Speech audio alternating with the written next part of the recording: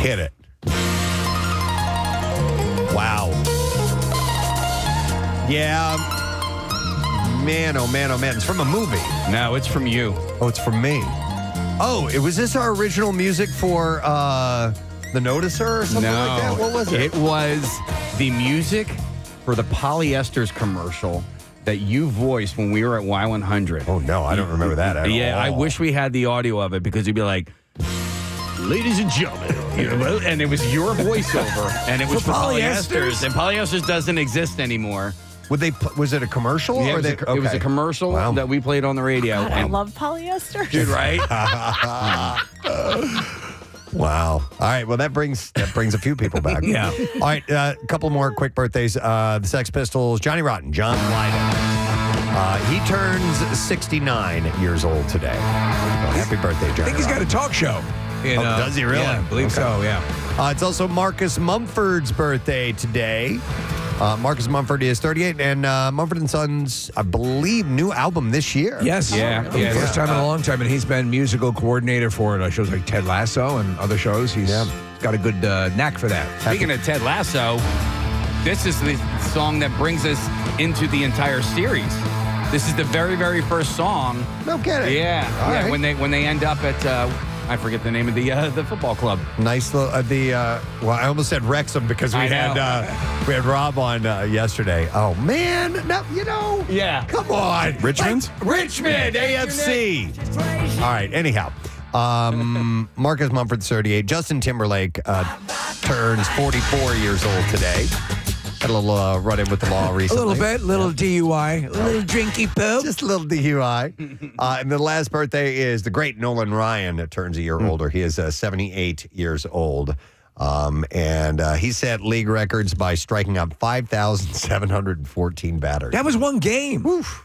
Insane. I think he had 3 no-hitters after the age of 40. Yeah, that's what blew me away. It's pretty amazing. All right, we'll see if you know the answer to this. All right, the unit of measure named after Sir Isaac Newton measures what? 215-263 WMMR. We got Patrick online. Hi, Patrick. Ready? Okay. Oh, my God. Dude, we were just talking off air. Casey wants people to call up and do cheers for the Eagles. I love that as a new call and response for us. I don't have anything more, though. That's all I have so far. You got, wait, Patrick, you got to say ready, and then you just got to give a pause so we can all say okay together. Okay, let's do it. Go for it, Patrick. Ready? Okay. Yes. Dude, I know. Yes. We created another one. Yeah. All right, Patrick, what is the answer? The Newton is for a unit of what? Force. Force, yes. Hang on, Pat. We'll give you a pair of tickets to see Dusty Slay, the Night Shift Tour, Saturday, tomorrow, 7 p.m., Miller Theater, and tickets are on sale now via ensembleartsphilly.org. All right, we ate up a lot of time there. Yeah, we're getting killed here. A couple things to get to. Ben Affleck joined the growing list of Hollywood notables doing their part in the aftermath of the L.A. wildfires. He was seen volunteering at a homeless encampment earlier this week. It's unclear what kind of charitable work he was doing, but every bit helps, and thousands are rendered homeless as the blaze had destroyed over 16,000 structures at last settlement. And there's been a lot of people that have stepped up and not looked for press and just gone out and just and help out, especially when the firefighters were really working hard. Like Jay Leno came out and so did Dave Grohl and a bunch of other people just helping. Yeah. I was talking with my cousin on Wednesday, that my family that lost the house in the Palisades, and her husband Pete, I was talking to him, and he said, you would not believe the amount of debris that needs to be cleaned up, and not just their house, not just their neighborhood, everywhere, all over the Palisades. It's just an insane amount of stuff that burnt that they need to get clean. rid of. Yeah. So just 3 weeks after the world learned that Kaya Gerber and Austin Butler's 3-year-long relationship was over, Nothing's over. it seems she may be ready to get back into the ring. There's another boxing reference. Ding. Sooner rather than later, the model The model is seen hanging out with Louis Pullman. Unbelievable. I know. At the Los Angeles restaurant Salazar on his birthday. This is amazing. Sources tell People magazine that the two have been spending time together the last couple of weeks. And according to witnesses, the two dined together. And at one point, Okay, all right. Gerber was photographed holding on to Lewis's arm. His unit. Wait, No. Arm. Well, it's the size of a baby's arm. Yeah. Where were they? What city? They were in L.A. L.A., okay. Restaurant called Salazar. Okay, who's Kai Gerber again? Kai Gerber is the daughter of Cindy Crawford. Oh, okay. All right. And Louis Pullman, this guy is an actor. If you watch, I know him. Yeah, if you watch Lessons in Chemistry, he's been in a bunch of stuff. In fact, he's popping up more and more often now. I said he was a little bit older. No official word from either of their reps at this point about what is going on. It's tearing me up. Yep. There is a new Captain America, and MCU fans are going to just have to get used to it in a new Esquire profile on Anthony Mackie, who's taking the baton, and we love Anthony Mackie, and S.H.I.E.L.D., of course, from Chris Evans for Captain America Brave New World. Evans shut down rumors that he would be once again appearing as Steve Rogers, Captain America, in the upcoming Avengers Doomsday, set to come out next year. He said that's not true of the rumors, and he explained that similar stories, he said, have happened. They happen every couple of years since he last played the character in 2019's Avengers Endgame. He said, and I've just stopped responding to it. And then he added, happily retired. Of course, money always can get them back, though. He did come back in a surprise appearance, Deadpool and Wolverine, but that was seemingly a one-off. So, but he says, nope, no more. He's done with that role. Reese Witherspoon just revealed the surprising inspiration behind the new Legally Blonde prequel series. She said on The Tonight Show, I saw that Wednesday Addams show, and I was like, oh. And just like that, the idea for the prequel Elle was born. She said that she wanted to explore who Elle Woods was before college, before law school, and Amazon jumped on board to bring the high school version of Elle to life. Back in September, she kicked off a nationwide casting call, posting on Instagram that the search for the high school version of Elle Woods is officially on. And that's not all. Witherspoon is also set to reprise the iconic role in Legally Blonde 3 with Mindy Kaling writing the script for that. Okay, if Mindy Kaling's doing it, it could be pretty good. They were fun movies. The first one was a little bit better. Junk food movies, I liked the first one. I thought the first movie was great. And obviously very, very successful. So speaking of Mindy Kaling, I had another story about something that she was working on. Was it that basketball show? It might have been. Kate Hudson? Kate Hudson, So Netflix dropped a trailer for it. It's called Running Point. And Hudson leads the star-studded cast as a newly appointed basketball team president who has to prove the men around her that she's the woman for the job. And the series comes from Mindy Kaling, Ike Barinholtz, and David Stassen, who made the Mindy Project together. And the show is Kaling's latest production after the ongoing success of her Max show, The Sex Lives of College Girls. The sports comedy will see Brenda Song. You remember her as London from Sweet Life on Deck? Yep. And she's married to Macaulay Culkin. That is correct. Known for The Social Network as well, as she'll be Hudson's loyal sidekick, Drew Tarver from the other two, and the mix Scott MacArthur as her senseless brother, among others, rounding out the cast. Running Point is set to stream February 27th on Netflix. I'm friendly with a writer who lives and works in Los Angeles, and he's worked with Vince Vaughn a number of times over the years, so he's got some cred. And he says that he pitched this exact same idea with this exact same actress to Netflix several years ago. They turned it down, and now it's being made. Lawsuit. Yeah. So he's like, we are sending lawyers over. Wow. Yeah. I mean, this almost is like her mom, Goldie Hawn in Wildcats, right? Yep. Like, very similar. Coaching, all boys are all, young men or whatever. But also the emphasis should be on point. It should be running point, not running point, because I think it's like, you're running point, like point guard. Who do we talk to? Talk to me. Okay. I'm your guy. Okay. I'm a basketball coach. I know these things. I'm your guy. Yeah. We got a guy. Yeah. We got a guy. Hold on, guy. I got a guy. I got a basketball terminology guy. Yeah. Netflix, speaking of them, has revealed a ton of their upcoming projects for 2025 and even confirmed when you can expect a bunch of them to actually premiere on the streaming service. So they have confirmed that Stranger Things and Wednesday are both coming back this year, but did not confirm a premiere date for those. But They did confirm that the third season of Squid Game will be coming out sooner than you might think. That's set for June 27th. That's pretty quick. Other series that are expected this year include Black Mirror, Emily in Paris, The Vince Staples Show, Cobra Kai. And I mean, like, I looked at the list. I was going to try to go through it, but there's too much. There's just a lot of stuff that they have gone ahead and revealed. So that's good news. Now, speaking of Stranger Things, they've teased the 5th and final season. And there's going to be plenty of mystery in a new teaser for the show. 11, a.k.a. Jane Hopper sometimes, appears to have gone missing for a year. And a missing poster says that she was last seen on June 13th, 1986. And Netflix previously confirmed that the show would pick up in the fall of 1987, about a year before the date listed on the new poster. That'll help them age a little bit. Yes. You know, since it started a decade ago. Or Yeah, whatever. Right. Yeah. But the mystery doesn't end there. Netflix asks an important question in the poster uploaded to Instagram, and they said, who's really looking for Jane Hopper?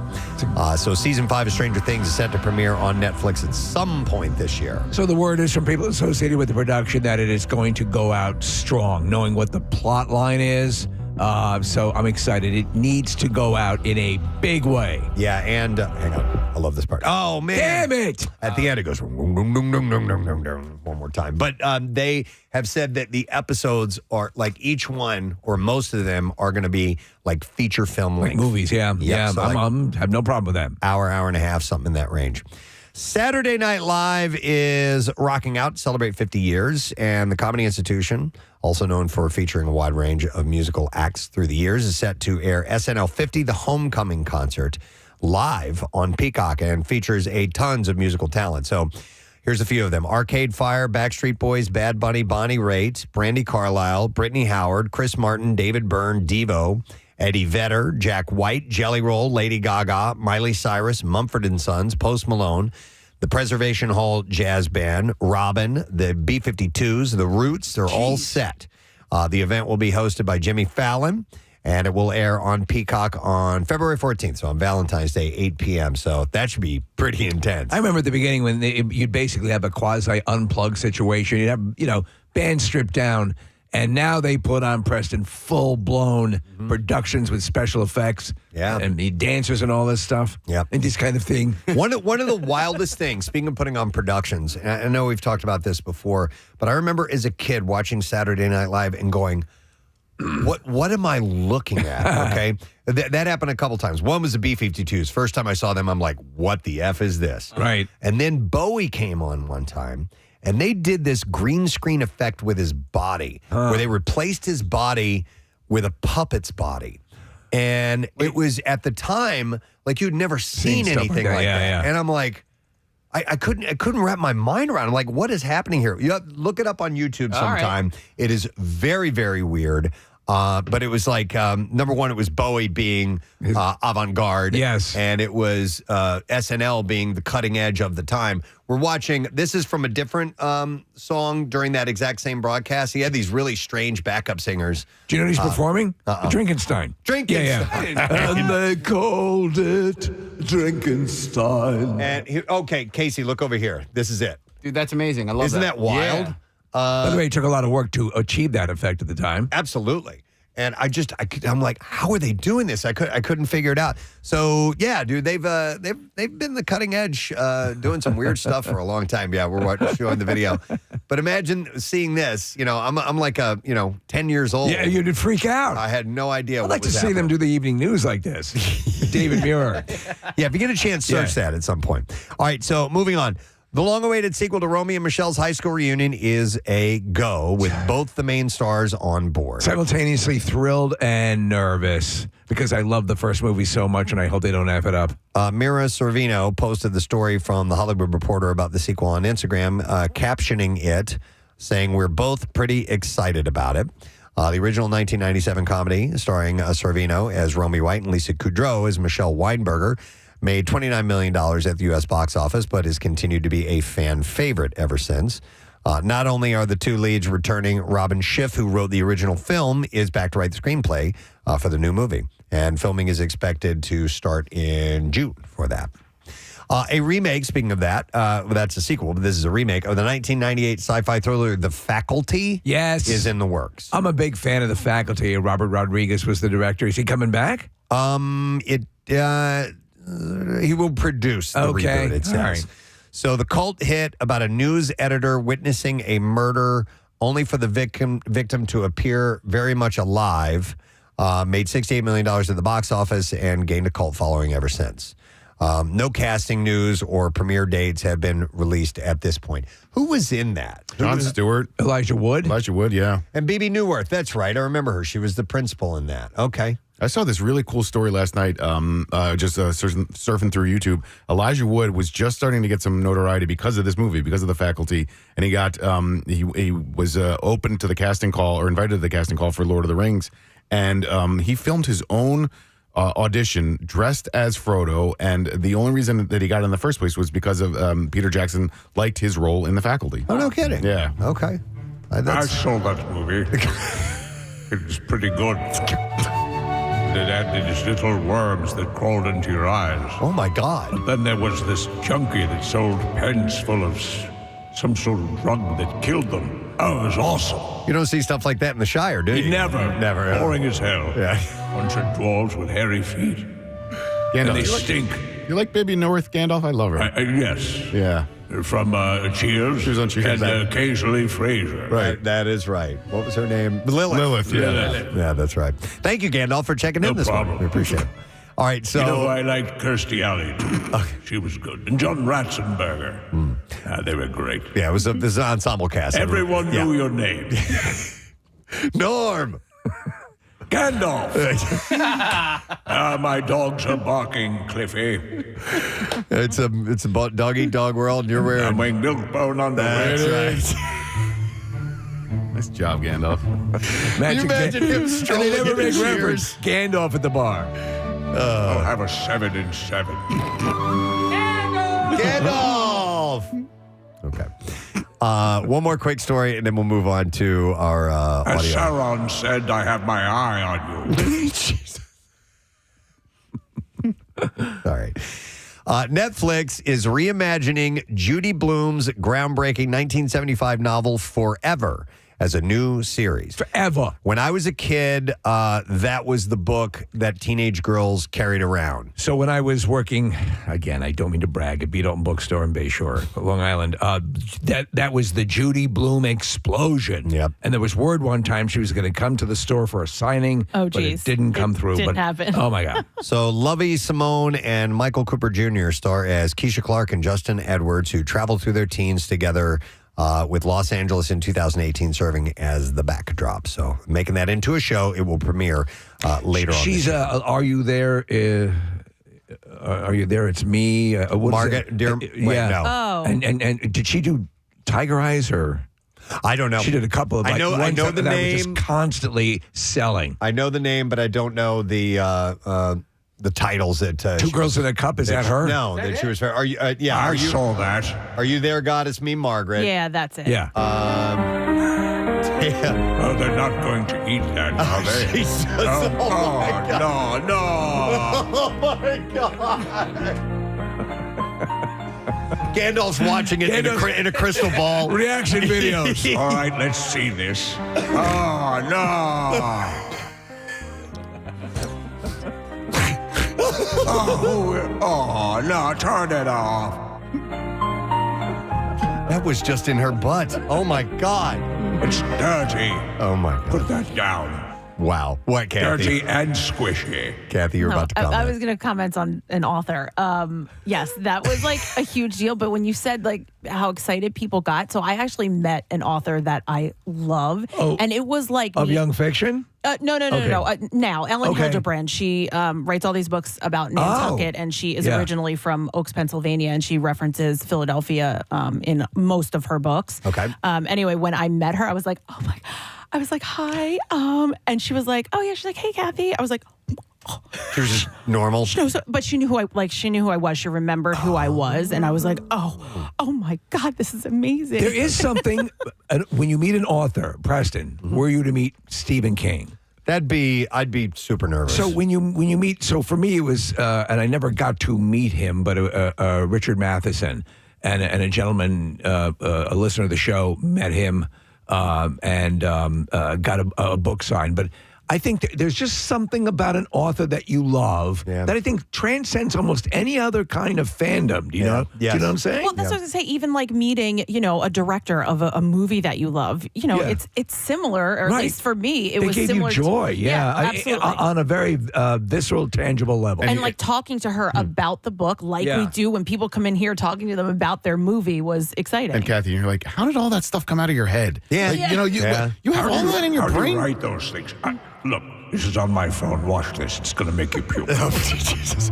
Okay, we have to. We got to move on. We got to talk about movies that are opening. We got Birdbot to get to here, gang. All right, here we go.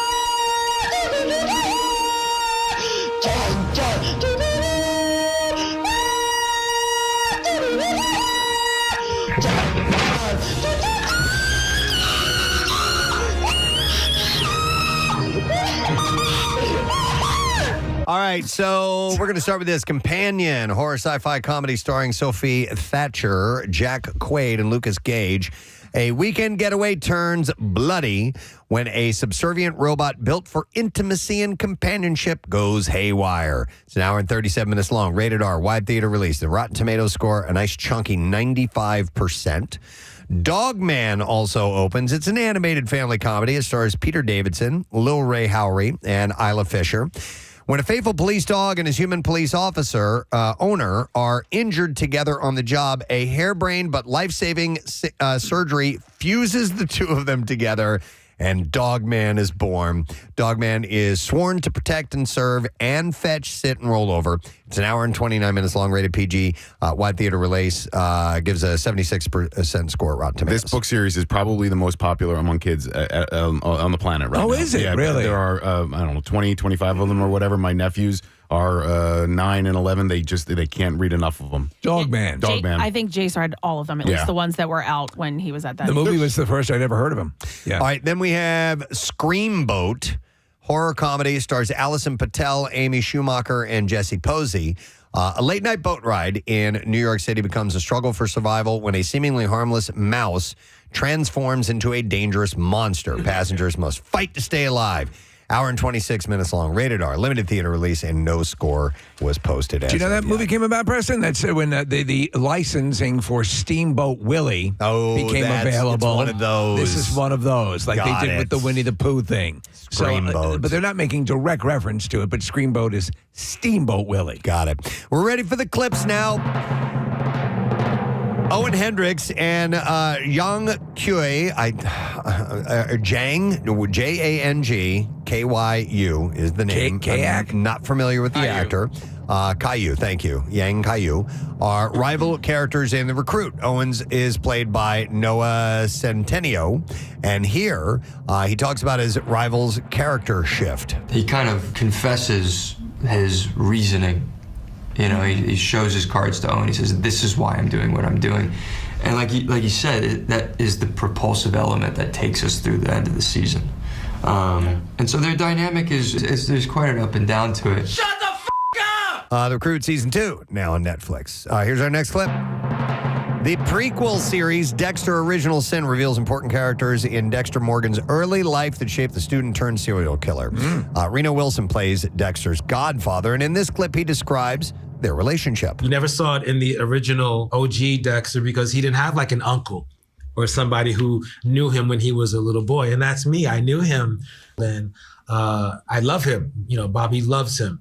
So I think that's a really important relationship that didn't exist in the original show that we're getting to, see now. Shut the f*** up, huh? New episodes of Dexter Original Sin are streaming on Paramount Plus, and there you go. That is your entertainment report. I was looking out in the Acme Lounge. I see Marissa talking to somebody. I'm assuming that's Kate Flannery. It is. All right. She's going to be popping in here in just a moment, and after we get Kate in and get settled and everything, we are sending Nick out on the road, and he is not going alone. We are going to send him with a little friend called Birdbot. Yeah, Birdbot.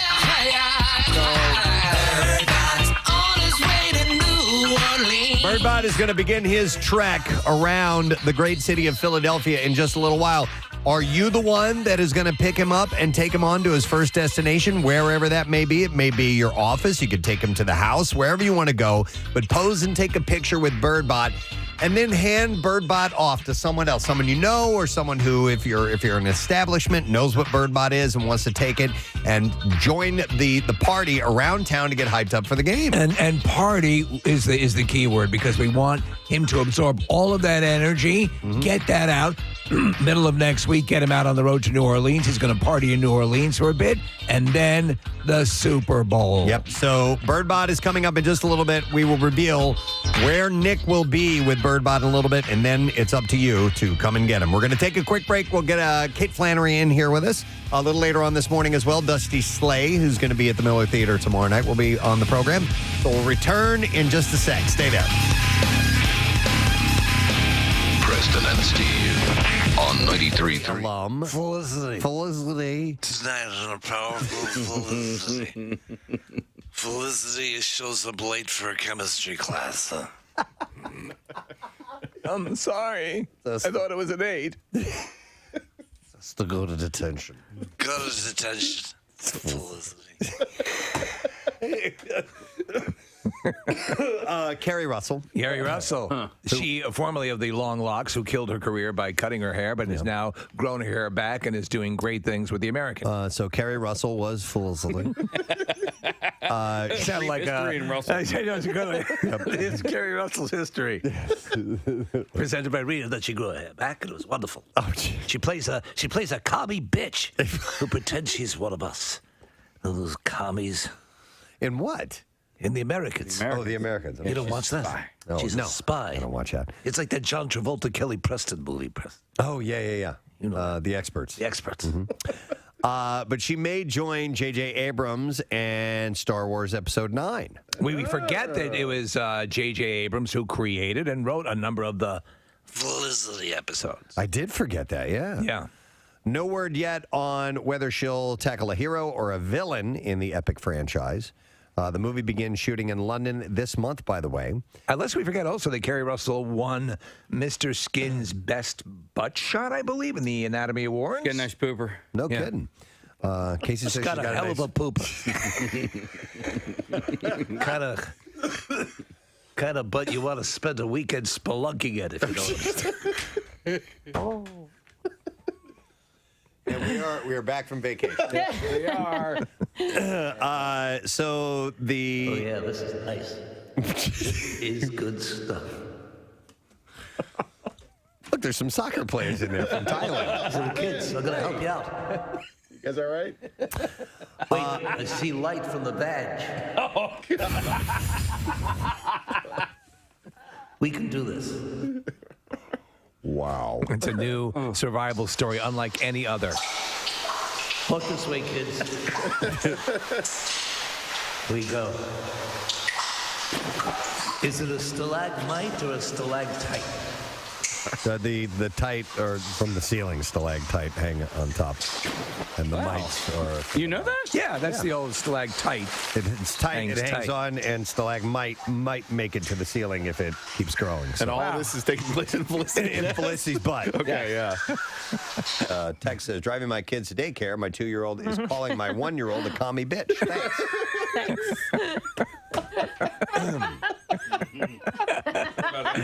Sorry about that. Sorry. Well, they're learning about a time in our history that was very important. Yeah. Hey, I noticed a few things. Oh, my God. I did. I absolutely positively. He's back. Yeah. You know what he does. He notices things so you don't have to. Yeah. You're too busy sleeping 3 hours a day on your job. Yes, it's He's true. out there noticing. Hey, you know what I noticed?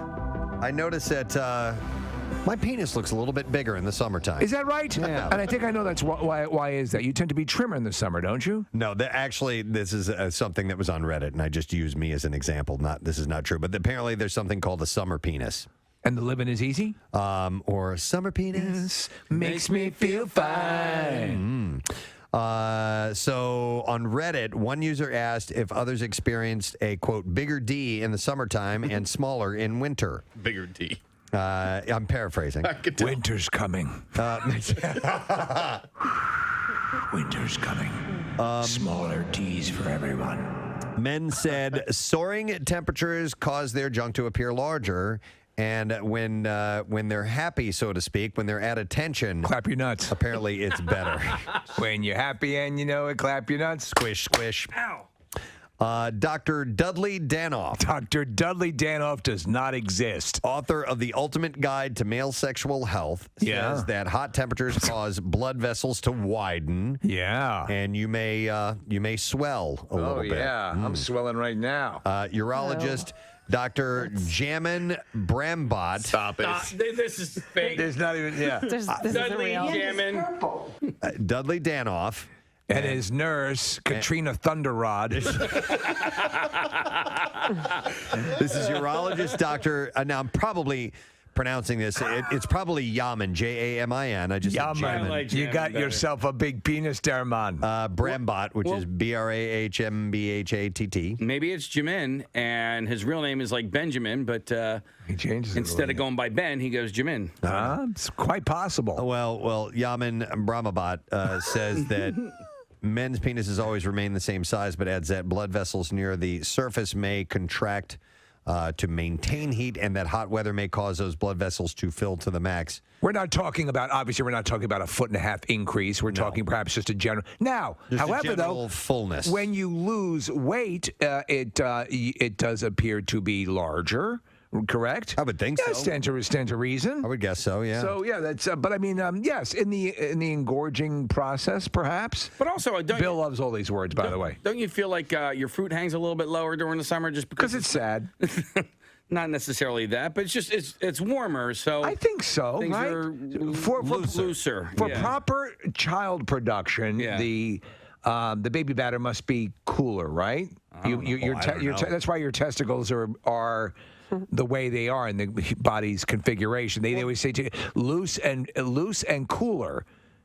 Is the you guys have kids? I don't know. I didn't look that much into it. You didn't chill them up before you got it on? But it is sophisticated. Spray them with some CO2? It is sophisticated equipment that is meant for the purposes of of reproduction, yes, and therefore it maintains a to a certain temperature so that your equipment Your works McDLT. properly, and you're cool on the cool side and hot on the hot.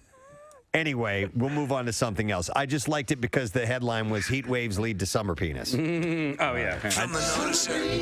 Thank you. Makes me feel fine. Blowing into jasmine across my sack.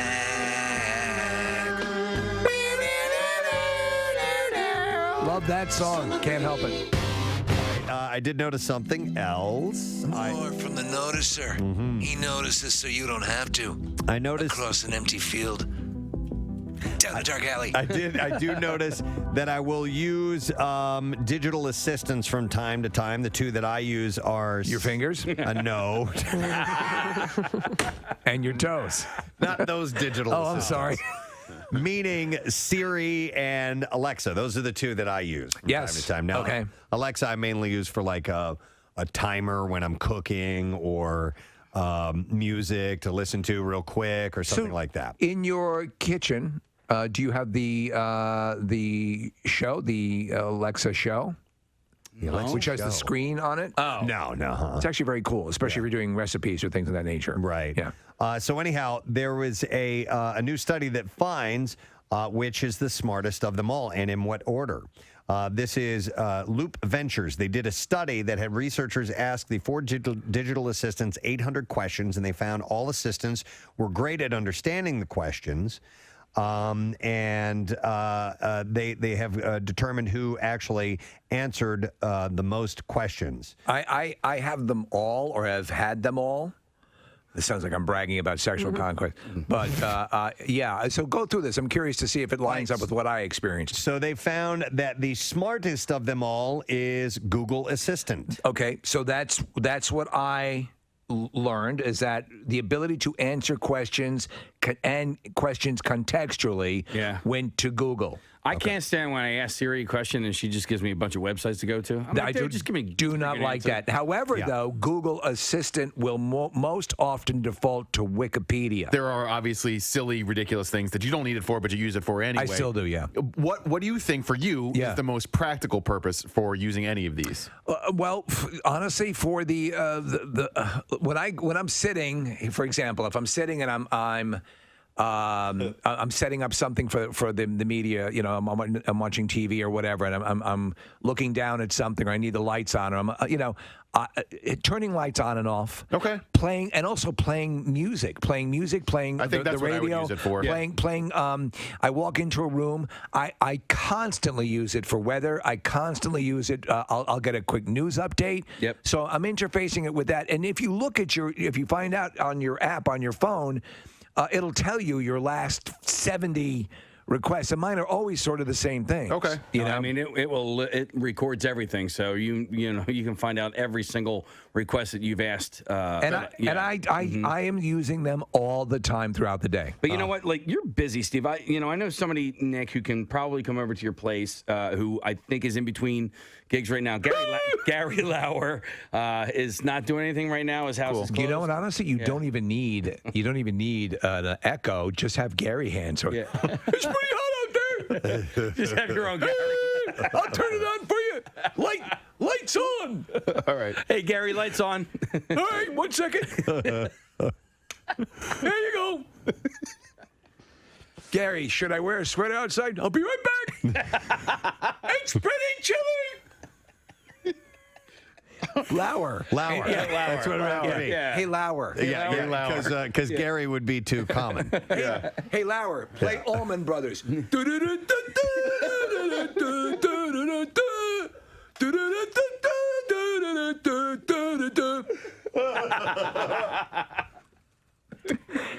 Lauer, switch to Skinnerd.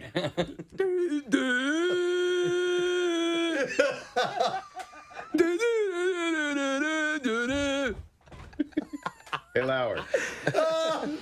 Yes. Switch to Killers. Somebody told me. All right. Hey, Lauer, play MMR. Well, don't you have to kind of have like a bing bong prompt? Yeah. You know. Hey, Lauer. Working. Play Summer Breeze by Seals and Croft. Summer Breeze. Fine. So Lantern Entertainment and the Weinstein Company have come to terms on two major sticking points in their deal, a price and a close date. So they agreed on a final purchase of $21 million and expect to close on July 13th. A bankruptcy court hearing is scheduled for July 11th, and Lantern also agreed to make numerous payments to creditors to avoid a lengthy court battle. All right, so and they're obviously going to not use the name Weinstein, right? Oh, no, yeah, they're not. I don't think they're going to do that. Charles Manson Productions. So they're going to. They figure it has a better reputation. Hell yes. So they're getting closer to. And then you can have Manson instead of the MGM Lion. Wouldn't that be awesome? His face in that circle logo. Right. I love it. This is one of these meetings here with the town where people can get up and speak their mind. And this young man got up and he had a take on legalizing prostitution. So I propose this. The city allows for licensed masseurs to give genital massages if the masseur and the client both agree to it. We let someone get naked and have every other part of their body touched and rubbed by a massage therapist. Hell, we let proctologists spend their day men and sticking things. So if someone wants to yank a guy's crank, I say let him. Oh, my God. That really is as inspiring as FDR's speech on December 8th, 1941. I love the last part of that. Hang on. So if MMR. All right, thank you very much, Kathy. I'm so glad our next guest is here in the studio. We love her, and just, I already feel happy. I'm smiling as we sit here, as we get to introduce her, and she's kind of brings good vibes and good Don't you feel it? Good luck. Absolutely. Yeah. Ladies and gentlemen, you know her from The Office and many other things. Please welcome Philadelphia's own Kate Flannery. How you guys doing? We good. Go Eagles, go Birds! Yeah, she is adorned in Eagles paraphernalia this morning. I am. It's the first place I can actually breathe and not get arrested. I think there's a restraining order against me for the team, but that's okay. I assume you're a passionate advocate for the Eagles wherever you are. I am. Yeah. I am. I mean, truth be told, I'm a bigger Phillies fan. I'm more invested regularly because it's the grind, but I love these guys. No, but come on, Birds. Come on, Birds. Yeah. And also, like, what a team this year. What a vibe. Like, how well earned. I mean, gee, they've earned every yard. You're exactly right. You're exactly Every right. inch. Yeah. That's what she said. But if you're watching us on our YouTube channel, you'll see a guest sitting next to Kate. That is Birdbot 2.0. I was not told about this guest, but that's okay. I approve, sort of. We're going to be sending Birdbot out on the road here in just a few minutes. Nick, when are you leaving? Like during this interview? Well, I was figuring you'd say get the hell out of here. So whenever you want me to go, I'll go. All right, we will do it, but we got a few things to mention as well. And Kate is going to help us kick off our pep rally concert series. Yes. That we're doing here on the program. Fantastic. And she is actually, we're getting celebrities, musicians, local flavor, people to sing the Eagles fight song.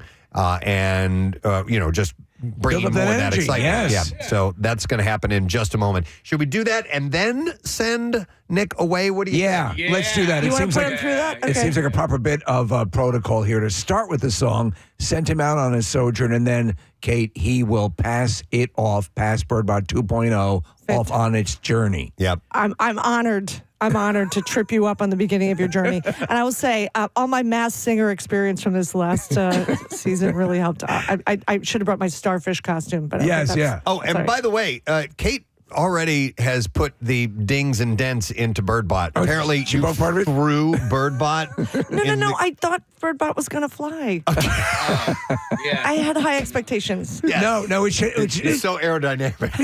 Birdbot has a sturdy build to it, but we have to take care of Birdbot. I'm sorry, Birdbot. I thought we were getting high. Sorry, dude. Yeah, don't throw. Birdbot will get high. Yeah. All right, so we are going to give you the musical accompaniment to sing the Eagles fight song. You ready, Kate Flannery? I'm All right, ready. here we go. Okay. Fly, Eagles fly. Great start. On the road to victory. Sing it with me in your car. Fly, Eagles fly. Score a touchdown. 1, 2, 3. 1, 2, 3. Hit 'em low, hit 'em high, and watch the Eagles fly. Oh, baby, fly, Eagles fly. Where's Nick Bolts? On the road to victory.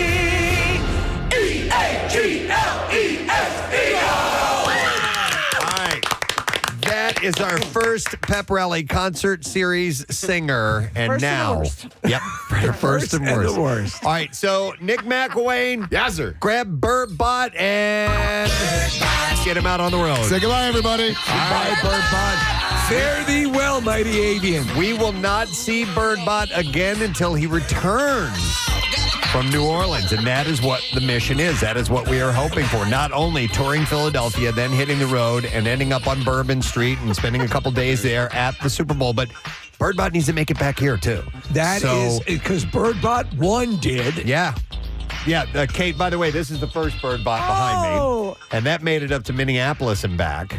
There's a hard hat on that thing. Oh, yeah. Well, see, people add things to it as they pass it around. And so we don't know what Birdbot is going to end up looking like Bye, at the end of the whole Birdbot. night. Bye-bye, Birdbot! What could possibly go wrong? I'm a little scared, but I also feel pretty good about this. Yeah, there's always reason to be scared, but a Birdbot 1 proved the journey can be completed. At a certain point, Kate, Birdbot 1 did actually end up in a cop car. So there was a bit of... As every good party ends, right? Yeah. Have you ever been arrested? I have not. Detained? No, I can't believe I'm saying that. That's Wow. actually It you know seems what? so I went to Catholic school and we learned how to skirt around a lot of BS. I should have been I should have been. You should have been arrested. Yeah, I'm also the youngest of 7. If you don't learn from your older siblings doing dumb stuff, like you should not. So, all right, get out of the family business. Were you ever at a party where the cops came and started, Yes, and I remember drinking underage. Sorry, kids, don't do this now because the world is different.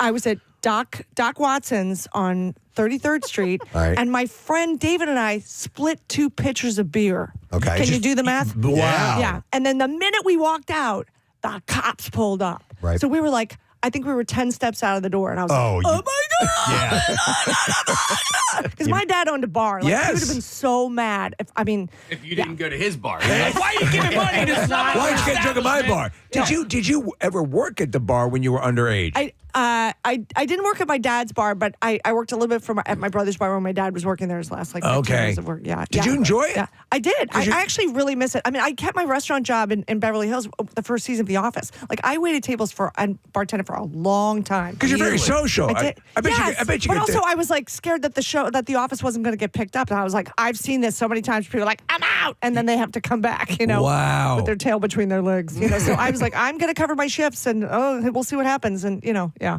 Wow. Yeah. Okay. I didn't know that you were working that deep into your I still career. was covering my Sunday brunches. I'd cover my my 3 other shifts, and then I'd pick them up as I and then when the show started to air, I was working and somebody said, "Hey, wait a minute, aren't you?" Our brunch waitress is on The Office. They're like, "Aren't you lactose intolerant?" I was like, "Thanks for not bringing up my hysterectomy." This is all season 1 jokes, you guys. Season 1. No, I remember that. Yeah. Easy. I had a friend who was very successful in the TV business, TV industry, and she kept her job at a grocery store.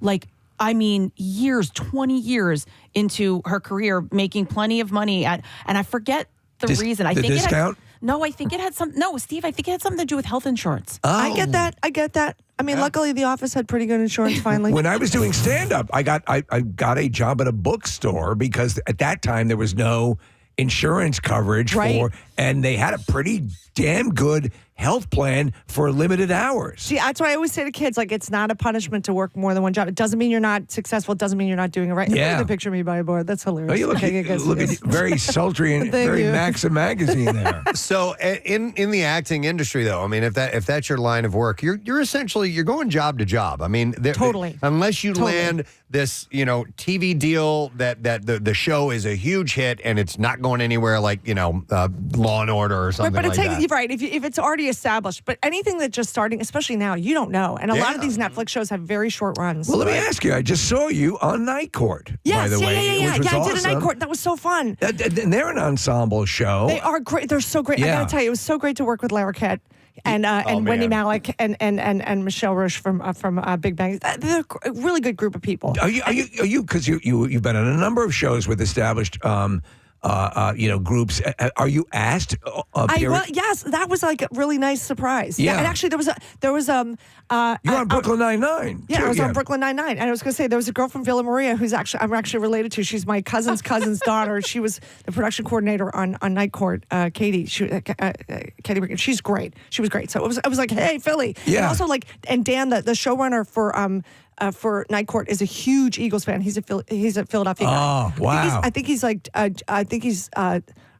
Marlton or Cherry. I think he's right over the bridge, but he's a huge Eagles fan. Wait, he's going. You have a big family, but there's another cousin that's connected to our show, isn't there? One of your cousins? Well, my one cousin Rosemary was the weekend anchor for NBC 10. No, there's somebody.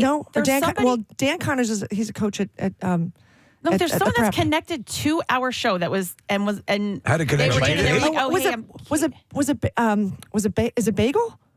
Dude, because bagels. Everything bagel? Was there a guy named? Kate, you're missing the signals.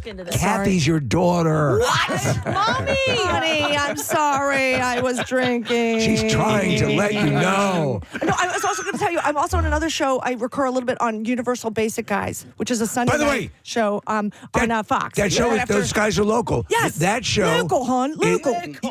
That's awesome. I didn't realize you were part of that show. Those guys are really good. And I have mentioned on the show here a number of times, they do that, animated Animation Nation thing on Sunday night or Domination. right. And a lot of shows just don't work. This one works. I'm so excited for them because when we did the pilot, I was like, good luck, guys. Maybe it'll like end up in somebody's pile of old pilots. And they're on Sunday nights on Fox, like with The Simpsons. That's crazy. It's a solid show. If you see it come on after The Simpsons, watch it because, and not only that, it's totally Philly. It totally Philly, yes. And the more Philly, the better. So you guys will be able to translate. I always feel like there should be a little subtitles sometimes for all the people. There it is. Universal Basic Guys. No, Very nice. It's a well-written show. It's beautiful, hon. Yeah. Are you reoccurring or? Reoccurring, yes. Oh, all right. I've done a couple characters. I'm like a waitress, I'm Mary. Just listen, guys. Pay attention. I'm watching the show. I didn't pick you out. Yeah. What an actress. Oh, yeah, hon. Years of research for the part. Very, very long time, hon. Lots of drinking, just in case. Do you still have to audition?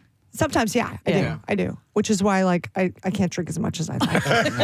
I'm like, oh, sometimes like, oh, we can't go out. I got an audition tomorrow.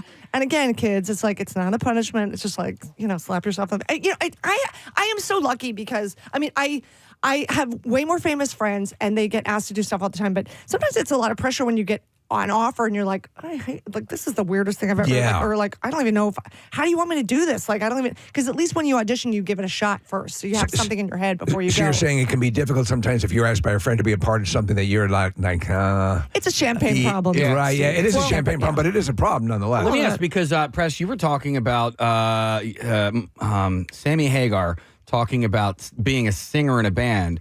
And like I thought it was you who was saying like whenever you sing in front of people like you're embarrassed. Oh, that was Joe Satriani. Joe Satriani. Yeah, we were talking to him the other day. Yeah. I get it. Because like when you have the microphone and the sound system, it's a whole different thing. Well, so listen, I acted a little bit in high school. I was in the and I know you went to O'Hara. Your shows were better than our shows at Carroll. I know, Casey. They were really good. But we did 80s. My tears. Go ahead. We did this acting workshop thing at the University of the Arts, and my alma mater that doesn't exist anymore. It doesn't. Yes. But there was this one workshop where we had to sing the word please, right? And we had to mean it and all that sort of stuff. And I think, there was like maybe 12 people in this workshop and 5 people went before me and people were like, please, right? And so I was like, these people aren't going for it. So I really went for it. And I went to my knees and I was like, please. And I was so embarrassed because it wasn't because I don't know, but like I went for it. You know what I mean? No. I totally get it. It happens to me every day of my life, dude. This happened. I was like, what, you gotta 16 go for years? it. I'm going to be 50, and I'm still embarrassed by that. You know what I mean? God bless you, Keith. So when you You're do absolved of your sins. You did great. When you do go for it like that, yes. and it doesn't. It doesn't hit the way you wanted it to. Do you feel regret or embarrassment like Casey has? Or sometimes, but I feel like damned if you do and damned if you don't. Yeah, exactly. Literally, right. like you're going to be, sometimes I'm going to beat myself up either way, so I might as well go for it. One of the great stories is Danny DeVito's story when he was auditioning for Taxi. He went in and he's like, for Louis De Palma, he says, I'm just going to go for it. So he walks in with the script in character and he goes, who wrote this ass? and he's like, sweating bullets because I'm like, either I get it, and they loved it. So, but, we were talking about La La Land, I think, has one of the best, at least from my understanding, not having gone through the process, but from other actors and actresses I've heard, and those audition scenes are soul crushing. They're right on. Yeah, they're right on. Yeah. But, do you think more often than not, do you know immediately if you've got it? The Office I found out the same day, but I did not know immediately. I waited till I got home to find out. But yeah, I would imagine the crappy thing about going to a bunch of auditions is the amount of time that it sucks out of your day when you're trying to do other things. This is true. Like it's LA, you got to drive. Dude, I always had my uniform in the back of my car because I was like, you could be at any time. You'd have to just like go right to work, and I could never say I was late for an audition or that I had a job because I worked with Billy Crystal's daughter Jennifer, and she said she got a TV movie. And she had to like cover a shift the next day and she couldn't find anybody. And they fired her because she couldn't cover a shift. And I was like, oh, note to self. So whenever I see her, I occasionally see her with her dad at like a premiere or something. And again, there's a restraining order, so I don't get too close to her. But I'm like, you took one for the team because I after that I never had a job and I never never had an audition as far as they were concerned. Yeah. I always said I was sick or I had car trouble and I'm running late. Always. Right. Sorry. sorry. Well, we just had an Not actress sorry. in here who's in the new Dennis Leary series, and she was talking about she was actually working her way up on the production side of things, but her boss said to her, "Listen, if you're going to go out on auditions, you can't have a job like this. Get a job waitressing." And that's why, and it clicked in my mind. I said, that's why there's so many Yes. actors and actresses Totally true. waiting And- tables. Yes, and you can pick up more shifts if you need to, and you can usually get rid of them. You know, Yeah, you can yeah. usually cover them. Kate, I'm looking at your social media. I'm looking at your Instagram account. There's Yes. a picture of you standing as the I in a large, these large block letters that say birds, and your hands are up like this. You know what I'm talking about? yes. Where I was that? Okay, that was at the practice field Okay. at Lincoln because 5 years ago, right before COVID, the world shut down, I did a little digital campaign for Crown Royal Apple. Yes. So it was sponsored by the Eagles, and that was my last connection to the Eagles. So even if I just if you guys know anybody, 'cause I don't need to go to the Super Bowl. I mean, maybe I can't even say it because I'm not invited, but that's okay. But I'm trying to reconnect with the Eagles. That's I okay. can't imagine that you, Meredith from The Office, with all of this import. You need to be in the box. You with- need to be in the box. with Bradley Cooper and all Ryan- those guys. Yeah. Yes. And Bradley- Bradley Cooper needs to be in my box. Sorry. No, I'm taking. Actually, I have to tell you, so you guys, my real boyfriend, not Bradley Cooper. Not Bradley Cooper. My boyfriend, Chris Haston, who worked at NBC forever. I met him on The Office. So again, we were like the real Jim and Pam because we didn't start dating until right before season 3. So I say we had all the work, sexual tension, wonderful. Wow. Okay. Anyway, You're the but real he's- Jim and Pam. He's now Jennifer Hudson's new photographer. So I just did Jennifer Hudson's show on Monday. We did the St. Patrick's Day episode. It won't air till St. Patrick's Day, which is March 17th, right, dummies? You know, it's Philly. So I painted my nails green, but it was I'm doing it for the Eagles and for St. Patrick's Day. Oh, my God. That's cool. That's So it was a excellent. little Her double, show's yes. always on when we're, she seems really sweet. She's awesome. She's an EGOT. She is, yes, Yeah. she's an EGOT. She's awesome. And I got to see her Christmas show this year, even though I was touring, but it somehow worked out. No, she's awesome, and she's a great boss. Everybody that works for her loves her. She treats everybody Did you do that gauntlet? Because they have a gauntlet outside when you're going you in. do They- the spirit tunnel. Right, so they have Yes. people on each side of the hallway, and they're like, They like, make up hey, a rhyme Kate. for you. Hey, Kate. But Did they do that? go for yes. Yeah. It was emotional, you guys. I was like, no. What do they People do? love me. I'm so happy. Have you seen this, Preston? I have not. So Unbelievable. any celebrity who I have comes in, they walk them down the hallway, and all production staff giving them love. is on each side doing. They do all these. They'll make a rhyme for your name, and That's it's great. actually not dirty. It's awesome. Wow. It's it's We need to do that. We do every morning, We right? don't have any Except there's employees here, nobody that though. works here anymore. Yeah. right from home. Put your speakerphone on. Yeah. It'll be us and Kevin, the custodian. Kate, I wanted to tell you we now have something in common with you. Steve and I, over Thanksgiving, were invited to be in the Philadelphia Thanksgiving Day Parade with 6ABC. Fantastic. So we were up on, and that was, how long ago was that for you? Oh, my That was God. 8, 9, 10 No, years I, ago? think, I wanted to say 12 or 13 years. Yeah. Wow. But Do you know- I think it was 13 or 14. We had an That was extra when we- special honor because ours was the worst weather since 1987. It Yeah, poured on them. And I mean pouring because rain. I reached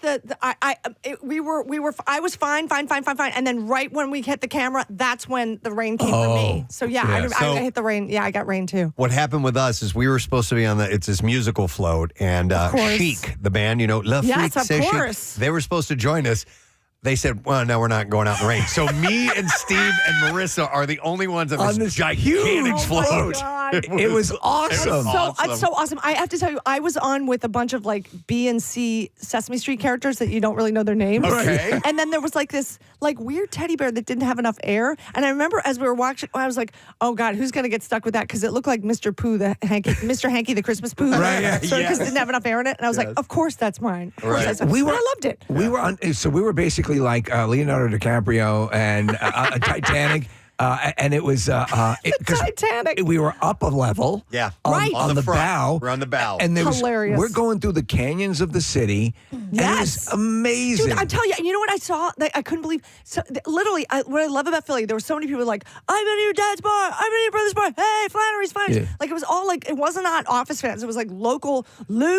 And I never seen so many people bring 2 ladders and a piece of wood and put their kids on that. I was like, and the cops had it right there. Literally, 2 ladders and a piece of wood. I'm like, hey, the kids. And there's a guy literally wheeling a pancake griddle, like a Yeah. hot Yeah. I'm like, oh gee, if the kids fall, what could possibly? I'm like, what is That's happening? Did you see the footage of the guy when the Eagles played last? The dude who had a full pig in a shopping cart with fire underneath it. He was roasting a He pig. was roasting a pig and selling in a sandwiches. shopping cart and cutting pieces off and selling sandwiches. So Philly, I love it. I And love it. And my friend ran into him on the subway. He brought the shopping cart with the pig I saw in the it pictures on the subway. I've seen it. It was like it was like SEPTA Philly Eagles fan. That's unbelievable. It's oh my hilarious. God, you guys. I mean, I love the creativity, and like I have to say, I've done the New York Macy's Parade. Whatever, Yeah. it's fine. It's great. It's very but it's so safe, and it's like there's none. And you don't see anybody you really know. There's no element of danger. No, and also there's no familiarity because there's so many tourists. So I like the Lugals. It's true. Yeah. Oh, we have a video of the guy cooking the pig in the shopping cart for you to see, Kate. My Look God. at this. This is oh my gosh. It's brilliant. What a great idea. Yeah, totally. This guy could totally. Pans of charcoal underneath it. One of those double-decker Oh my God, yeah. shopping carts. So it looks like propane. Jesus. is this get something quite a you might fire. do for the next tailgating? You know what? If the right offer comes along, I would say if you invite me to a party, I will probably show up. If you want me at the pig roasting shopping cart party, I will be there. Hey, how long are you in town? Just till Sunday. Till Sunday? Yeah. I Just- know. Are you I'm just back and visiting forth. family? Is that what you're doing in? Yeah. Okay, I was cool. just in Corpus Christi with Leslie David Baker, who plays Stanley. We were speaking. We were doing a Q&A at Texas A&M. Which was really fun. Are you any plans to be in New Orleans? No, for the I game? mean, not unless I get an offer. I can't refuse. We'll see. Okay, yeah. Right. But my boyfriend is shooting the Saturday Night Live. No, I shouldn't say that. I shouldn't Go say. No, I can't. If it, Never not unless it mind. gets you in trouble. No, never mind. All right. Well, here's they have a lot going on. What's your party plan for the game? I'm looking at my offers right now. You know what? I feel like the bummer is like I feel like when I'm with people from LA, it's so personal for me. So in a way, I'd rather just like watch it at home. Okay. Because, like, I don't want to have 57 conversations about like. We were talking with Rob McElhenney, and he's going to the game. He's going with Quinta Brunson from Abbott Elementary. Yes. So, She's the best, by She's the way. phenomenal. She's awesome. But there is a huge. Will you be in LA for? I will, but yeah, we'll see. There's a huge contingent, and Rob was talking about this. Right. I somehow may have pissed everybody. I'm just kidding. I don't know. By the way, Abbott Elementary seems like a perfect show for you to pop Well, it's up funny. on. I've met Quinta actually I've seen her at a few award show parties, she's so awesome. And I know there's one of the executives is our old DP. Randall Einhorn. Double penetration? Oh, director of photography. No, that's the DVDA president. That's right. And boy, someone's dirtier than me for once. Someone's thinking dirtier than me. But yeah, there's a few directors from the office. So like, she's really smart. She said her main inspiration she's so for the brilliant. show was The Office. No, and what I love about Abbott Elementary is that Quinta she's Pam and she's Michael Scott. Like that is unbelievable. What a brilliant move. Yeah. Like I just everything about that show. Oh Well, my God. we Yeah. at least want to know you're going to be in some position to really absorb all the majesty of the game. I will be absorbing, Steve. Okay. Trust me. I'm very excited. You're very absorbent. But this is the thing. Like having grown up in Philly in the 70s and 80s, like I remember when the Flyers won, and I was like, holy crap! Like your sense of possibility grows when your team gets these opportunities. Yeah. I don't care what age you are. You just feel like it's something to really be in the moment for and celebrate. It keeps us in real time. When the Eagles Old won, people, young people, everybody. Absolutely. Unbelievable. The parade, I don't care what level of fandom you had. If you were anywhere near that parade, and we were broadcasting right along the route, Oh, my God. it was, I will never forget that day. I mean, people brought the ashes of their dead father, who was like a big fan. Like it was unbelievable. I'm sure there's like, whoever had to clean up that party. It was like Clean up a dead body. There's some body parts in there. And freshly dead as well. That's right. Couple of teeth in there, whatever. Kate, I wanted to ask if you and Jane Lynch have anything going on these days. We are working on a new non-Christmas show. We tour only live. Although there is a version of our old show on PBS. It's a show called The Kate, which is based on a theater named after Kate Hepburn, not me. Oh. Katharine Hepburn. But yeah, so there's a version of it. But yeah, we have our Christmas show will continue next season. And I'm so sorry I couldn't make it. I was like in middle. I was. Oh yeah, we tried to have you down to to Camp Out for Melville. Hunger. I know. Yeah, I'm so sorry. That's okay. And she got Jane got sick, right? Yeah, she had a little. Yeah, but she's a trooper. But that's the thing about touring live. You literally like cannot party. You got to live like a nun. It's kind of. Have you been approached by Only Murders in the Building? Because Jane had a nice run on that. Not yet. I'll let you know. It's all good. Yeah. So we're your big advocates. Why aren't we your agents? I know, right? Well, you know what? It's hard. You know, you guys, I turned 60 in June. I already turned 60 in June. So being an aging woman in Hollywood and an aging woman in comedy, I feel like I'm doing okay. Yeah, you're doing damn good. I'm okay. You're doing phenomenally it's well. A weird, you get. I also feel like if you're too famous, you kind of like it's not the whatever. I have the best. I'm in the middle. Daniel Roebuck is a friend of the show, and he has the perfect. He's that guy. He's like you, applicable to so many things, doing so many things. I think when the weight of we were talking about who are the big stars that can open up a movie, or they're few and far between now. It's the character actors and the people that are the reliable ensemble players that are getting it done. This is true. Yeah. I'm getting it done. Yes. I'm trying. right. I have so many indie movies. Yeah. Well, listen, you guys are the best. We do have to wrap it up, but yes, you always have a home here, Kate. Anytime Absolutely. you Thanks so want. much, you guys. We're happy to help you. You're in my heart, and that is not bullshit. I thank you. Thank you. I was waiting. I was waiting. You fucking forgot. Okay. All right. I don't know if I hit it or not. Oh shit! Sorry. Now you can't. I'm sorry. Now you can't. We're done. We're done. All right, we're done. Thank you, Kate Flannery. I'm turning her microphone off because we can't hit the delay button anymore. We'll be back in a moment. Stay with us. Preston and Steve. On 93.3. To yank a guy's crank, I say let him. I say That's all I say to you. If someone wants to yank a man's crank, I say let them do it. Okay. And so by this time, legit? well, maybe. You know what? I don't care. But he was definitely in front of this group. He was prepared. He seemed. And then he goes on. It's not just enough to state that's your intent or what you'd like to see happen. Yeah. You have to provide. You got to back it up. Examples. Yeah, some context. Some context to it. Yes. Here's clip 2. Picture this: a big old sweaty fat guy would get with your hand actually be that much worse than giving him a full body massage, getting up in there under the folds of fat, or being the proctologist sticking your finger. Holy hell. If a grown adult wants a job, another grown adult is willing to give one for money, then let them. That would truly be a happy ending for everyone. Okay. Oh my God. The crowd loved it. There is, I think, legitimacy to his claim, by the way. Are we going there or are we not going there? I want to hear. What do you think? I like the way you. Casey started doing up like a velociraptor all of a sudden. His head was going left and right. Are we going here? Well, yeah. I mean, dude, why is that illegal? Rub and tugs? Yeah.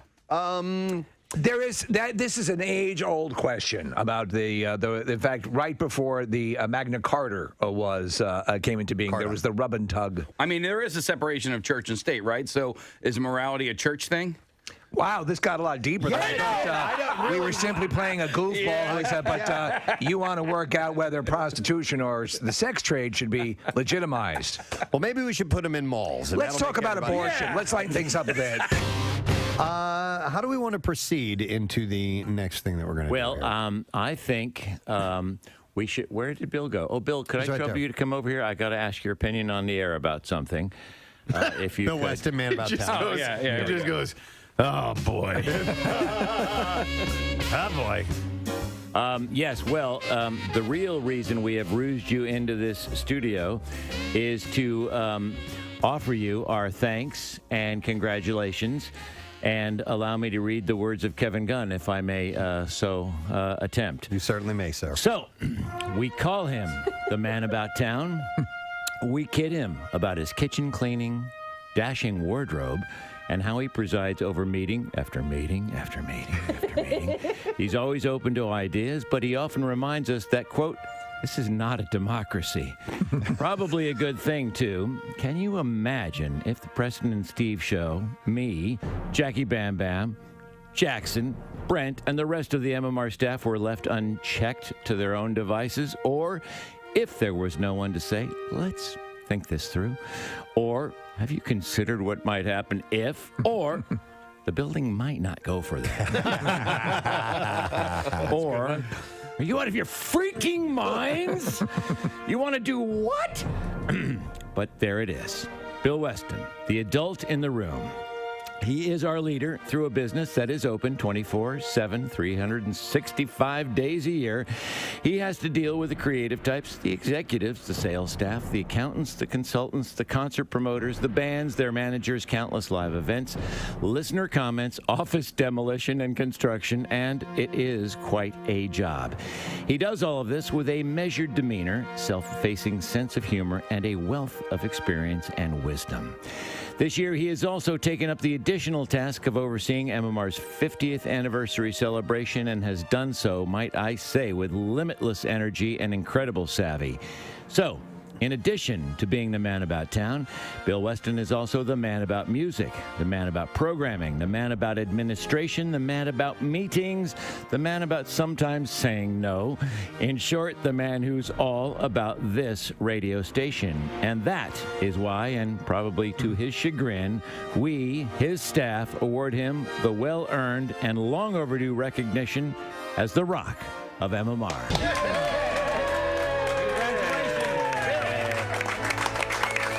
Go. Thank you. That's no idea.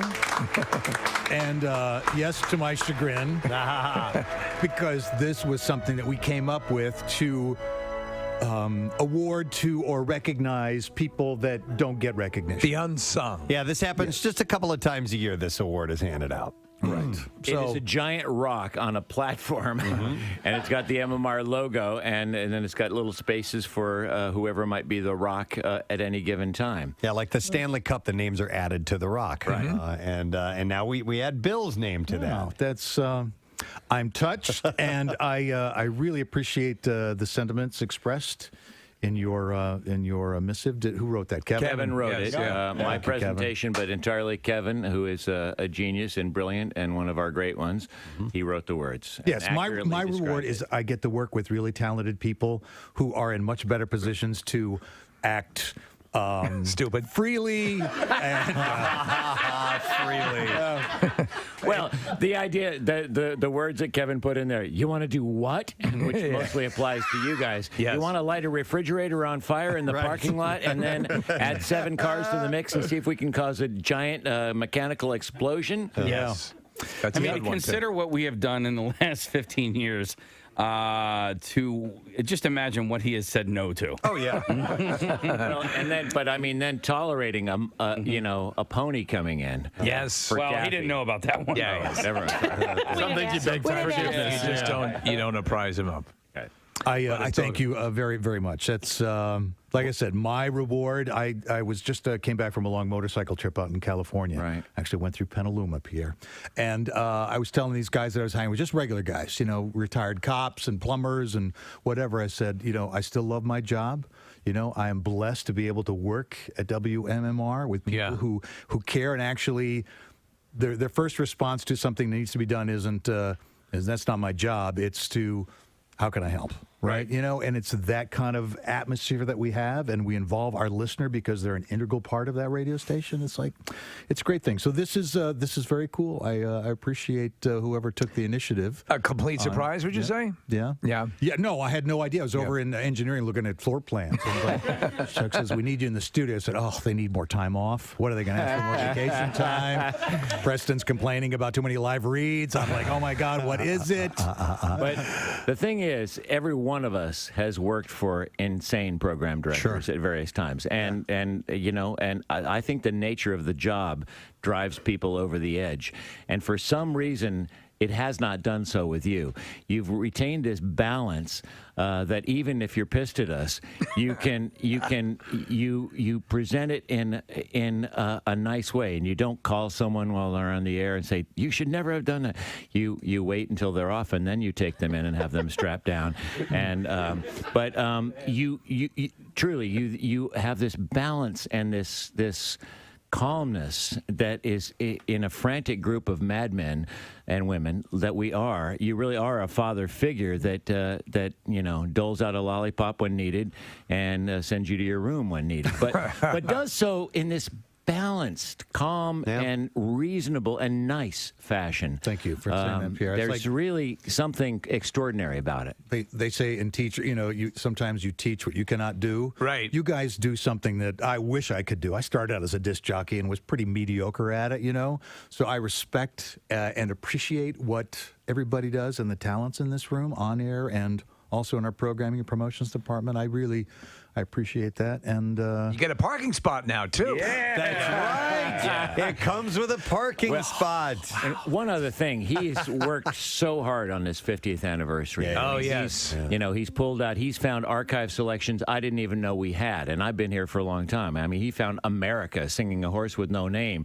He found... We had to steal that back from the guy who stole the tapes from us. Really? Yeah, oh yeah. I mean, he's found so many cool things and gotten, really worked the Foo Fighters thing and the Bon Jovi thing for these special 50th parties that we've had, and U2 and all these other things. And he's just, on this 50th alone, he's really And the fact that he forged on even after learning that it's the 49th. Right, right, yeah. Counted that. Yeah. I mean, almost single-handedly ruined the Bon Jovi concert. I mean, I don't know anybody else that could do that. That gave us a great story, though, for on air. If you hadn't heard, we did a group photo right before the band took the stage, and they all have in-ear monitors and these little, what look like Walkman kind of thing attached to them, power pack. I was wearing this jacket, by the way, and it got hooked on the button on my coat, and it yanked it out of his ears, and he gave me the dirtiest look. They are seconds. I mean, he's in... Wasn't Bill's fault. No, it was nobody's fault. But they were they were running on the stage, and they stopped to do a group photo.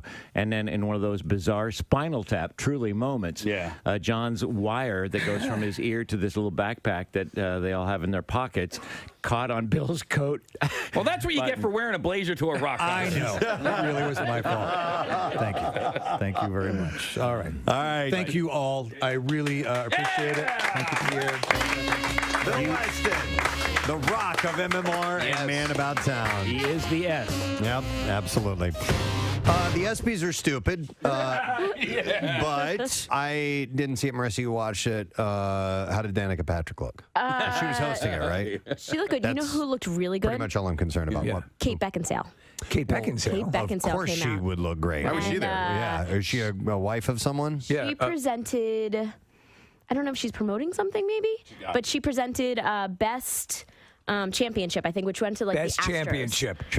Best Championship. That's a category. Steve and I got up close and personal to Kate Beckinsale when we were in Hawaii. She was promoting the movie Pearl Harbor, and she was at that time, Steve. I remember us going, "This is the most beautiful human being that I've ever been in close proximity You and I to." were like, like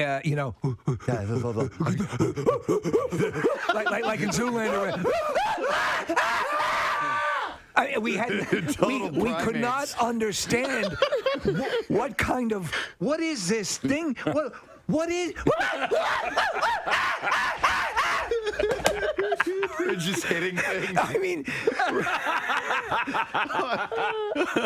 it's like no human looks like that. And then you have the other end of the scale, two sloths like us. Oh my God.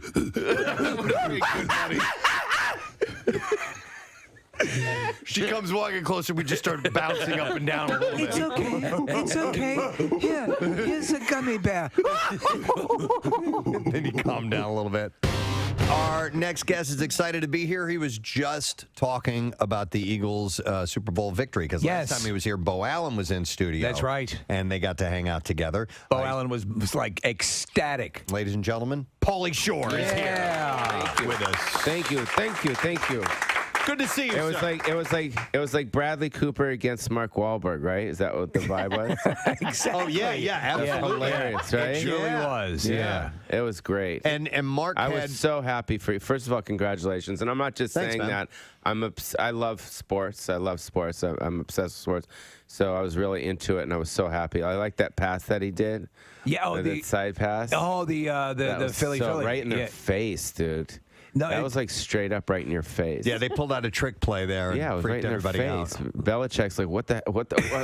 He starts sweating, and then the big Samoan guy threw his headphones on. This is crap. What's going on here? You know what I mean? Yeah. In LA, because here the sports celebrities they're the biggest celebrities. Yeah. It's like the sports guys, and then like your news anchors and stuff like that. Right. Like, who's bigger out there? It's funny. I was at there's an exclusive club called the Soho House. Mm-hmm. Have you heard of the Soho? I have heard of it, yeah. So they're like in LA, New York. I was there and I saw, this was just 2 weeks ago. I saw All right, thanks, Ken. Normally I would play our Friday song and then we would go into the bizarre file. But Kate, we're calling an audible here. We're switching things up a little bit because our next guest was supposed to be on about 20, 30 minutes from now, but he's at the airport. He's about ready to catch his flight to come here to Philadelphia, playing tomorrow night at the Miller Theater. So we're going to chat with him first. Sure. Let him get on his flight and get on his way. So we are happy to welcome back to our show on our Xfinity mobile guest line, Mr. Dusty Slay is here. Hey, thank you, guys. Yeah, of course. Where are you right now, Dusty? I'm at the airport in Nashville, and just hanging out. Now I'm being the loudest guy in the airport. Wow. What airline are you flying, if you don't mind me asking? Well, I'm flying United today. An airline that I said once I would never fly again, but here I am. Wow. Do they have boarding zones, or are you flying first class, or what's going on? Well, I don't want to say it might hurt my image, but I am flying first class. Listen, sometimes you need to indulge. Why had you sworn to never fly United before this? Well, years ago, they just were, my flight got delayed, and they kicked me off the plane. They kicked everybody off. And then they were just so rude to me, and I was so mad, and I got all these, I like to have all these principles where I'm like, I'll never fly this airline again. And then I didn't for a long time, but here I am. Eventually there are only a limited number of airlines. Yeah. And there's also like a statute of limitations for they were mean to me, you know what I mean? Yeah. They're nice. They were nice to me today, and there's only. I've said it about every airline, I think, at one point. So I get fired up in the airport. I get randomly selected. I got patted down today, and then the guy told me my fly was down. So I was like, well, this wasn't all bad. You did a great. You were on Fallon, the Tonight Show, and had a killer set, and talking about your traveling. Mishaps and things of that nature. What I love about this, Dusty, though, and I guess they have started doing this, used to be with the Tonight Show with Carson, the camera would favor looking at you perform, and you'd see the shadow of Carson, now this case Fallon, in the background, and he was howling at your stuff. Can you hear the host laugh when you're performing that way? Sometimes you can hear him. You can hear the Roots when they laugh. Okay. So that's really, it's like, those are the things. Like the audience, I'm used to the audience laughing, right? That's what you want. But when you hear like staff at the club laugh or anybody like that, that's when you're like, I'm really working with something here. Nice. Yeah, because they've seen it all, and they get a little jaded. Yeah, they hate comedy. They probably hate all entertainment. And when something catches them, and I always do a run through on the Tonight Show. I may be the only one that does this. But I go out, they give you the option to do your whole 5-minute set in front of just the crew. And I always do it. But everybody was making fun of me the other day. I think I'm the only one that does it. But do they still ask for a because it used to be the case where they'd ask for a submission, a transcript of your act. Do they do that anymore? Well, they still do that, but they just offer this. And I think this is great because in my opinion, this will be the worst that my set ever goes. In front of the crew and the cameraman. So I'm like, this is what I want. I want a quick bomb right before I go out and do the show. That's a smart way to think about it. Yeah, get it out of the way. Hey, Dusty. Yeah, that way I go, well, it's not going to go worse than this. And, even if it does, now I'm prepared. Yeah. So Dusty, you're in Nashville. I wanted to ask you a question because I recently talked to a good friend of ours who moved there. This guy, John DeBella, who's a legendary broadcaster in Philadelphia. He retired. He's moved to Nashville. He's only been living out there for a few months. Okay, so he's coming from Philly, and I asked him, how life in Nashville was. And the one thing he pointed out, he said, the people here drive like goddamn maniacs in Nashville. Can you concur that? I think he must have been driving around me. Really? Because they do. They're insane here, and then for him to compare that means a lot. It is pretty bad. People do drive pretty bad, but I'm also one of them. I contribute to it. I mean, I'm weaving in and out of traffic. I've been called a maniac on several occasions by other comedians and my wife. Wow. How long have you been? Are you a lifelong Tennessean, or are you a transplant? I grew up in Alabama. Okay. And lived in Charleston, South Carolina for about 10 years, and now I've been in Nashville about 10 years. So I'm keeping it southern out here. But, I moved around a bit. And, I've traveled the whole country in a car. I mean, I put, 300,000 miles almost on a car, traveling it all around the country. And I used to deliver pizzas. I mean, I am too comfortable in the car. I have to ask this question, though, because I put exclamation points around this question for you.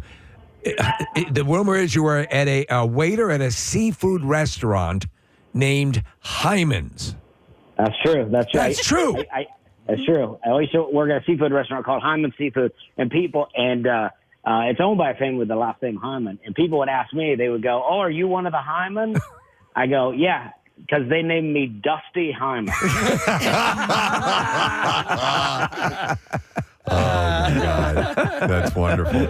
Hey, Dusty, I think, so I saw this real quick. I was scrolling through Instagram, and I think this was you. It was Sarah Silverman had posted something the other day. Were you in a little bit with her where you end up getting decapitated?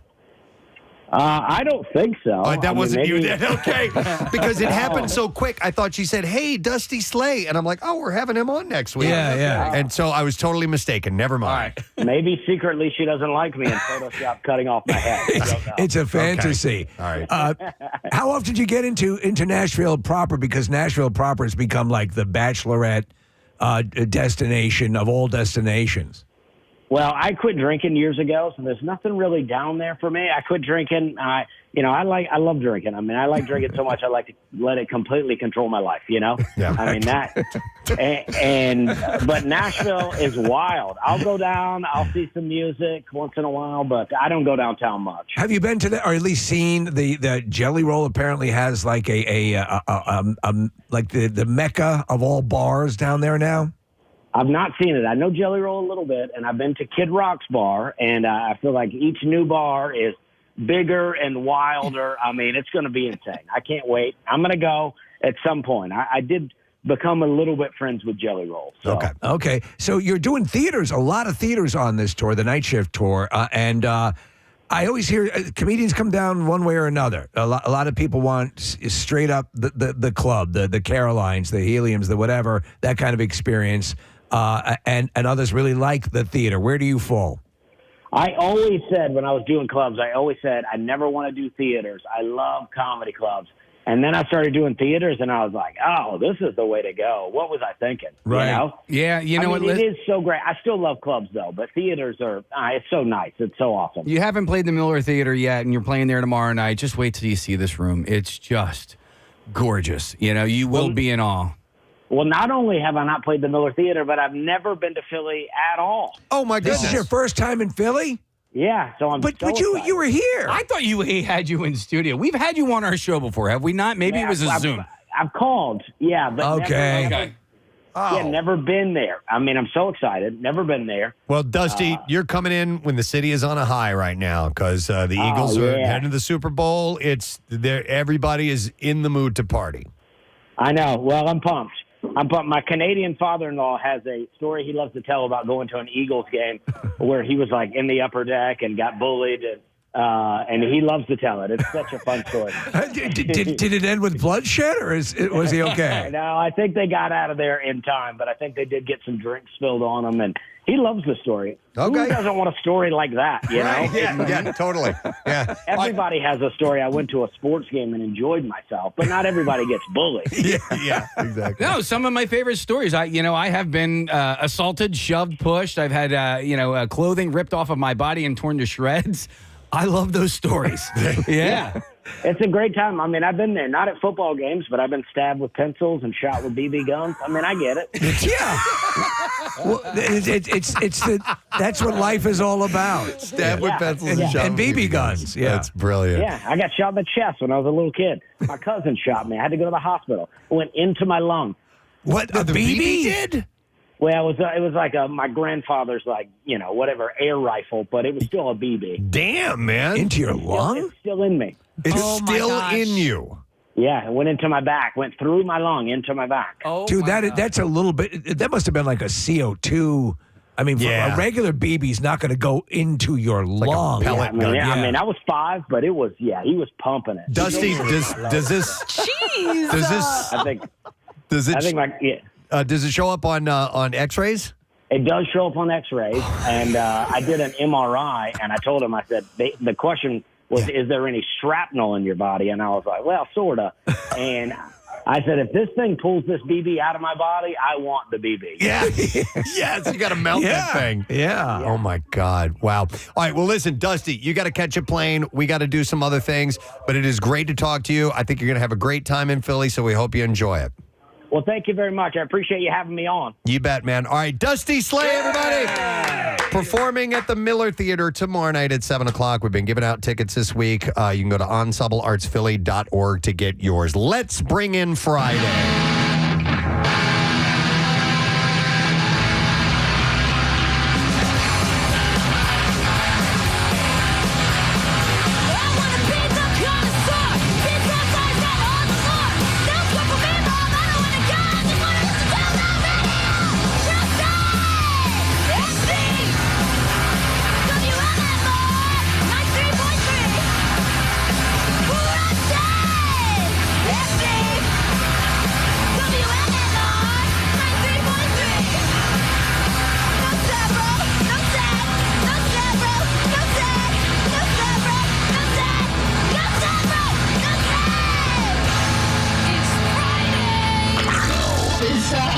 WMMR presents Preston and Steve's Bizarre File. All right, it is brought to you this morning by Worldwide Stereo. Transform your home theater into the ultimate game day experience with an epic TV or home theater upgrade from Worldwide Stereo.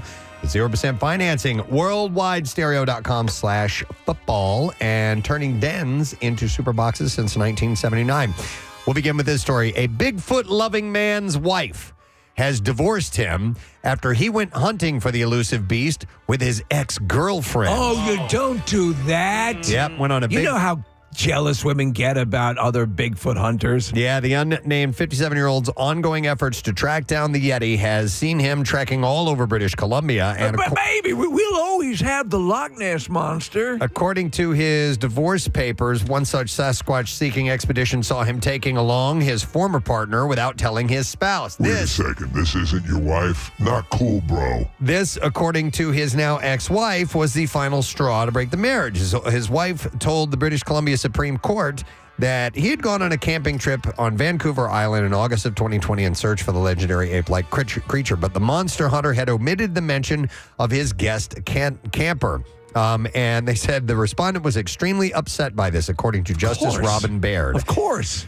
Before the claimant returned home, she fired off a text to him declaring that their marriage was over and she never changed her mind. However, as the divorce was entering its final stages, the ex wanted spousal support. How would you feel if Rochelle was on the phone with an old boyfriend and they hunted the Jersey Devil together? His claim for the money from his former wife was based on an accident during a previous Bigfoot hunt that left him unable to work. The court heard that he was staying at a hotel on Northeast Vancouver Island when he slipped on an icy staircase and fell in January of 2016, sustaining multiple injuries, including fractures to an ankle and vertebrae. The court was informed that the man had been suffering from chronic and sometimes severe pain since the unfortunate incident, which persists to this day. However, Judge Baird remained unconvinced that the husband was left totally disabled by the accident or that he could not earn income from employment of some other kind, partly because he can't stop hunting the creature. The claimant, she said, continues to enjoy camping, fishing, hunting, riding quad motorcycles, and exploring remote areas of BC in search of Sasquatch. Baird also highlighted the husband's pride in being recognized as, quote, a gifted student and his belief in his own intellectual superiority, which the judge felt could aid him in finding employment if he chose to look for it. So he deemed himself a genius? Yes, but he said he couldn't work because of this accident that he had. And she said, I accept that he is no longer suited to work requiring a lot of physical strength or stamina, but he told me himself that he has made no effort since 2016 to seek or secure employment in lighter or more sedentary occupations or to retrain for a better paying, low impact job in keeping with his superior intellect and aptitude. Well, this I can testify to because I watched that show Bigfoot Hunters on the History Channel, and those, you're looking at some genius level stuff going on there.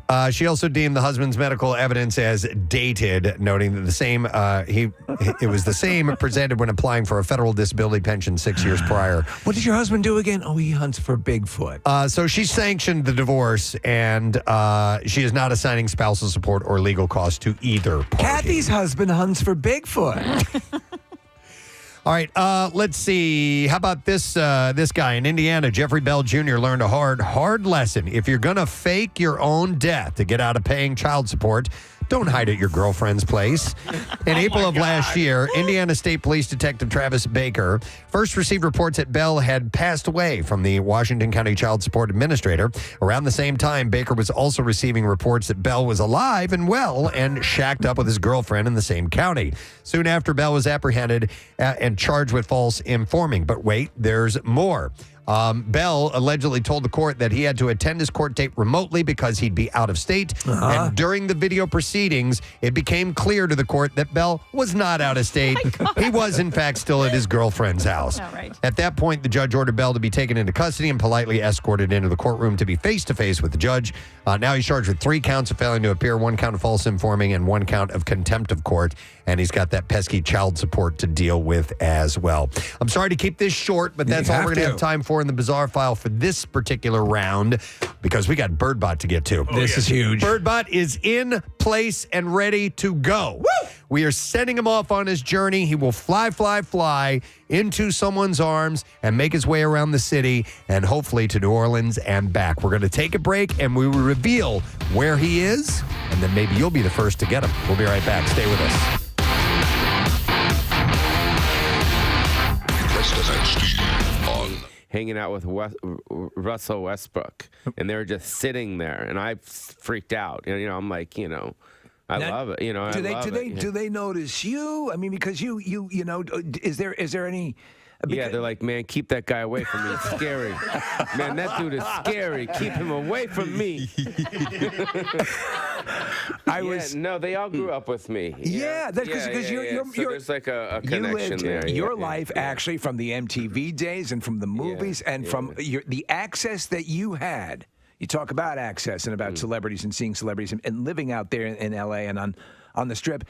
And the Playboy Mansion you were a regular at. I mean, you have got the kind of stories. I forgot about that part. That was the part that you carve out, those 7 years. You just carve them out. What was that like in the heyday? I just say the word heaven. I was very fortunate, very lucky, very blessed. My mom and dad gave me the most amazing life in the world. Yeah. And I grew up, right on the Sunset Strip back in the heyday. I mean, that had to be amazing. Awesome. Yeah. It was awesome. I saw every genre, every band. From Iggy Pop to the Pointer Sisters to, X. You seem a little, I don't know if jaded is the right word, but you're used to growing up with TV comedians, No, I'm actors. a fan just like you guys are fans of people. I mean, I'm obsessed with Sean Penn. De Niro, all the great actors, Pacino, all these guys. Celebrities who sort of blow that off or try to act as if that's not a thing. If you saw me what people don't know, I'm just a normal guy, dude. You know what I mean? I just go home, I make my oatmeal. You know what I mean? Make your oatmeal. I smoke a little weed. It's California. You know what I mean? Yeah. You can't say that here. No, of course you can. You can. It's legal now. It's medical. Pulled off the radio. Sorry. No, we're good medically. It's legal. My friends in New York are hilarious. They come out to LA. My friend Tony. They just pack up a whole bunch of stuff because you can go. You don't need a medical thing. Yeah. You can go and just get it. You were in Moscow and Jerusalem. Spent some time there recently. Yeah, it was my summer vacation. First time? Yeah, my first time ever. I've always wanted to go. Always wanted to go to whereas both. the Jews say Israel. Israel. But it was weird going there because it was basically every dude that I saw, I'm like looking at myself. Really? Yeah, because I'm Jewish. You know what I mean? These are my roots, so it's kind of like. It's kind of like just going back to, I don't want to say weird things. Say weird things. No. Because I've always wanted to go to Israel. It looks fantastic. It's great. It's actually, it's not what people think it is as far as being dangerous. You know what I mean? It's very But I mean, the geography of it is very interesting. It's Israel, and then you got all these kind of Arab countries surrounding it. Yeah. Heavily, though. Yeah. And you have a lot of Arabs that live in Israel that are very pissed off and bitter, which is hilarious to me, too. Yeah. Because they're basically... So do you know what the name of the Jewish money is? Not off. It's called shekels. Oh, How sure. hilarious is that? Okay. I mean, that's so Jewy just to begin. Hey, can I get some shekels? It's hilarious. You know what I mean? But imagine the Arabs having to pay shekels. They don't give me your shekels. You know what I mean? Because they're on their land. Like in the Arabs people's minds, that's their land. The Jews stole their land. Yeah. It's all about real estate over there and religion and stuff like that. That's the big kind of thing where people are fighting all the time. But outside of that, it's known for incredible resort. Yeah, it's kind of like Miami, or Brazil. I hadn't been to Rio or anything but like that, but Miami where people are on the beach and it's like that's Tel Aviv, but then you drive about 40 minutes and you go to Jerusalem, which is the holy city, which is amazing, which is the center of the universe. And I didn't even know this, but this is where Jesus Christ was crucified. I didn't know that. I thought I'm Jesus Christ. I'm not thinking he's Jewish and in Jerusalem, and you know what I mean. I'm just like most people. Like, sir, did you know that? The Rick and Morty shirt. Come here. Did you know Jesus was crucified in Jerusalem?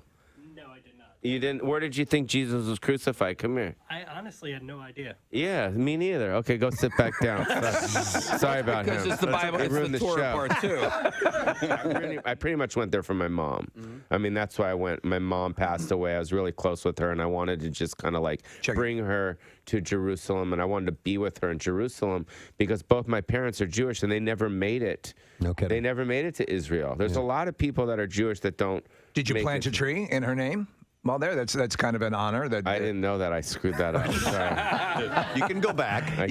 I'll definitely be back to Jerusalem. Besides that, and besides all the other stuff that's going on, with you're busy, you have your podcast, you have all these other things that you're involved with. Yeah. And to the point of the documentary, is there in fact a documentary in the works, or is that just hearsay?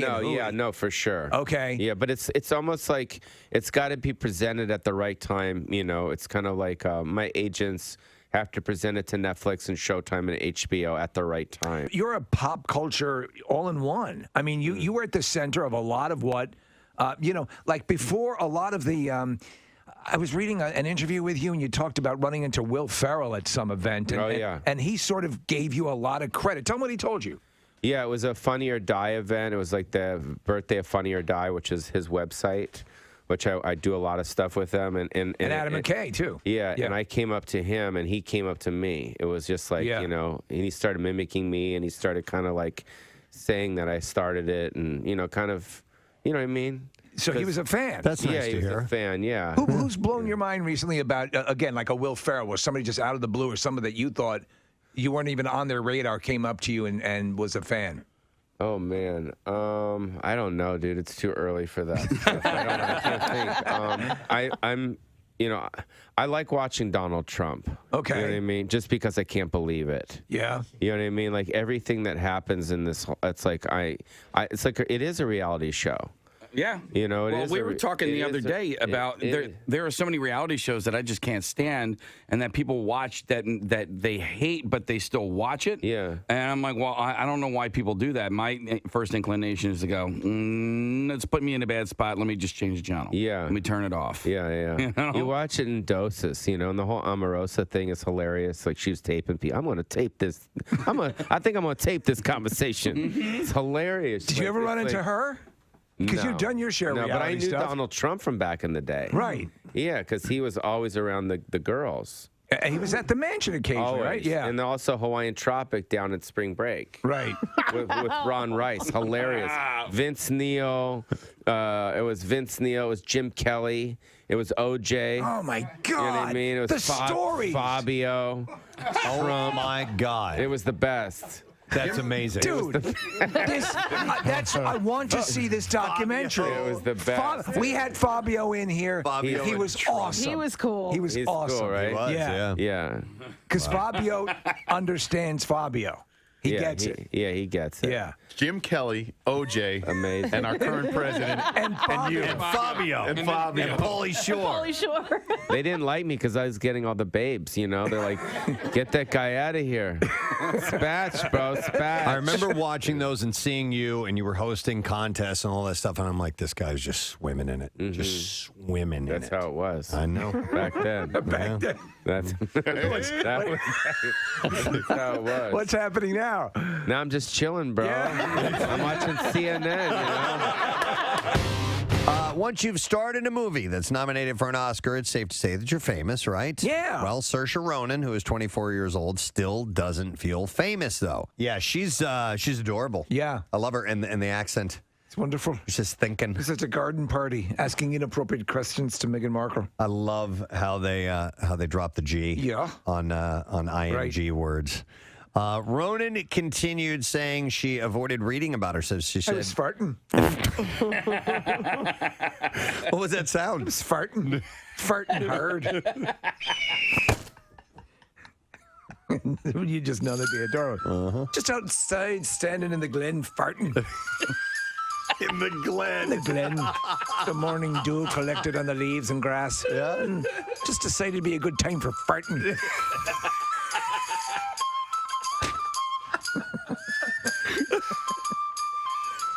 It does sound better, doesn't it? Oh, it does. Oh, it needs to be a song. Where were you, Auntie Saoirse? I was outside farting, dear.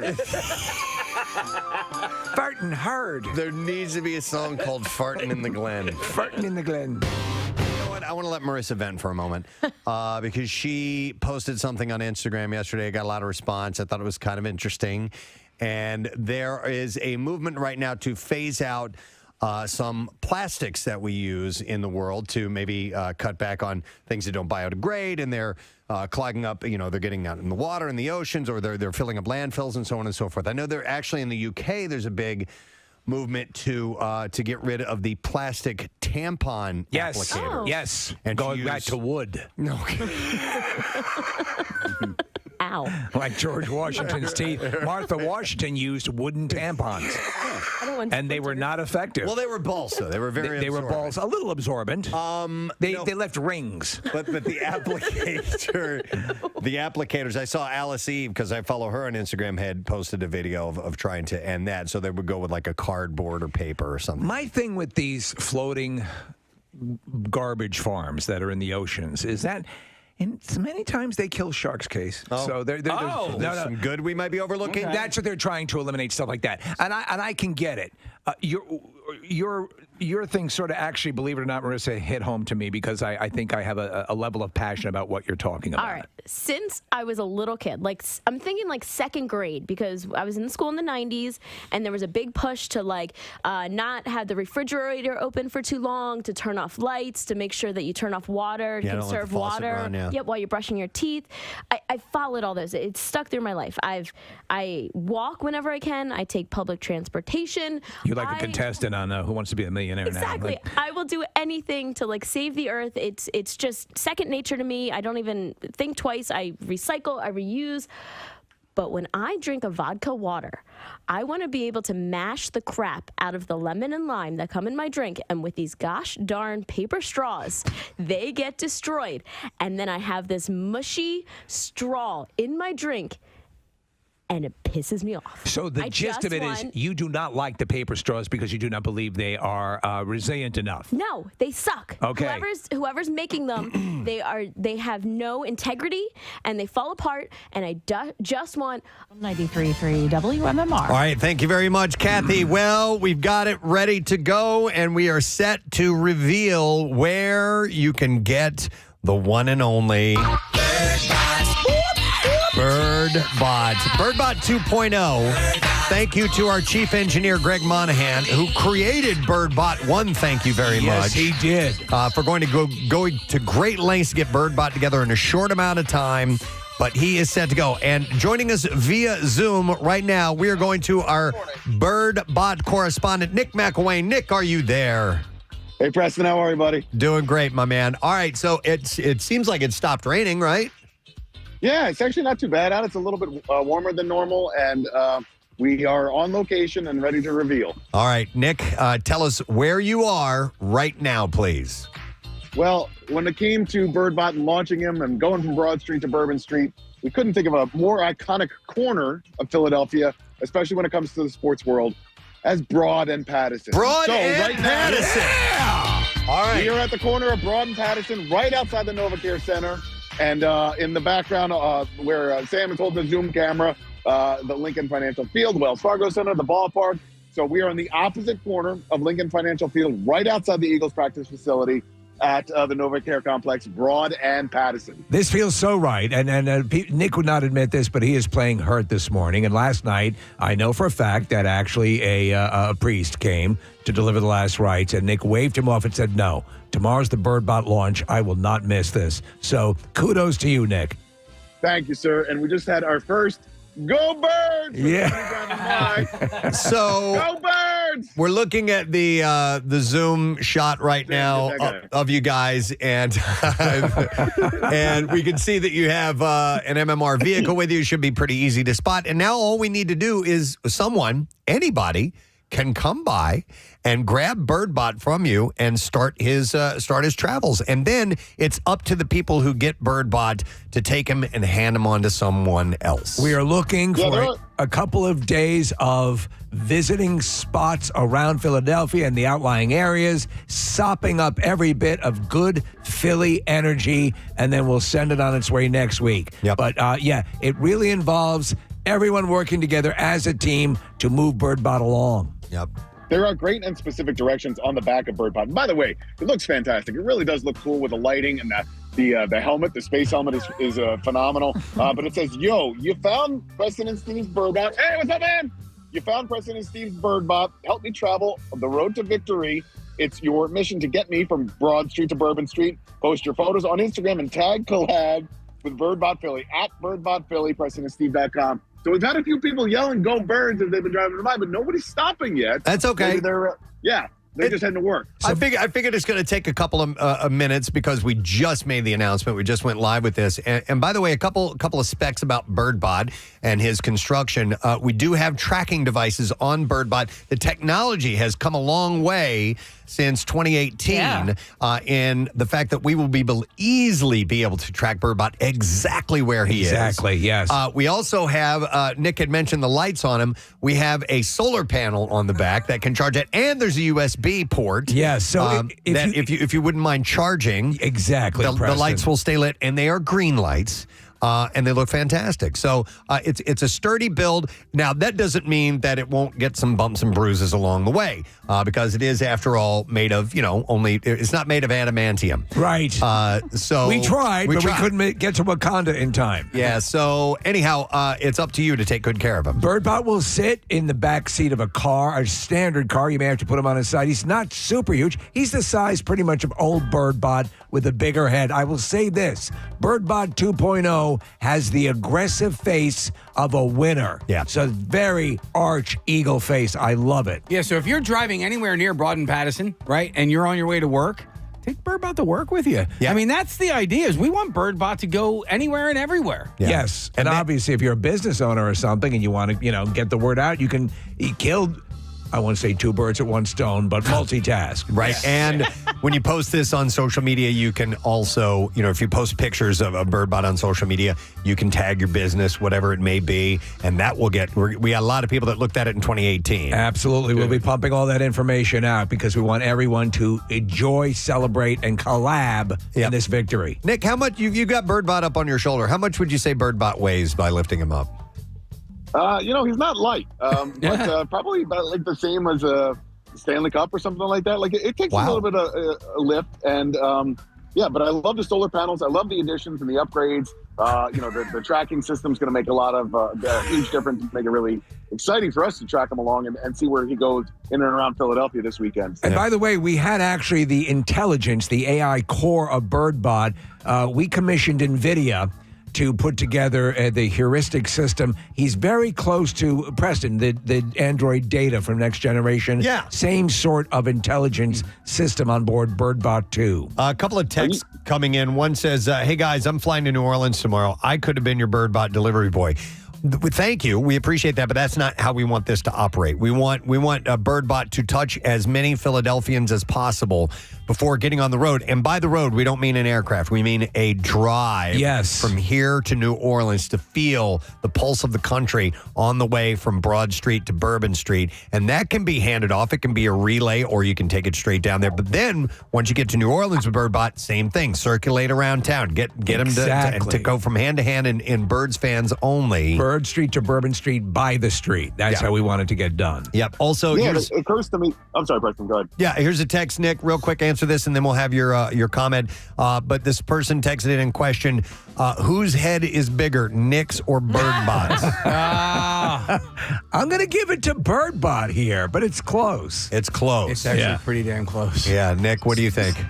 Well, yeah, it is close. He's got a bigger nose than I do. Steve, describe the helmet that we bought for Birdbot. So the helmet, state of the art, Nick. We actually was commissioned by both. We contacted Jeff Bezos and his space program and Elon Musk as well. Also, a couple of we did a la the early days of the space program. We did get some German scientists involved as well. And so the space helmet is really state of the art. We deactivated the camcorder on the side. So, that really won't be any issue. But it does have a whole string.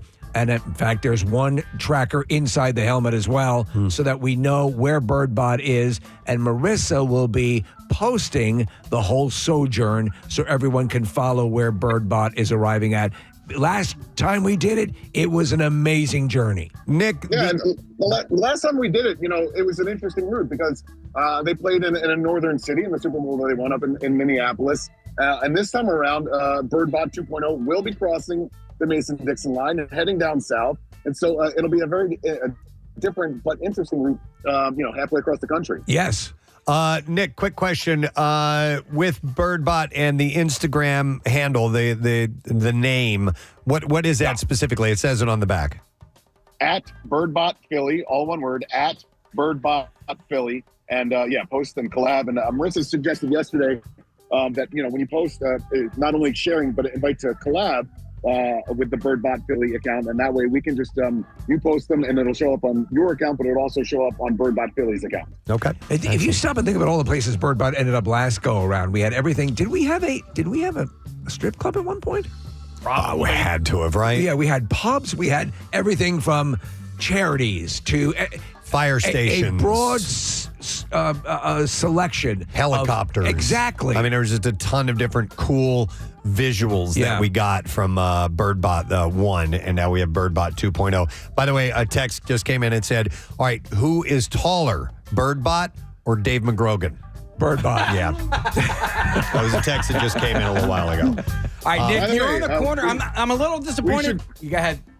I was just going to say, we should reiterate the location because I'm still standing out here. Yes. It is Broad and Pattison, right at the corner of Broad and Pattison, just outside the NovaCare Center, across the street from the ballpark and Lincoln Financial Field, by the subway station's energy station. So if you're heading south on Broad towards the Navy Yard, we are on the right-hand side, just outside the NovaCare Center. Okay. And swing by. We'd love to get this journey started. Nick, when we first connected with you, it looked like a bike officer was driving past you. Did he say anything to you? Was he Philly police or was he Eagles security?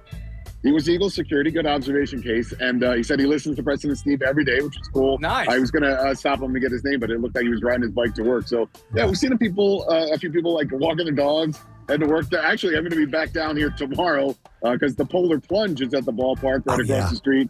And they're setting up for the Polar Plunge tomorrow. There's for Special Olympics. There's some people getting set up there right about now. And then a whole bunch of Philly cops who are getting that area set up outside the ballpark in between Citizens Bank Park and Lot S. So that's where we'll be tomorrow. We got some photos outside Lincoln Financial Field, outside of Xfinity Live, outside the ballpark. But right now we are at the corner of Broad Pattison. Hey, real quick, behind you is where the Eagles practice. And they have a fence, and the fence is lined with arborvitae. Do you hear any activity? Is there any activity going on the field right now as we speak? You can kind of sneak in sometimes, can't you, Case? I think you can. And I guess who's ever there is talking about Birdbot. Nick is headed over to the wall. See if he can peek through the arborvitaes. Nick's head is stuck in the bars. Steve, my head doesn't fit in these bars. Come on, man. Come on. No. If there's anybody here, they're inside. Nobody practicing outside yet. I think they started practice yesterday. Brandon Graham was on the field, which is pretty exciting. Yeah. So, but yeah, nobody's outside at the NovaCare Center just All yet. right. Well, I'm going to call an audible now. Yes. We've been chatting for a little bit. We'll reiterate the location. This is on complete trust of anyone who wants to come by and grab Birdbot. But at Broad and Patterson, you'll see the MMR vehicle. You see Nick out front holding Birdbot 2.0 up in the air. And I figured it would take a little time for somebody to get over to that area and pick him up. So we'll keep monitoring you, Nick. Wait a minute, Preston. Wait a minute, Preston. Okay. We got a guy pulling up in Del Val equipment truck. All right. And He what's pulled up, over. man? How you doing, buddy? What's your name? Kevin. Kevin, you want to take Birdbot on this first step in the jersey? Okay, now first step, don't curse anymore. Jeez, Okay. we're on the radio. The first thing that he said was, F yeah! We like that spirit. All right, so Sam, who's holding the Zoom camera, Sam's going to hand the phone to, say your name again, I'm sorry? Kevin. And Kevin's going to be able to chat with you guys. All right. Hey, Kevin, can you hear me? It's Preston. Oh, yeah. What's up, Preston? Yo, bud. Were you working in the area, Kevin? I'm actually heading to Cape May to hit a service call, so Cape I May. want to bring Birdbot with me. He's going in the wrong direction. Yeah, hey, it's all right. He's going to make his way around. So I'll you're be back here later today. So you're on your way to Cape May right now? Oh, yeah. All right. All right. Listen, it flows with the crowd. We let it loose. Your commitment, is to pass Birdbot on to somebody else to keep this going all the way to New Orleans. So we appreciate Of course, it. will do. Do you have you appear to have enough room. This would fit into any car, but you have a nice big truck for the first leg of Birdbot's journey. Yeah, we'll make sure that he buckles up and then he's safe and then Kevin drives him safely down. But on his first day of existence, Birdbot's going to get to see the ocean. Yeah! So listen, Kev, if you wouldn't mind either going by like Washington Square or the Cape May Lighthouse or some kind of landmark and get a picture of him there, all right? Awesome, of course. I love it. Yeah, I mean, Kevin, I hope you understand that by taking Birdbot, you do have some responsibilities. With great power comes great responsibility, and you need to let the people of the Philadelphia area and anybody who listens to the Preston Steve Show all across the world and follows Birdbot on Instagram, you need to let them know what Birdbot is up to, and don't hang on to Birdbot for too long, but also don't leave him stranded down the shore. Yeah. I'll give it to him later today. Round Philly. All right, awesome. And make sure we get pictures of Birdbot next to your truck and your company, all right? All right, cool. Will do. All right, thank you, Kevin. Good luck to you, our first recipient of Birdbot. He is on his way as we speak. Birdbot fly on the road to Cape May. Yeah, he's going there. Fly, Birdbot fly. All right, so he is now leaving the nest. Nick, hand him over, man. Let's get it started. All right, so we're going to get him in. Kevin actually has to move some stuff in the front seat of his car so we can get Birdbot buckled in properly. But he was just saying, he listens to Preston and Steve every day. He knows all the rules, all the protocols when it comes to Birdbot. So we're going to load him up and send him on his way. Tell him we could not have a better representative on leg one of the journey. Yep. Absolutely.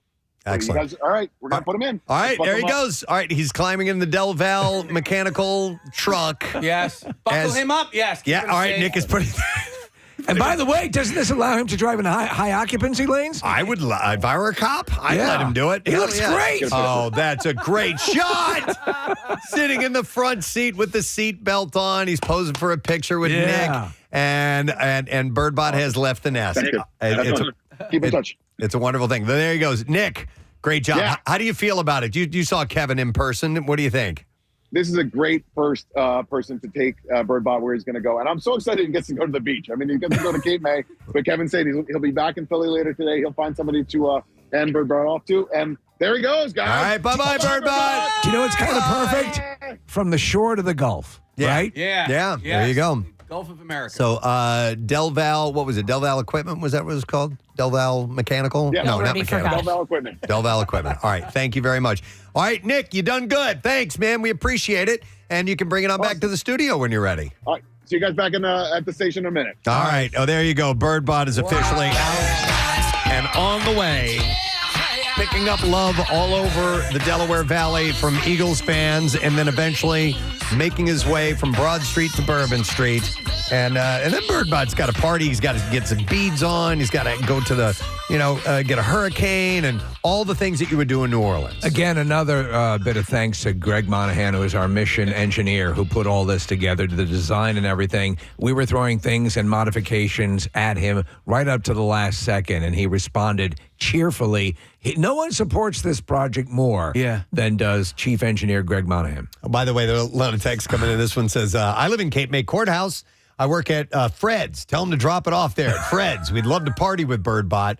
Somebody else says, I'm in Sea Isle. He can drop it off here if he wants to. So they can communicate. Melissa, the best way for people to communicate with each other to start this process is how?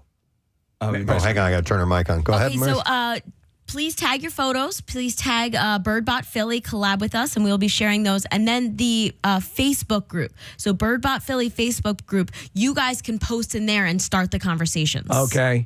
And also, I heard that Mike Jarek was on air this morning asking about the location of Birdbot. So we need to let those guys know that he is officially on the road and out and about. And by the way, around the clock here, obviously, anyone on air, whatever, if you see it, you text, call in, and let who's ever on air know that you've spotted or that you have or that you're moving Birdbot along, and this will help other people know where they might be able to intercept Birdbot and move him along as well. Yeah. Birdbot 1's crying right now. I'm sorry about that. Those are tears of joy, or do you probably? Listen, yeah. every parent wants their children to do better than did they. By the way, a little birdie told me this. Yes. And I'm using that as a pun, absolutely. So Elmwood Park Zoo, tomorrow, they're having a Super Bowl Eagles pep rally.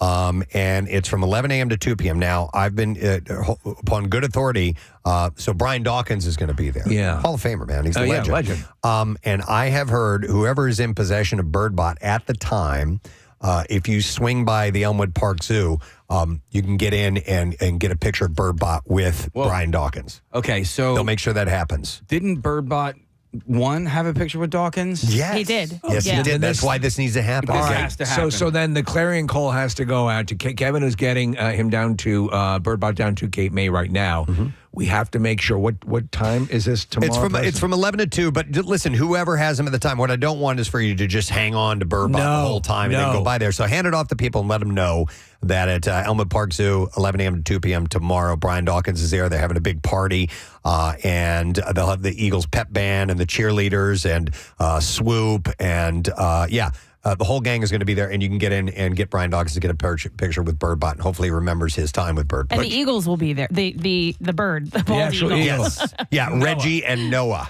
are their names. You mentioned a critical thing, which is we love the enthusiasm for it, but we don't want you to hold on to and dominate Birdbot's time. It has to be passed from person to person so that it can cover as much area as possible. That's important. That's what this was all about. That's what the first one did, and we won. Exactly. So we got to keep doing that. I'm excited. Yeah, I am as well. I'm really happy. And Kevin was a cool guy. Thank you for coming by and picking that up. By the way, another cool thing that's happened. Casey just handed me an envelope.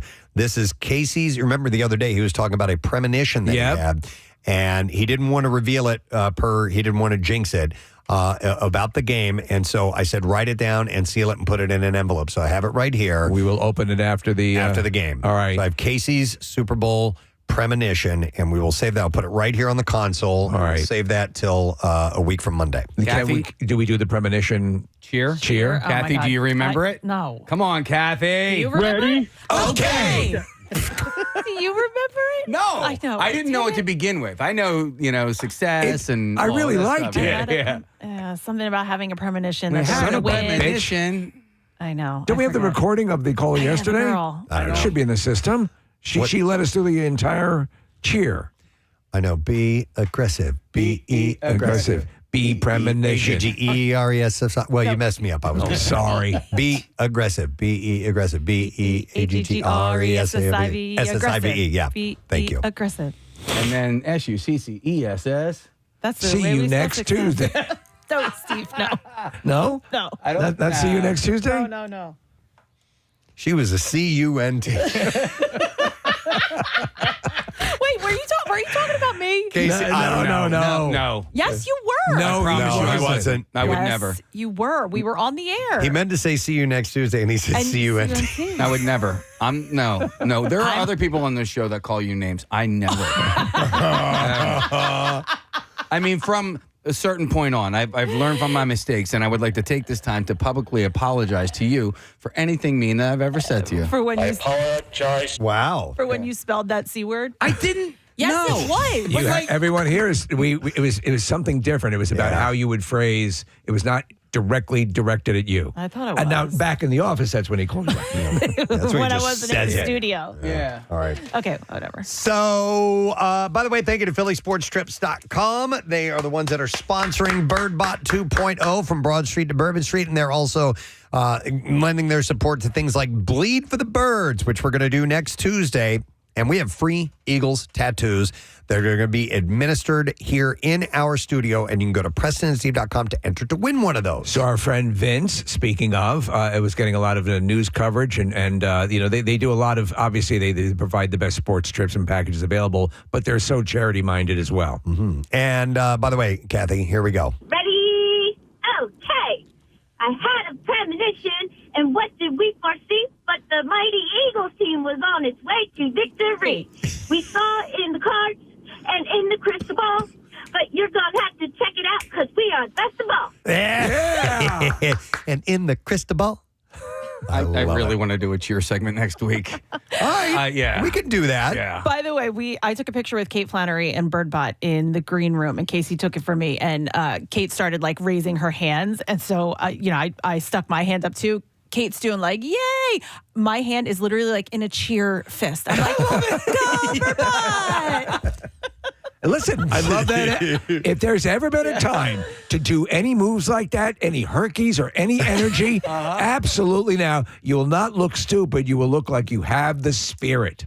By the way, I think the current, you guys are probably not going to care about this, Casey, you might know. I think the current cheerleaders, like when I was a cheerleader, it was fists. Like your wrist had to be, you couldn't like have like a bent wrist. Your wrist had to be straight. But now I think they do straight hands. Well, I don't think hands they do problematic. Yeah, I don't think they do fists that is. anymore. It's kind of Kyling all over the field. Yeah, there's been a lot of controversy about that lately, actually. Yeah. That's weird. Okay. Fist is like power. Fist was, that was my generation. But now well, really, it should be. You should be flipping the bird. Ready? Okay. All right. Well, anyway, Birdbot's out. Birdbot is on the way, and we're very excited to see where the travels take him. And we'll be following along, and you can follow along on social media and tuning into WMMR as well. I want to go ahead and take a break because when we come back, we have to get to the Connoisseur. Yeah. And your chance to win some stuff. So we'll have it when we get back. Stay with us. Preston and Steve on 93.3. Straw. I'm sorry. I love the turtles. Why not I just love. use a Well, hang on. Yeah. Steve, I would. This is the only time I've ever asked to do this. Can I come over there and borrow your reverb for a moment? Yeah, please. Oh, my God, it's a pleasure. Hold on, turn it off just a second. Ladies and gentlemen, to me, this sounds like a first world problem.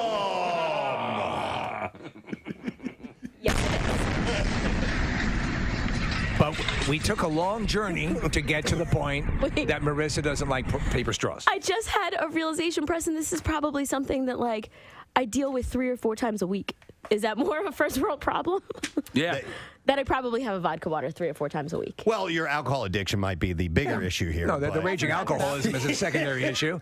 The waking up in alleyways and listen. We were at knife fights. Have you ever seen people drink sodas or anything that comes in a bottle out of a straw? You put the straw in the bottle. Yes. Yeah. I think part of now, do women sometimes, Marissa, opt to not drink out of a bottle or right out of a glass because of lipstick and a straw instead? Well, lipstick or staining your teeth, all of those things. Or my mother would never drink anything out of a bottle. Like that would, like, for me, like when you see a bride, vulgar? I don't know. There's just time and place for that, and I think. She'd take the bottle, go over to the windowsill. There we go. I love opening bottles that way. Yeah. Yes. There's a great scene in Overboard where Goldie Hawn comes back. That's exactly what I thought She's of. opening the beer that way. Yeah. I try. That hurts your hand. Do you think guys would drink beer out of a bottle if the top of the bottle looked like a little? Wait, I probably shouldn't say it out loud. Okay, I was.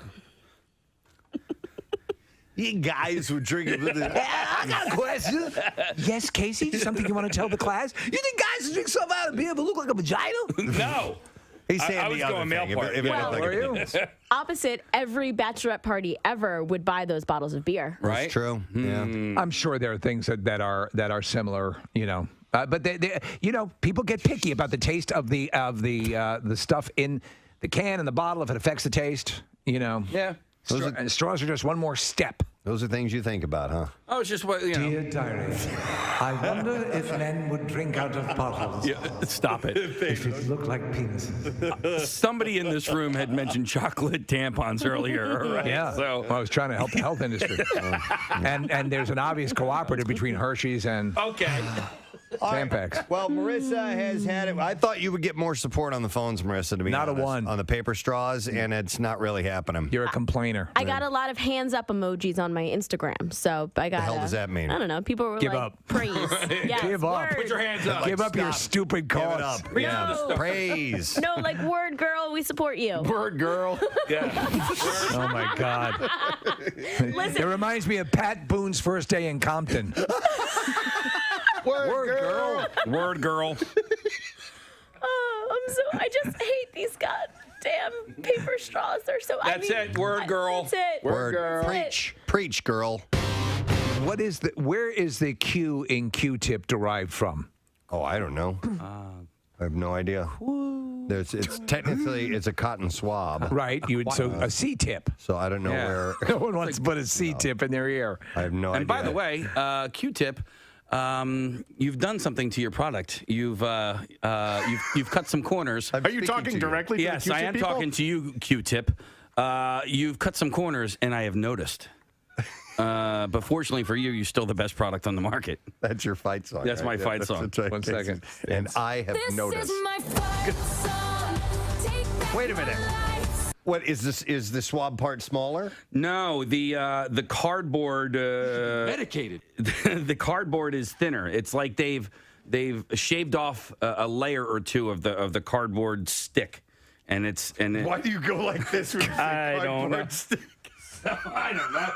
The hell is that? This part right here. Okay, but Yeah. this Holy is- crap, you have one. Oh, I have. Let me see. Oh, Nick, you don't see it. He sits here while we're in the middle of breaks, and he cleans his ears. You know what he's like, Preston? Yes, He's you like do. Hyman Roth sitting there. I itch my ears or scratch my ears because they get itchy, and I'm. Well, I don't care. oh, Whatever. know, You're blah, sticking blah, that thing in your ear, and I turn over. my ear. I got a little got the thing in my Listen, ear. man. There's usually something in one of his orifices when I turn and look at him. I got a bit of a boogie here in my Yes, nose and exactly. my ear. Pick an orifice. It stands for quality tip. We're Steve. bigger than U.S. Steel.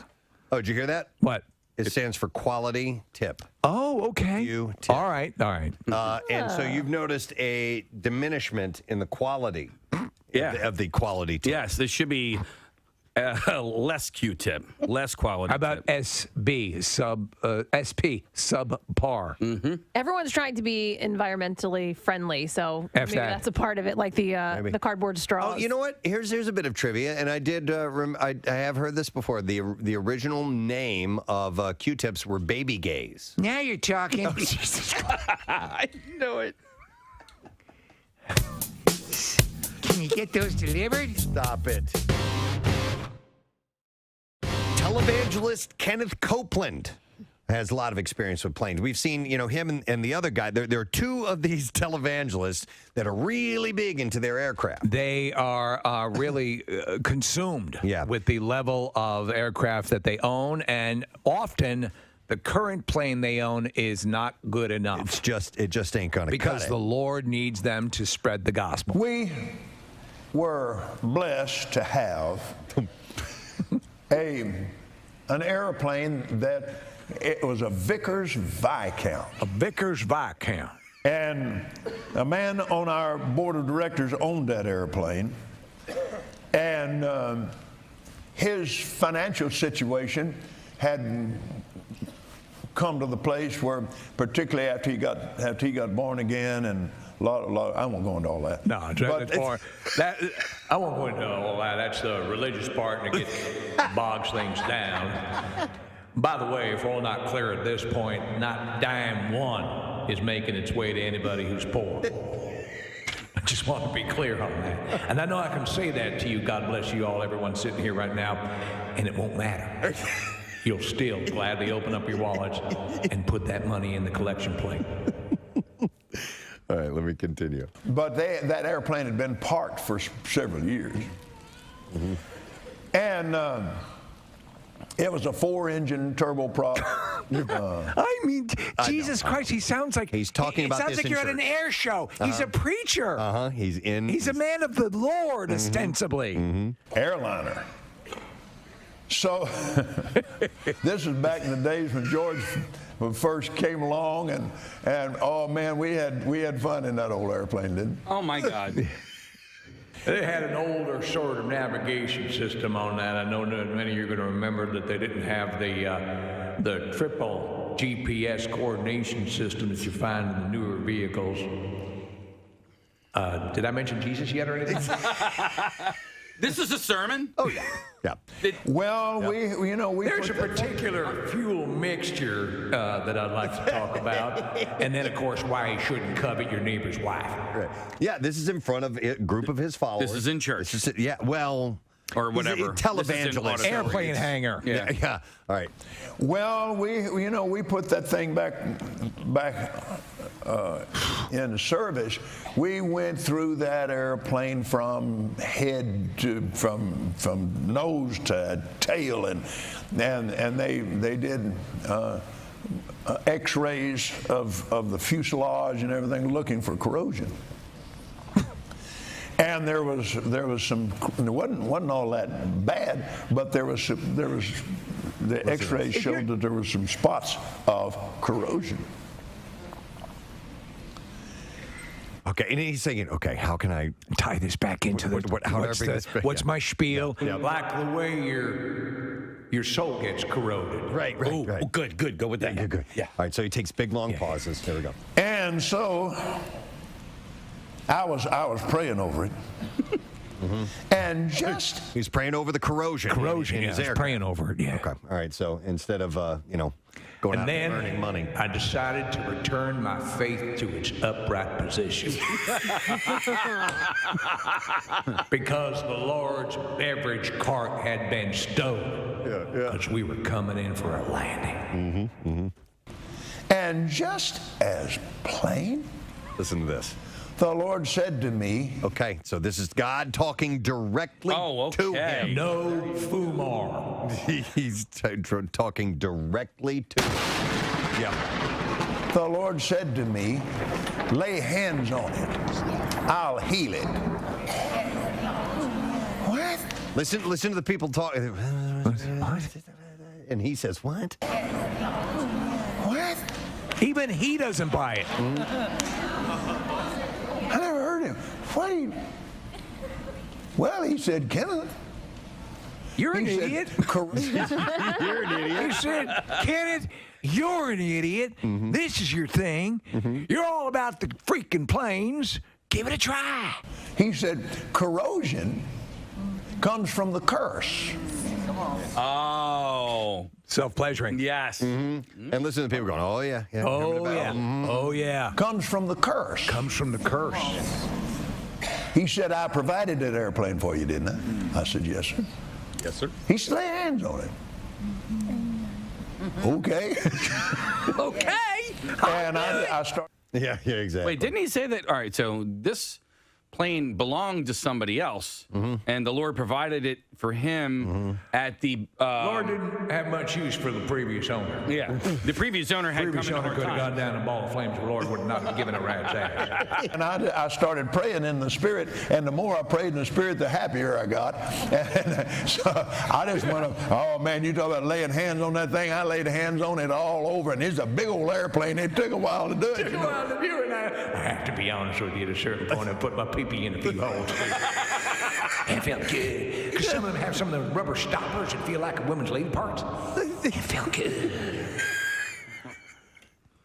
I mean, come on. I know. Who's sitting there? Who's sitting there listening to this? A group of people. And he has a very large following. The answer is enough people. Yeah. To pay for that beautiful aircraft. Not one listen, I don't know how big that crowd is. Not Are one, you out of your mind? right?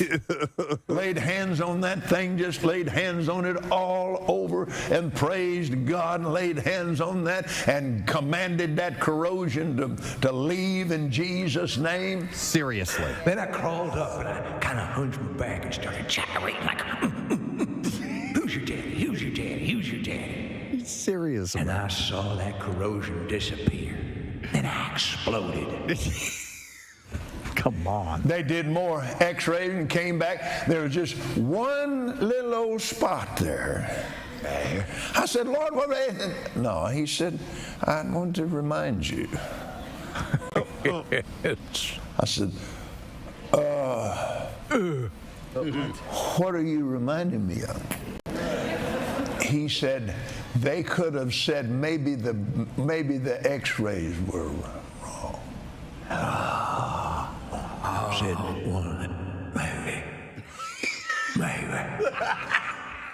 the x-rays. Oh my God. If only you could see Steve's face right now. Come on. I said, Alec, he said, oh, maybe. Just maybe. What? X-rays are wrong. Yeah. I'll tell you this. Take him out to an airport. Get a plane that has some sort of error, with something wrong with it, something that makes it really not safe for flight. Lay down on it, and would he lay down on it and pray and then get in that plane? Well, God didn't tell him that. That would be the defense. God didn't tell me to heal this one, so I can't do it if He's not telling me to do it. Oh my you know God! What I mean, so there's a fail-safe, a built-in fail-safe. So we laid hands on it again, and it's gone. You're buying this? Yeah. Even I don't believe it. We need to loop that. Gwyneth Paltrow was spotted at Long Island's New York Center for Innovative Medicine, a center known for its holistic treatment of Lyme disease. Was she wearing a lab coat? The founder, I don't know if she's wearing a lab coat. The founder, Dr. Thomas Zulk, has been featured on her website, Goop, for his... 33 WMMR. All right, thank you very much, Kath. Real quick, before we move on with the Connoisseur segment, I wanted to read this text. I held on to it. It says, hey, guys, I hate the Eagles, but I love Birdbot. And I am rooting for the Eagles because of Birdbot 2.0. So thank you.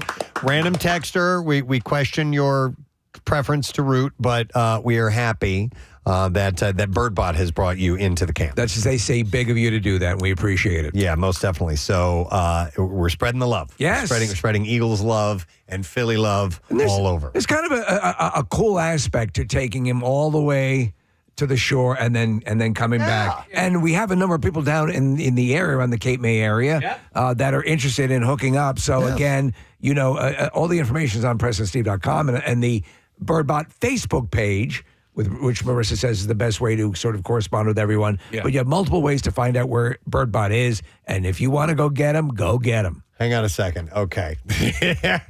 What is this?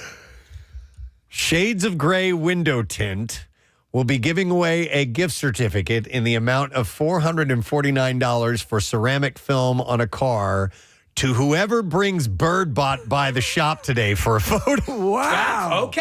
Wow. Okay. I haven't even thought about that. That's brilliant. Right? Of people offering up some type of incentive for you to bring by Birdbot. Now, we're removed from that, but you can absolutely do that. It's in the wild, man. Yes. What's the name of that place? It's called Shades of Grey Window Tint. I'm not sure where that is, but that is a great idea. That's actually a brilliant idea for people to do that. Yeah, that's. It looks like it's in Bucks County on Philmont Avenue, Feasterville. Marissa, is there any way to account for offers like that, which we have nothing to do with? Yeah, so you guys don't use Facebook groups that often, but Facebook groups are just like a community. Yeah. So you can just go in there and post in there and post your place. And if you want to get it dropped off, or if you have him, drop it off in there and keep an eye on it. And then you can comment on it and talk that way. Facebook groups. By the way, we love them showing up at different businesses, at different offices, and getting pictures with the people that work there. It's wonderful. So That's a great idea to go to the Facebook page, the Birdbot Facebook page. And if you're a business and you want to offer up some kind of thing for Birdbot, that's up to you. Yes. And whether or not people do it or not, that's up to them. And just to be clear, there is a Birdbot Facebook page, and then there is a group. So think of it like a fan group where you can talk. It's a community space. Is there a breakdown on our own PrestonandSteve.com There about? is. Okay, good. I know, but. And for the people who don't use Facebook a lot, it might be led by the nose. 100%. Question, and this is I didn't plan this ahead of time to ask you this, Steve. So I apologize if you can't do it right now. But can you see where he is right now? Yes, we haven't tried out the tracking device yet. I just want to make sure that it is indeed working, and that maybe we can get a bead on where Kevin might be as we speak. By the way, I shared with Marissa, so she has access to these tags as well. Okay. So I'm going to go to Birdbot. Just give me 1 second. I'm just curious as to, we have the signal. I can hear it. It's coming. He's underwater apparently right now. It's raining. All right, they're dinging now. Yeah. Let's see where we're going. Let me see if I can get it. 6 minutes ago, he is on. Probably gone across the Walt Whitman, I would think, and then heading up to Williamstown Road. Okay. Don't see exactly where he's on, Kathy. Does that look Probably familiar on to you? 42. Yeah, I would think 42. Yeah. AC Expressway. AC Expressway 42. Yep. Okay. All right. He's on his way. Love it. And so we can track Birdbot. That's about all we can do. We're pretty much helpless. And keep in mind, as I mentioned earlier, Elmwood Park Zoo tomorrow, Brian Dawkins is going to be doing an appearance at their big pep rally between 11 and 2. And if anybody who has Birdbot can bring him by there, that'd be great because we got a picture of Brian Dawkins in 2018 with Birdbot. And this a can work. repeat, And, and I think that the zoo has okayed that they'll get Birdbot to Dawkins and a picture. We couldn't even cut that line. So the whole Elmwood Park team, Elmwood Park Zoo team has been briefed, and they're looking out for Birdbot. This is coming from their marketing director. All right, so tomorrow from 11 to 2. And by the way, Swoop's going to be there, the cheerleaders, a pep band, and Brian Dawkins, and the actual Eagles, one of the ones that they fly at the game, Reggie and Noah. Noah's name is highlighted. Maybe Noah is the one. Because Noah is the one that's coming in our studio next week. Noah is the one with one eye? I believe so, Steve. Yes. An amazing animal. So all of the Eagles at the Elmwood Park Zoo were injured, and they rehabilitate them. All right. So there you go. We'll follow Birdbot, and we'll see what happens. In the meantime, time for the Connoisseur. It's time for the Connoisseur. I got to hit my effect. Sorry. All right, I got some food stories to share with you this morning, and we'll play some clips and give some stuff away. We got some good stuff to give away, by the way. All right, we're going to begin with this Valentine's Day 2025. Restaurants, of course, are packed with romantic tables for two because Valentine's Day has traditionally been a couples-focused holiday. But new research suggests that may be changing this year. While there will still be plenty of partners dining out together that night, there may be a shift in celebrations, according to a new survey from Open Table. And the poll of more than 1,500 adults across the country reveals that singles are saying yes to Valentine's Day first dates. So in the past, many would have taken a hard pass on the first date on this holiday, but now 61% of singles are willing to go out to dinner for their very first date on Valentine's Day. So the height of your dating days, would you have at that time considered going out for a first date on Valentine's Day? Hell no.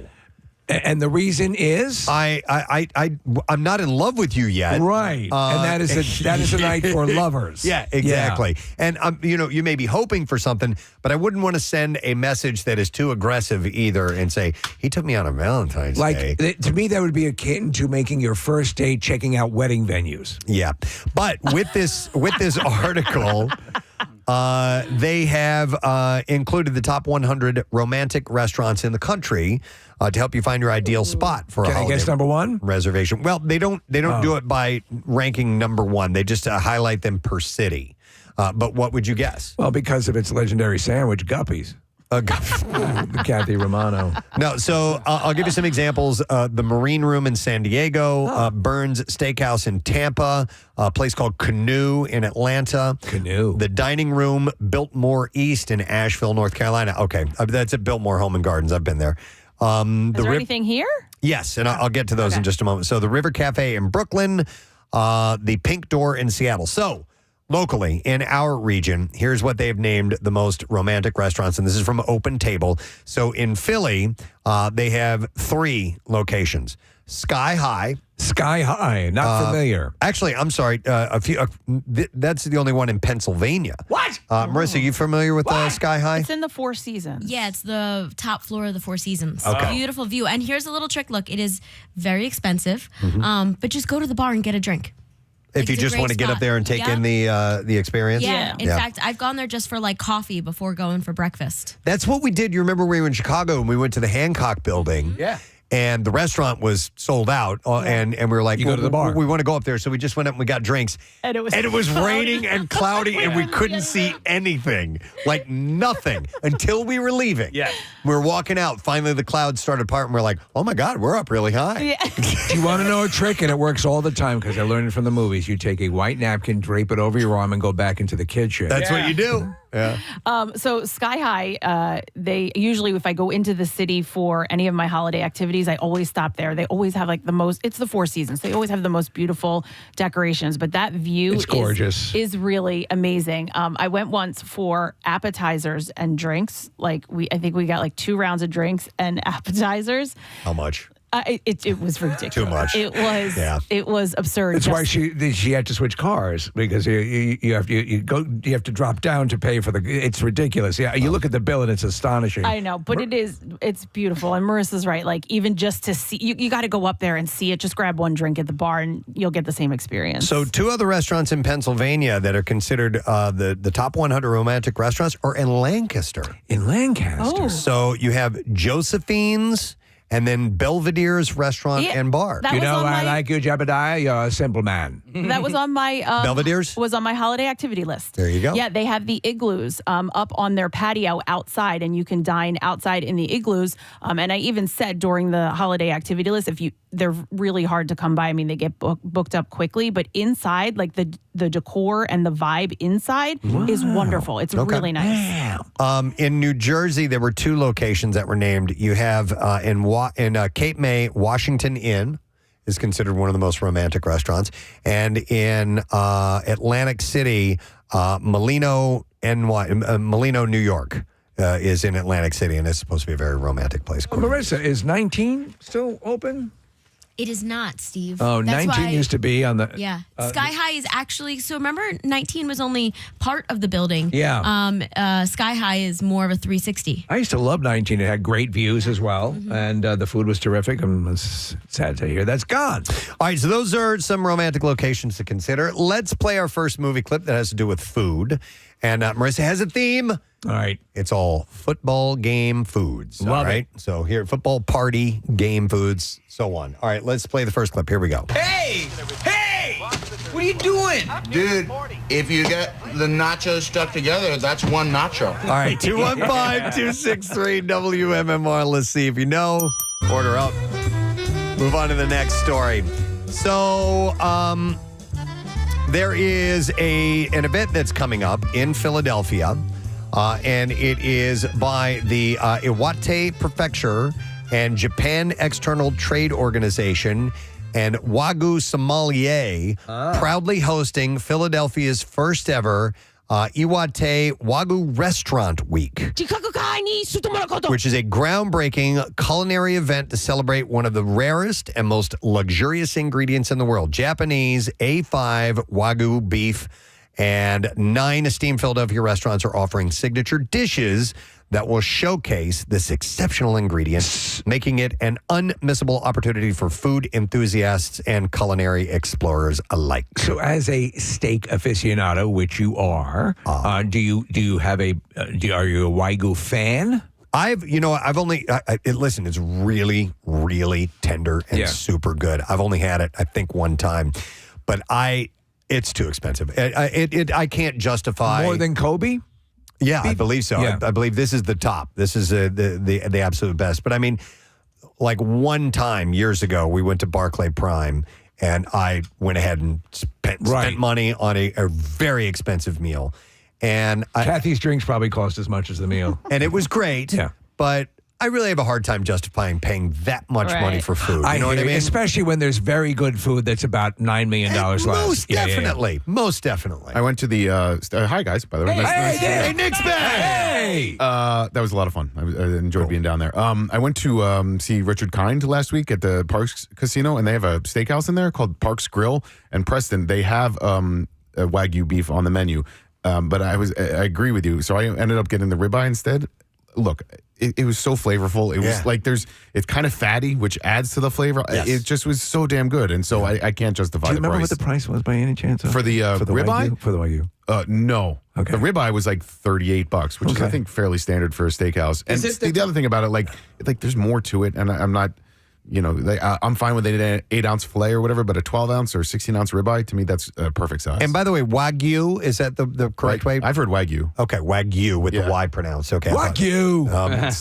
Wagyu. Case? I'm just going to the website right now for Parks Grill. I just want to know, like, is How much Wagyu costs? they already have it up here. All right. Is it like a market price or? I'm looking for Wagyu. It was special. It was on special that night. Yeah. By the way, it's ask for Scott, terrific server. I don't see it here. Okay, so Yes, when you go in there, just yell. Yes. Here are the restaurants that are having specials. LaCroix restaurant at the Rittenhouse, or LaCroix, sorry, at the restaurant. And they're having Japanese Wagyu tartare and Wagyu steak. Royal Boucherie is having the Wagyu Bouchers de Boeuf Wellington. And A5 Wagyu steak for $2. The cheaper version is the Bobby Boucher's. El Chignon, I guess is how you pronounce this, or Chingon is how it's spelled. Sure. They are having carne asada tacos, Wagyu pastrami aguchile, and Wagyu fat tamales. Liberty Kitchen has an A5 Japanese Wagyu roast beef sandwich. Kampar has Wagyu rendang and Wagyu sun punchi. Morimoto is having A5 Wagyu short rib oba miso. Hey, Preston, when you get sushi, you ever do like that? You ever do like a Wagyu or? Hell yes. Yeah, okay. There's a place we go to Uka. Yeah. And they've had this thing. It's been on the special menu for probably 8 years now. What do they call it? I've forgotten. It's a surf and turf thing. Okay, because so it's lobster and I believe Wagyu as well. There was a place that I used to go to, Casey. There's one in Media still. It's called Ozzy, and there was one in Villanova that closed, unfortunately. But theirs was called the Godzilla. The Godzilla. I love that. It was filet and lobster. And then they've got pending menus at Cornerstone Bistro, Hook and Ladder, and Barclay Prime. So diners can enhance their experience with the Iwati Wagyu Passport, a fun and interactive way to track their visits to all 7 restaurants. Take out a loan before you go. Oh, my God. You're talking about some heavy expenses here. Well, this is why, like, if I go to a place like this, I make sure that I go with Preston and Rochelle because Rochelle always pays. She does. Yeah. I love, so I'm not a steak eater, I'm not a red meat eater really, but the Japanese steakhouses I love, and I don't get the steak, but they have other things. They routinely have other things on the menu that I really love. So, yeah. So if you get the passport, you complete the journey, you receive a prize and social media recognition from Wagyu Sommelier. Enjoy your bowel movement. So I thought that was kind of interesting. Here's an interesting and important distinction, too, and I've heard this before. Okay, it says here, Preston, all Kobe beef is Wagyu, but not all Wagyu is Kobe. Kobe beef is top-of-the-line Wagyu. Only a couple restaurants in the U.S. are authorized to sell it. I believe Barclay Prime is one of them. So you have to be authorized to sell it? Wow. Yeah. All right, let's see if somebody knows what movie this is from. Hey! What are you doing? Dude, if you get the nachos stuck together, that's one nacho. All right, we'll go to Joe, see if he knows. Joe, good morning. Hey, Gadzooks. Gadzooks spot. All right, what movie is that from? That'd be Saving Silverman. Love it. Yeah. Oh. Hang on a second. Rock I thought we did winning music. We don't do that here. We don't do All that. right, Joe, here's what we have for you. All right, Joe. What do we have? Oh, we have a pair of tickets as MMR rocks 9 Inch Nails. Peel it back to our Wednesday, August 27th at Wells Fargo Center. Tickets are on sale right now via Ticketmaster. Just go to WMMR.com for complete details. Here is the next movie clip. Let's see if you can identify this. Wow, that's spicy. You've sold me. I'll take 1,000 of those buffalo wings because I got 500 buffalo I'm teaching how to fly. All right. That's great. 215-263-WMMR. Call now. Order up. right, this is a great article. Steve sent this over to me. With the Super Bowl coming up on Super Bowl Sunday, it is the perfect opportunity for you to get an impossible reservation in Philadelphia. Never thought of this. So people obviously will be quite busy, and if football is not your thing, or if you think you can split the two, be able to slip off to dinner and catch some of the game later on or save it, this is your opportunity. On Open Table, as of the time of writing in this article, and a lot of these are super duper exclusive restaurants that I have never even heard of because they're so hard to get into. Vernick Fish has a couple of tables available. You can seat you and your date at 6:30 and 7:30. I'm sorry, that's 6:45 and 7:15.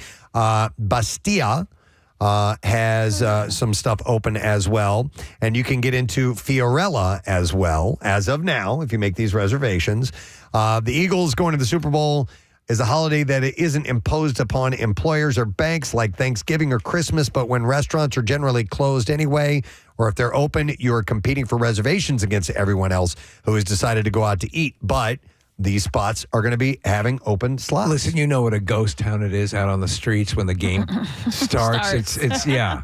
Here's the thing, though. Some of the impossible restaurants to get into, according to this article, are closed on Sundays. Yeah, they don't want to. So the Birds won't help you get into Mon Royal Sushi, Andriario in Westchester, Her Place Supper Club, none of those.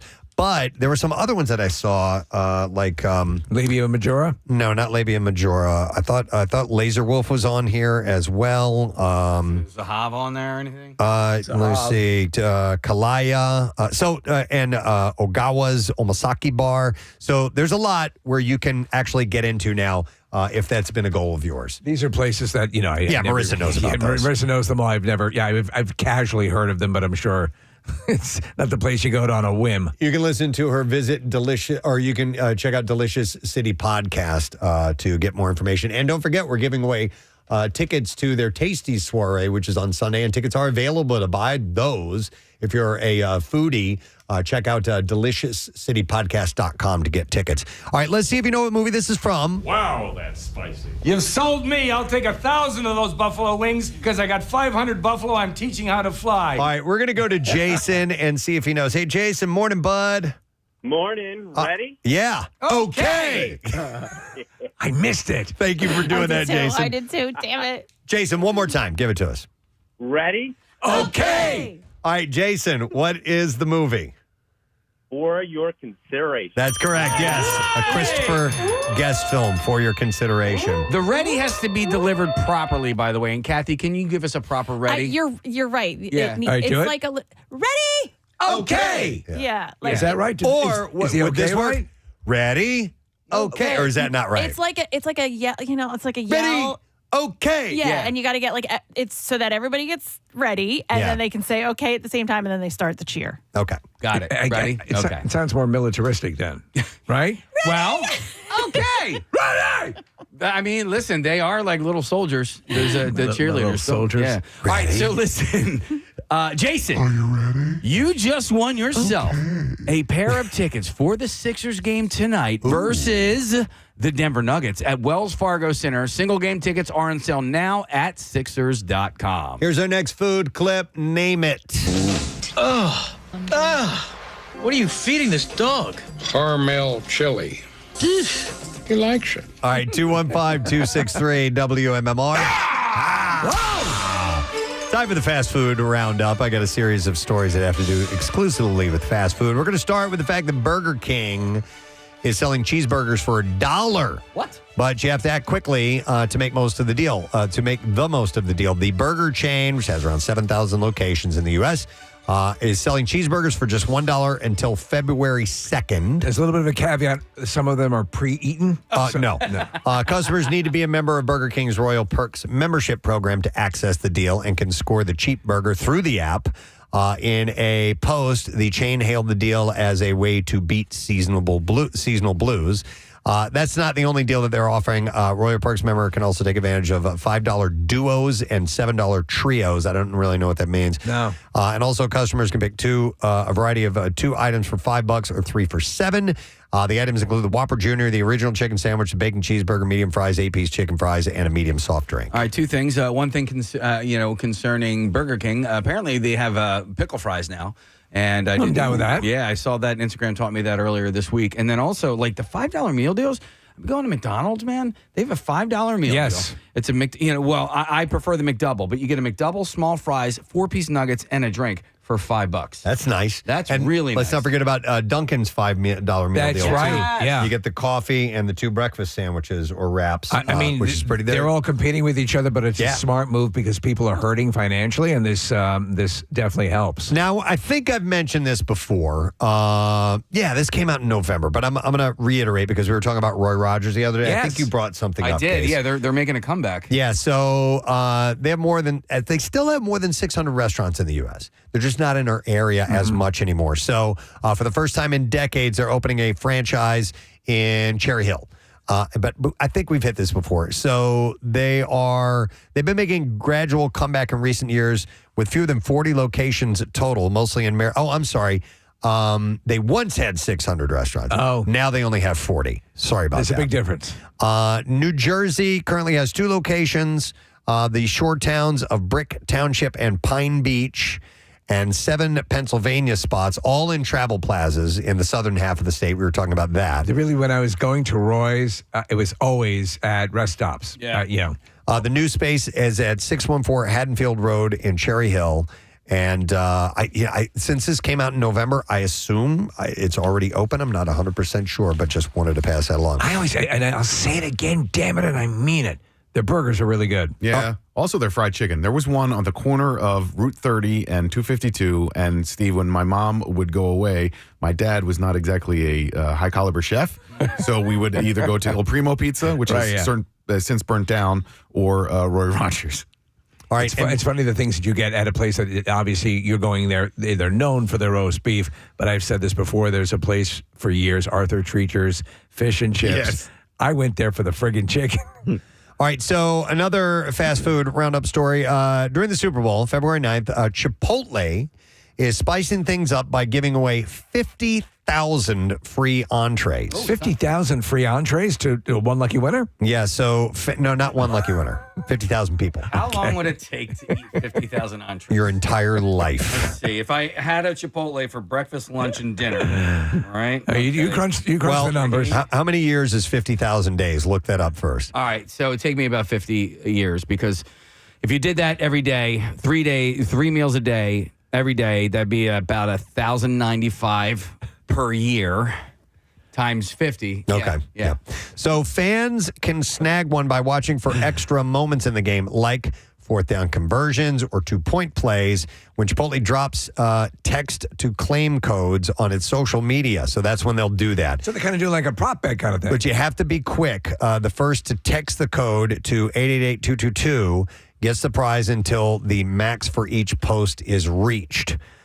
So they're kind of playing a little game. You'll be able to join in, during the game. For more information on the Extra Sunday promotion and their free guac and queso blanco giveaway on February 10th, you can check out Chipotle's website as well. And then, that's it for the fast food roundup. And one thing, Nick, what? I wanted to find the appropriate time to do this. I have a gift that's Connoisseur related for Casey. Oh, yay. Do I get to eat it? Nope. Damn it. Well, before you give it to him, let me get our. Well, no, go ahead. It's a simple thing, Case, but you've mentioned this a lot, and I was in the store the other day, and I thought this might be nice for you. This is an air fryer recipe book. Oh, yeah, and so I know you've been using it a lot, and I was really intrigued by your steak recipe the other day, and so I started leafing through this. There's 78 recipes. You have an air fryer? No, but you've talked so much about it and so glowingly that I think I'm going to buy one. And you figured maybe this would shut you up. No, honestly, listen, air fryers aren't that expensive, and you don't have to break the bank in order to get like a good one. Like you make some really, really good ones. I prefer I had a basket one before. It's actually in our kitchen now. I prefer the bucket one that it's a Ninja variety. But dude, I'm telling you, it makes things so easy and also really, really tasteful, and you get. Things cook really, really quick. Perfect. And healthier instead of using oil, right? Yeah, no doubt. All right. Let's see if you know what movie this is from. What are you feeding this dog? Caramel chili. He likes it. All right, we will go to Carol. Hi there, Carol. Hi. All right, Carol, what movie is that clip from? Grumpier Old Man. Yes. Absolutely correct. And you got it right. You get a prize. Here we go. Well, Carol, I hope you're free tonight because I got a pair of tickets for the Sixers game. They are playing the Denver Nuggets at the Wells Fargo Center tonight. Single game tickets are available right now at Sixers.com. All right, we have another clip to play that's from a movie that talks about food. Here we go. Mrs. Flats makes a great 7-layer dip, I'll tell you that. Oh, I bet she does.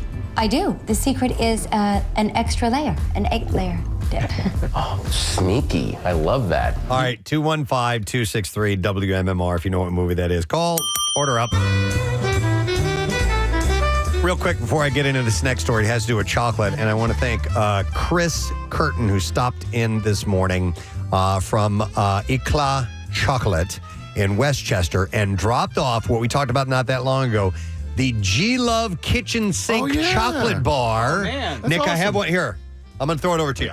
Because I want you to try it. You want to take a little bite of it and give it a sample live on air? We were actually talking to G-Love the other day. It was off air, and he was going on about how fantastic it is. And it's got a lot of really cool stuff in it. So thank you, Chris, for bringing those by. That's really nice. Yeah. We might be hearing from G-Love soon. They partnered up. He partnered up with these guys, and they're making them for anyone? It is for a charity, and it is for, I'm having a brain Project fart. Home. Project Home. Nice. Is my name Skip? I forget. That's a movie. Oh. Why? No, my name, because I didn't get, I mean, I know you gave me these, but I wanted a chocolate bar. There you go, dude. There we go. I got Right this. there. Yeah, we have several of them. Yeah. Kathy, are your feelings hurt because you don't have a chocolate bar? No, but I mean, Okay. I'll get my period. Do you want one? sometime Okay, this here you month. go. Oh, God. Oh, my God. I'm sorry. It's okay. It's okay. I threw it too hard at you. It was a bad catch. All Great right, athlete. these are, Great athlete. It's over here. okay, Preston. I'll go on. These are really good. There's like a little bit of like a Rice Krispie crunch in here. Oh, like a Nestle's bar. There's crunch in there, and there should be some pretzel in there, if I recall. I don't have the actual recipe in front of me. So. I hope Casey gets one of these because they're good. All right. Anyhow, the reason I brought that up is because I do have a chocolate story, but it has to do with a recall, okay? Oh. And so federal officials have upgraded a chocolate recall to the highest risk level over fears that consuming the product could cause serious adverse health consequences or death. Oh. So 3 products from Cal Yi Farm, and they are dark chocolate almonds, dark chocolate apricots, and dark chocolate walnuts, have all been given a Class 1 classification for containing undeclared milk, according to the FDA. Undeclared milk. And that can lead to serious health issues for people with milk allergies, including hives, cramps, dizziness, swollen vocal cords, unconsciousness, and even can cause death. And we're in the red zone. Pennsylvania was mentioned in here, so I just wanted to get the word out about that. So in December, the Cal Yi Farm posted an allergy alert recalling several of its chocolates, and it does name a number of states, and Pennsylvania is one of them. They recalled products including dark chocolate walnuts, dark chocolate raisins, almonds, yogurt-coated almonds. By the way, I love all that stuff. Dark chocolate apricots, tropical trail mix, and butter toffee. And they also recall the almonds, mango, and chili, and hot Cajun sesame sticks. Don't eat anything from this company right now is essentially what they're saying. But they're working on it. So the recall warned the products may contain undeclared milk, soy, wheat, sesame, almonds, and FD&C number 6 food dye. Quick question. I've heard the term undeclared milk or undeclared in cooking. What does it mean? I don't know. Okay. Or they didn't post the information, I guess, on the okay. I on thought the it was label. an actual cooking term. No. Okay. I think it means that they didn't make it clear that this is in the product. What's unclaimed freight? That's a freight that no one has picked up. Okay. Let's play the clip, see if you know what movie it's from. Mrs. Flats makes a great 7-layer dip, I'll tell you that. Oh, I bet she does. I do. The secret is an extra layer, an 8-layer dip. Oh, sneaky. I love that. All right, we'll go to Eric, try to get an answer. Hi, Eric. Morning, bud. Morning, Preston. All right, so the movie, please. Keeping Up with the Joneses. Yes, that is correct.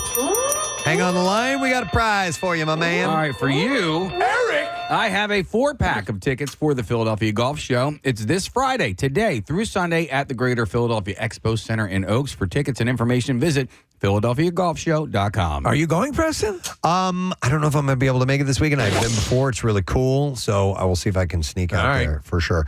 Hang on a second. Keeping Up with the Joneses. Who was in that? What was that about? Does anybody remember? Yeah, it's the one with Isla Fisher and Gal Gadot, right? Gal Gadot and yes, and Zach Galifianakis. John Hamm. Yeah. Yep. And they're really hot, and Zach Galifianakis' not hot wife is Isla Fisher. Yeah. So there's a scene where you've seen the scene. Yeah, where she's trying on lingerie. Oh my It's God. Gal Gadot trying on lingerie, and she's on the phone with her husband. She's like, we like to call each other while we try on lingerie. And she's insanely beautiful in that. Obviously. She's also in that movie Date Night with Gal Gadot before her. And she's an Israeli lover of Mark Wahlberg's, who's this kind of spy. And she goes, "Are we going to have sex with them?" And she goes, "Because they're very unattractive." Yeah.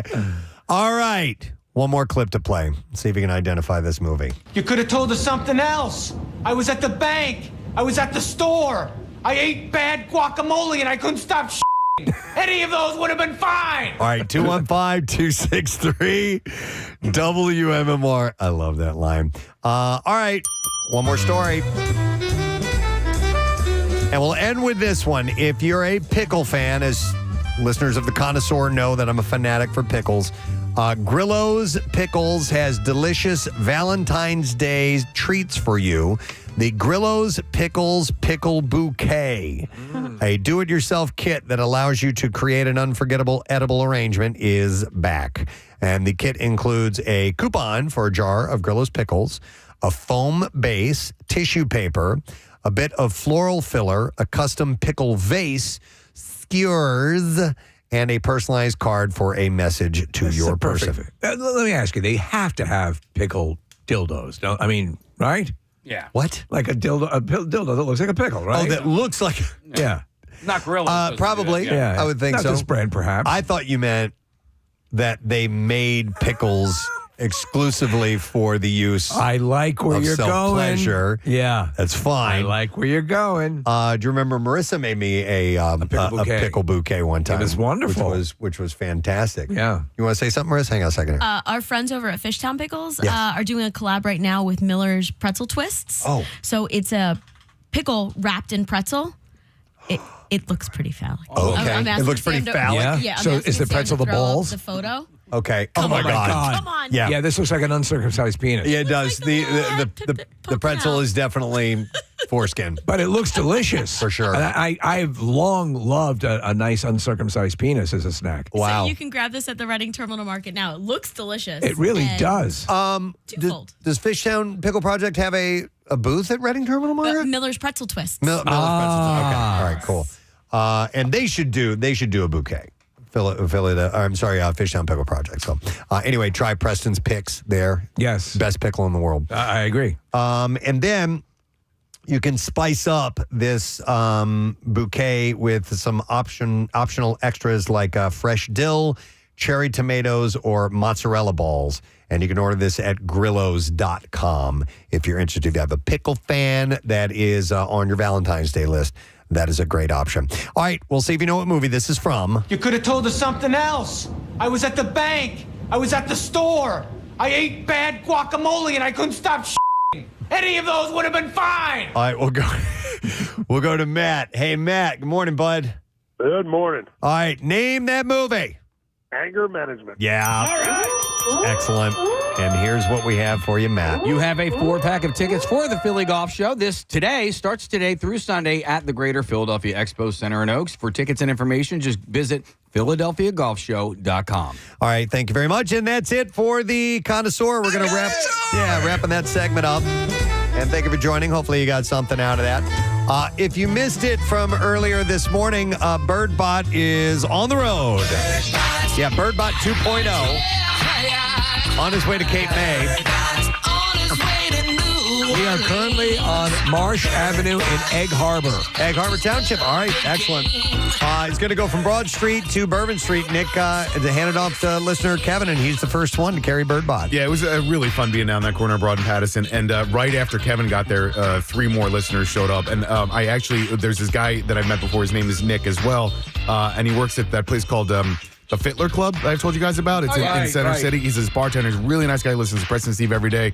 He's like, man, it's kind of like a high-end bar and a high-end club. He's like, I wanted to give Birdbot a massage and take him to the bar and stuff. So you can still do it. I know, right? Yeah. So, Steve, I was thinking maybe if Kevin, who took Birdbot down to Cape May or is taking him to Cape May, can find a way to maybe get him to the Fittler Club this afternoon or this weekend, Nick, the bartender at Fittler Club, is going to take really good care of Birdbot. I don't know if you heard in transit, but we actually had a business offer up some sort of inducement to bring it by there. I forget what the place was. It was a window tinting place. Shades of Gray in Feasterville. Wait, so you bring in Birdbot? They're going to give you $500 credit. What? Or $450 credit or something like that, and just so they can bring it there and take pictures with it. So that's smart. That is an angle we hadn't thought of. And we have no control over it, but it's a smart thing. Well, maybe if you see Fittler Club or see Birdbot at Fittler Club, Nick will buy you a drink. Yes. And by the way, with Birdbot, think Elf on the Shelf. Yes. Yeah. So think that as far as putting him in situations. I like that idea of giving a massage, Nick, and all that stuff. So think about these different situations that you can incorporate Birdbot into. Hang on, what is this in reference to? What was Josephine's? What were we talking about? It was one of the nice restaurants, the romantic restaurants. Okay. In Lancaster, maybe? Well, let me go to this call real quick because I'm not sure what he wants here. Hi, Scott. Good morning. Morning, Preston! What's up, Scott Tay? Hey, you brought up Josephine's. Yeah. My son is one of the head waiters there. Oh, okay. Kathy, I know how you love your wine. The wine cellar is spectacular. Oh, okay. All right, and this is one of those locations in Lancaster, Scott? Yes, sir. Okay. And the owner of Josephine's also owns the Beverly, which you also brought up, which is in Lancaster. That's the Bellevue. The Bellevue. Bellevue. Yeah. Wow. Okay. And your son is a waiter there? Yes. And Kathy, I'll give you a little hint. Okay. Or maybe you, Preston, because you like your bourbon. Yeah. Josephine's is on the bottom floor. They also have a restaurant where you and I can afford, which is upstairs. All right. When you go to the bar, ask the bartender, can I have your address? It's a drink that they call their address, and it's a muddled drink with bourbon. Okay. My God. Really? It's frigging spectacular. So the key phrase is to simply ask the bartender, can I have your address? Yes. Okay. Right. That's a good funny. I idea. like that. Yeah. That's very speakeasy-like. Yeah. I love it. Can I see your And penis? then if you go downstairs Okay. and you actually eat there, And you ask for a hand job. Yeah. no, ask for Junior as your waiter. Okay. Let them know that you know me. Okay. That is my son. Okay. All right. Done and done. So All right, everybody who Scott. knows Scott, yeah. They will actually take you for a tour through the wine cellar, Kathy. You got to do that. Yeah. And If when you go ask, downstairs- is your Aunt Millie still giving out hand jobs, you'll get a special dessert. I know the owners. Okay. They're great people. I know the chef. I love everybody there. And the motif downstairs is they have all pictures of old movie stars and singers. I mean, this place, I can't afford the soup. It's $34. It sounds wild, though. Thanks Scott, for the we got to let you go, but we appreciate the tip, buddy. Thank you. Not a problem. You guys have a great day. All right, take care of yourself, man. All I've right. said it before. You can go out there into Lancaster City and do like an overnight stay. I mean, it's close enough to even do a day trip, but like there is plenty to do there. It's such a cute city that I think people don't know that Yeah. I don't think about going there. Yeah, you should because Okay. they do have good restaurants like this. They've got nice cocktail bars. They have. Why don't you take Preston down to the Lancaster City? Yeah, so it's definitely a place to go. You can, people talk about going into Philly to do an overnight stay. You can do it there as well. Nice. All right, we got to wrap up, gang. We're going to take a break, come back in a second, and I don't even know what we're doing. Oh, Bizarre File. We're doing that next. We'll be right back. Stay with us. Preston and Steve. Blanching procedure. I read Zulkan Goop, and I like. Oh, wait a minute. What? I said the wrong thing. Not energy blanching. Energy balancing. Blanching is lightly boiling None something. of us would have noticed. In the world of goop, that makes complete sense. Now they can blanch your energy. Yes. Oh, that sounds good. I'll try that. Yes. Can you also whiten my anus? Yeah, actually. Yeah. We can whiten your anus. Here's the app for that, too. I'm blanching both my anus and my energy. God. Hey, I had a story that keys off of teachers, and I thought this was kind of interesting. This is out of, where is this? Somewhere in the South. I think it's in the... is it Florida? No, it's North Carolina. The teacher at Northeast Carolina Preparatory School in Tarboro, North Carolina, had apparently punished one of their students. By punish, I mean making them write a phrase over and over and over and over again. A la Bart Simpson. Because he called her ma'am. Ma'am? Yes, ma'am, and she didn't like it, and so he had to write the word ma'am numerous times. His teacher asked him to write it. He told his mother that he had to return this with the parent's signature after he repeatedly called her the word despite being told not to do so. Okay, well, if she told him not to, then... Yeah, he completed his assignment during class hours, which made his mom worry that maybe it had interfered with some of schoolwork. Yes. According to the mom, Mrs. Wilson, the teacher also told the young boy that if she had something... she would have thrown it at him. I'm sorry, said to the boy. So if she would have had something, she would have thrown it at him. After the mom signed the paper, she had also had the boy write down the definition of ma'am, which is a term of respectful or polite address used for a woman, according to Oxford dictionaries. There's some people that hate being called ma'am, and I hate it. My wife uses ma'am as a sign of respect when she's on the phone with someone asking for help. Yes, ma'am. Yes, ma'am. Yes, Thank you, ma'am. It is, and especially as you start to go south, you're going to find it is a term. It is a respectful way to refer to people. Yeah. I would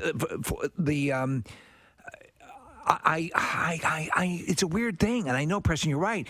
Ma'am to set someone off? Yeah, I don't know. I've always known it as a respectful way to refer to someone. Maybe she's younger and she doesn't want to feel old. Yeah, or something like that's how I see it. I see it as an older woman. So when I remember the first time he was a kid, probably a high school kid, called me ma'am, and I was like, oh my God. I mean, I didn't tell him don't call me that, but it made me feel old. It's not. Did he just say ma'am? Yeah, pretty much. Well, I never. Was it the word that set the teacher off, or was it the fact that the kid was repeating it over and over? I don't know. Well, it had to be the initial thing graded on her because she asked him to stop saying it. Yeah. But if he's used to saying it as a sign of respect to, like somebody in an authoritative manner, like then you just got to get that flag out of your butt and get over it, right, Press? I would think so. Yeah, get the flag out of your butt. Yeah. Did I say that one day? Yeah. Okay. I was hiking around the area, maybe on Friday, said hello to this young feller, probably 13 or 14. How are you? How's it going? Very well, sir. I'm like, yeah. It's a title. It's a title. We're not This kid walking along, that you come with me. I want to show other people what you just did because it was so good. It's a title you've earned. I earned it. Hey, here's a text that says, women should know better than to call other women ma'am. I joke that they're traitors. And then she writes, it's well known that most women don't like it. What do you mean? How do you know that? Because that extensive survey she took. Yeah, exactly. Maybe amongst a handful of your friends or something. But what do you mean most women? Yeah, but I would agree with that. But how do you know most women? Because anybody, I mean, just anyone that I know, it's not like I took a survey, but anyone I know would agree. Then it's got to be everyone. Yeah, and you know what? Here's the thing, too. I think it's, no, but I do, like you said, it's regional. Do you know what I mean? It's I can see that. In the South, yes, they do that. They're here, not as much. But I've born and bred at, Northeast, and ma'am to me was always a sign of respect. And I would say, ma'am. Or maybe is it an older thing? Like it, I don't know.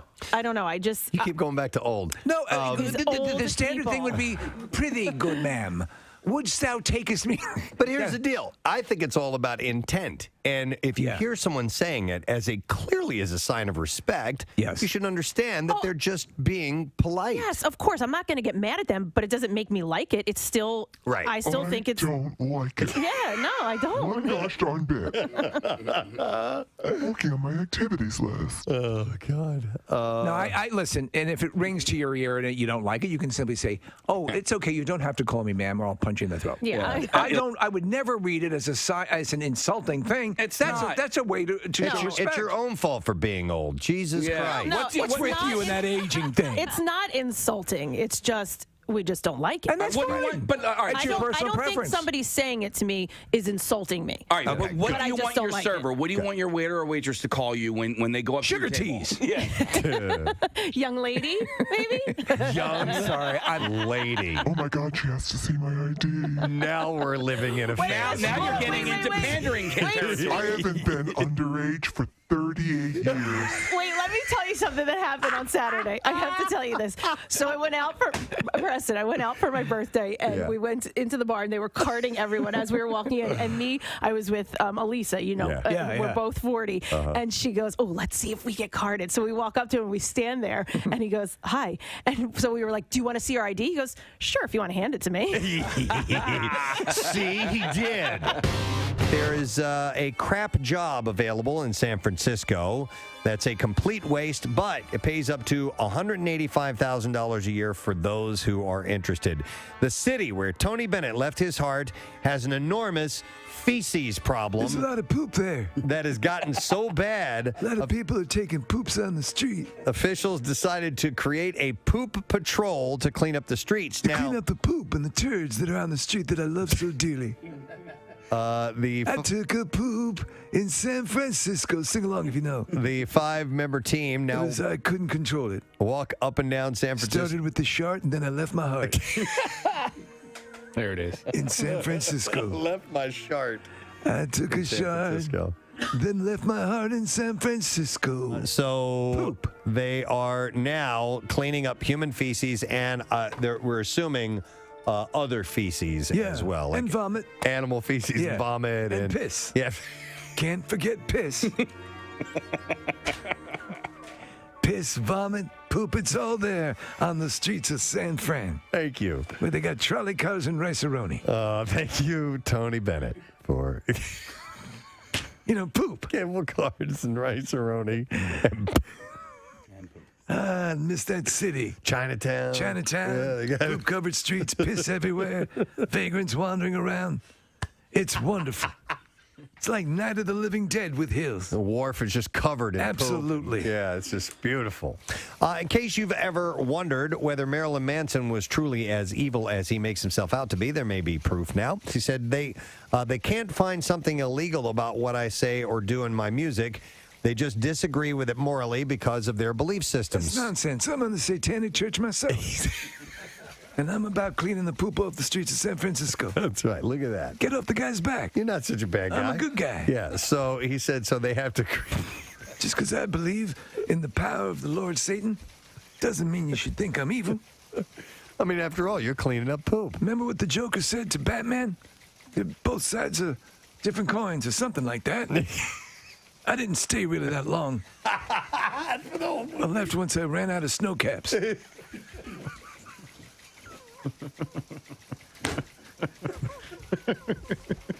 He bought the ticket, though. He bought the jumbo box, Yeah, too. it was there. I go through them a lot. I love those things. This is so weird. Just thinking about that. What would lead Tony Bennett to I'm comment in the Church of Satan, too. Marilyn Man?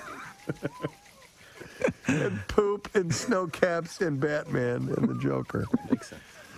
He's currently on tour with Rob Zombie with the Trek wrapping I'm up also a Nazi. this week. I want to see what you think of this, Kathy. Kim Kardashian, Chrissy Teigen, Queer Eyes 10 France, and trans. No sad bro. All right, thank you. It's official. No sad, bro. Let's take a look at traffic, and then we will move on to the B file. Kathy, what's going on? A slow-moving maintenance crew, 95 southbound between 452 and Chichester Avenue, has it jammed there. Also southbound, slowing from Cotman through to Bridge on the Vine, westbound. You're slow from 95 to the Schuylkill eastbound, from the Schuylkill to Broad. Schuylkill eastbound, backing up from Montgomery to the Vine. In Newcastle, Delaware, Route 40 at Broadleaf Drive, a broken water main has some of the lanes blocked there. 42 north, slowing from 55 to 295. That was construction. That's now cleared. This traffic report brought to you by Whole Foods Market. The love affair is burning hot at Whole Foods Market. Stop in for Valentine's Day deals on delicious desires like roses, surf and turf, and more through February 14th. And that's your traffic on 93.3 WMMR. All right, we'll get some bizarre file stories to you. WMMR presents Preston and Steve's Bizarre File. I'm going to begin with one in Australia. A Queensland man in his 50s is very lucky to be alive after he was attacked by a massive kangaroo while walking to his car, having suffered serious hip injuries and wounds to his arms and chest. I'm beginning to hate those friggin' things. The Rural Fire Brigade's Rick Underhill said the man would have bled to death had his next-door neighbor not been home to assist him with the aftermath.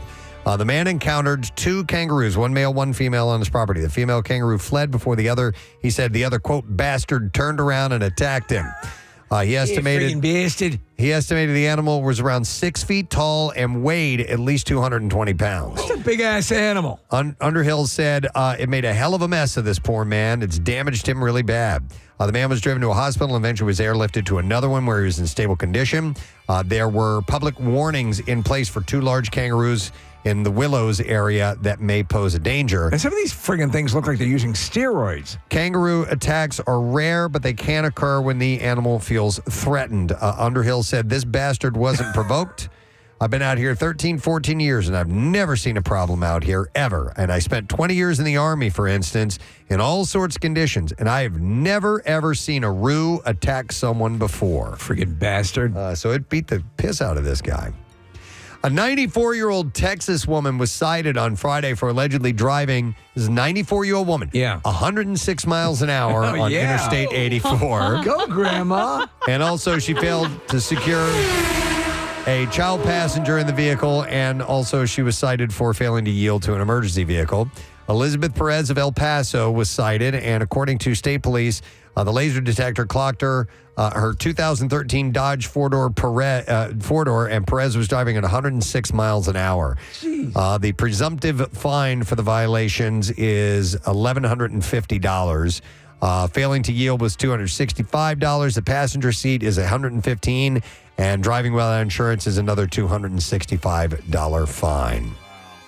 The Yan Befengia Wildlife Zoo in China's Sichuan province has started selling bottled tiger urine, and they're selling it as a cure for arthritis. Oh, yeah, that's good piss. The zoo is offering 250-gram bottles of medical tiger urine from Siberian tigers for about, it says 50 yuan, so I'm not sure how many dollars that is. The product claims to have therapeutic effects on conditions like rheumatoid arthritis, sprains, and muscle pain. The zoo, what was that noise? That's me goggling for tiger piss. Oh. Because I heard a crunch earlier in Kathy's traffic. I'm like, what is it? What's going on here? So this is for about $10. Nick just pulled up the information. The zoo recommends mixing urine with white wine and applying it to the affected area with ginger slices. That sounds delightful. Alternatively, it can be consumed orally, although users are advised to stop if they experience any allergic reactions. Isn't this great, just watching the sunset and sipping some tiger piss? According to zoo staff, the urine is collected from basins after the tigers urinate. but it remains unclear whether it undergoes any disinfection process before being sold. Have you ever tried a tiger turd? Despite the bold claims, experts have criticized the zoo for promoting unverified remedies. Yeah, they do all this sort of stuff. The zoo staff maintains that they possess a valid business license to sell tiger urine, although it's unclear whether this license specifically permits the sale of medicinal products or not. What was the name of the drink that Charlie sold on? It's always what was it? Oh, Fight Milk. Oh, Fight Milk. I think it was made with something from a tiger. So after her 95-year-old father passed away, 66-year-old Kathleen delivered the eulogy at his funeral in Florida. And apparently her eulogy didn't mention her sister's 24-year-old daughter, which led 60-year-old Maureen to walk over and slam Kathleen with her chest, who allegedly retaliated by grabbing Maureen's hair and pulling it backward. What is my name, Skip? This is at the wake, okay? Wow. And this is at the actual funeral. So police said it wasn't clear if the strikes at Kathleen's face that followed from Maureen were open hand or closed hand. Wow. But Kathleen was arrested for misdemeanor battery and Maureen was charged with felony battery. It's what he would have wanted. It's not clear if the fight happened inside the church chapel or at a reception on church property that followed the service, which probably doesn't matter at this particular point. A Missouri man who was on a lifetime GPS monitoring condition shot at 4 kids who knocked at his door while playing Ding Dong Ditch and chased them down with a vehicle before ordering them out of the car at gunpoint and stealing their car keys. Wow. Melvin Rankin faces charges of unlawful use of a weapon, armed criminal action, and robbery. One alleged victim told police the group had gone to IHOP to eat and then decided to go Ding Dong Ditch.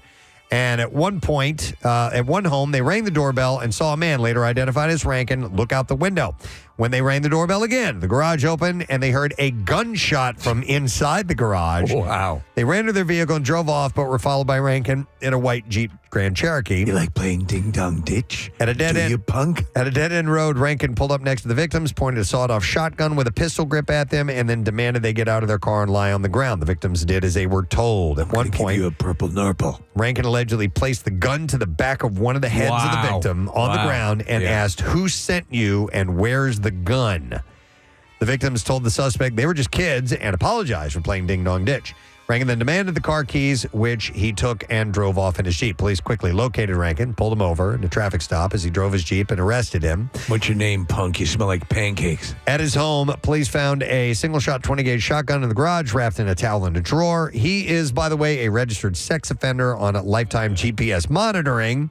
So he's got that going on, and he decides to do this. Knows how to keep a low profile. He has a history of failing to report as a sex offender and failing to appear for court dates, and he also has convictions for breaking and entering, possession of a controlled substance, and driving while revoked license. So that's the house they accidentally pick. And he said that police said he's an admitted Crips gang member and has tattoos on the forearms displaying his gang affiliation. Ding Dong Ditch! Yeah. Hey, we're just having fun. All right, and that is what I have in the bizarre file for you this morning. All right, we're going to break. We'll come back in a second. Lesson question is next. So is trash and music news. We'll be right back. Stay with us.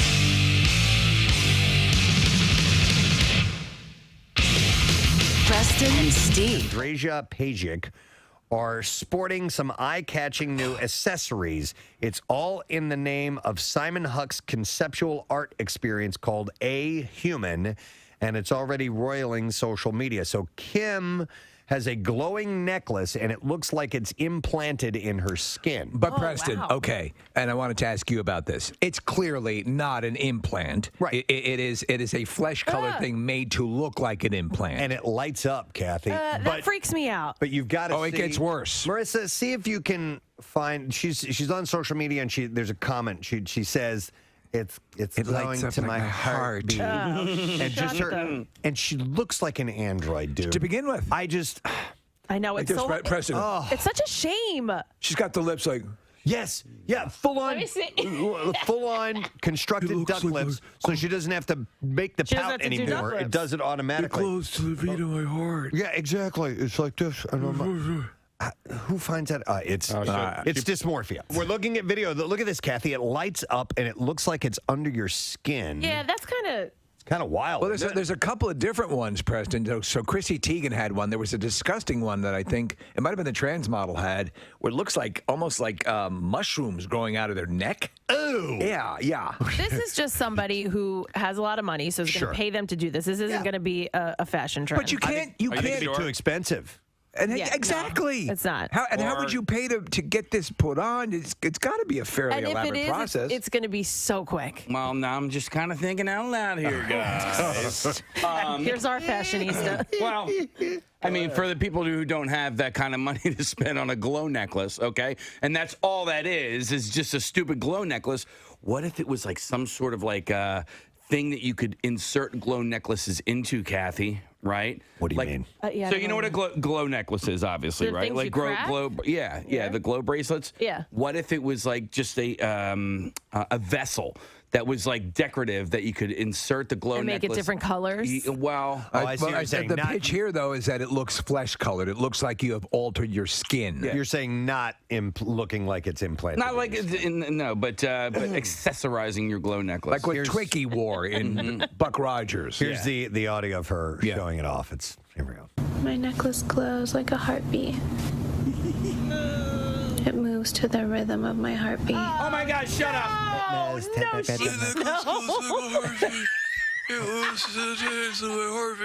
My necklace glows like a heartbeat. Wait. It moves to the rhythm of my heartbeat. Oh my God. Wait, Steve, what are you putting in your mouth? Something to puff. Give me something to puff out my lips. Give him something. Wait, you need like here. Hold on, I have something. Do you have cotton or tiny something? flashlight. wait. Steve was trying to put a flashlight in his mouth. Not a flashlight, a flashlight. Yeah, we do have those. Stick a flashlight in your mouth. Try that case. Try that. What do you have? Yeah, okay. Close to the rhythm of Wait, my this is heart. too big. What do you think I am, a Watusi warrior here? What'd you give him? Do you think somebody told her to say that, or is that all on Well, her I'm sure own? she's getting paid for Well, it. I know, but like where they like say it's, Sure. it's to your heart. Close to the rhythm. My necklace glows like a heartbeat. It moves to the rhythm of my heartbeat. You look like Let me see. like Bill Murray in where the giant plant when he goes to the dentist. Little Shop of Horrors. You look like Little Shop of It goes to the beat of my heartbeat. It's right under my neck and it glows and it pumps to the heart of my heart. Glow, turn on my heart light. It moves to the rhythm of my heartbeat. Oh my God! Shut up. Yeah. Well, this person Simon Huck is a conceptual artist, so it's. I'm a conceptual artist. And I want your neck to glow.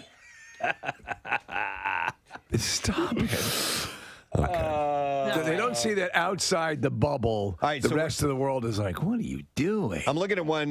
Nick pulled this up. It looks like she has feathers growing out of her chest. Yeah, Yes. Steve, this is Chrissy Teigen. Okay, so Yeah. Nick, do you have the other ones as well? Kind of cool. This is no. That's cool. She only posted one.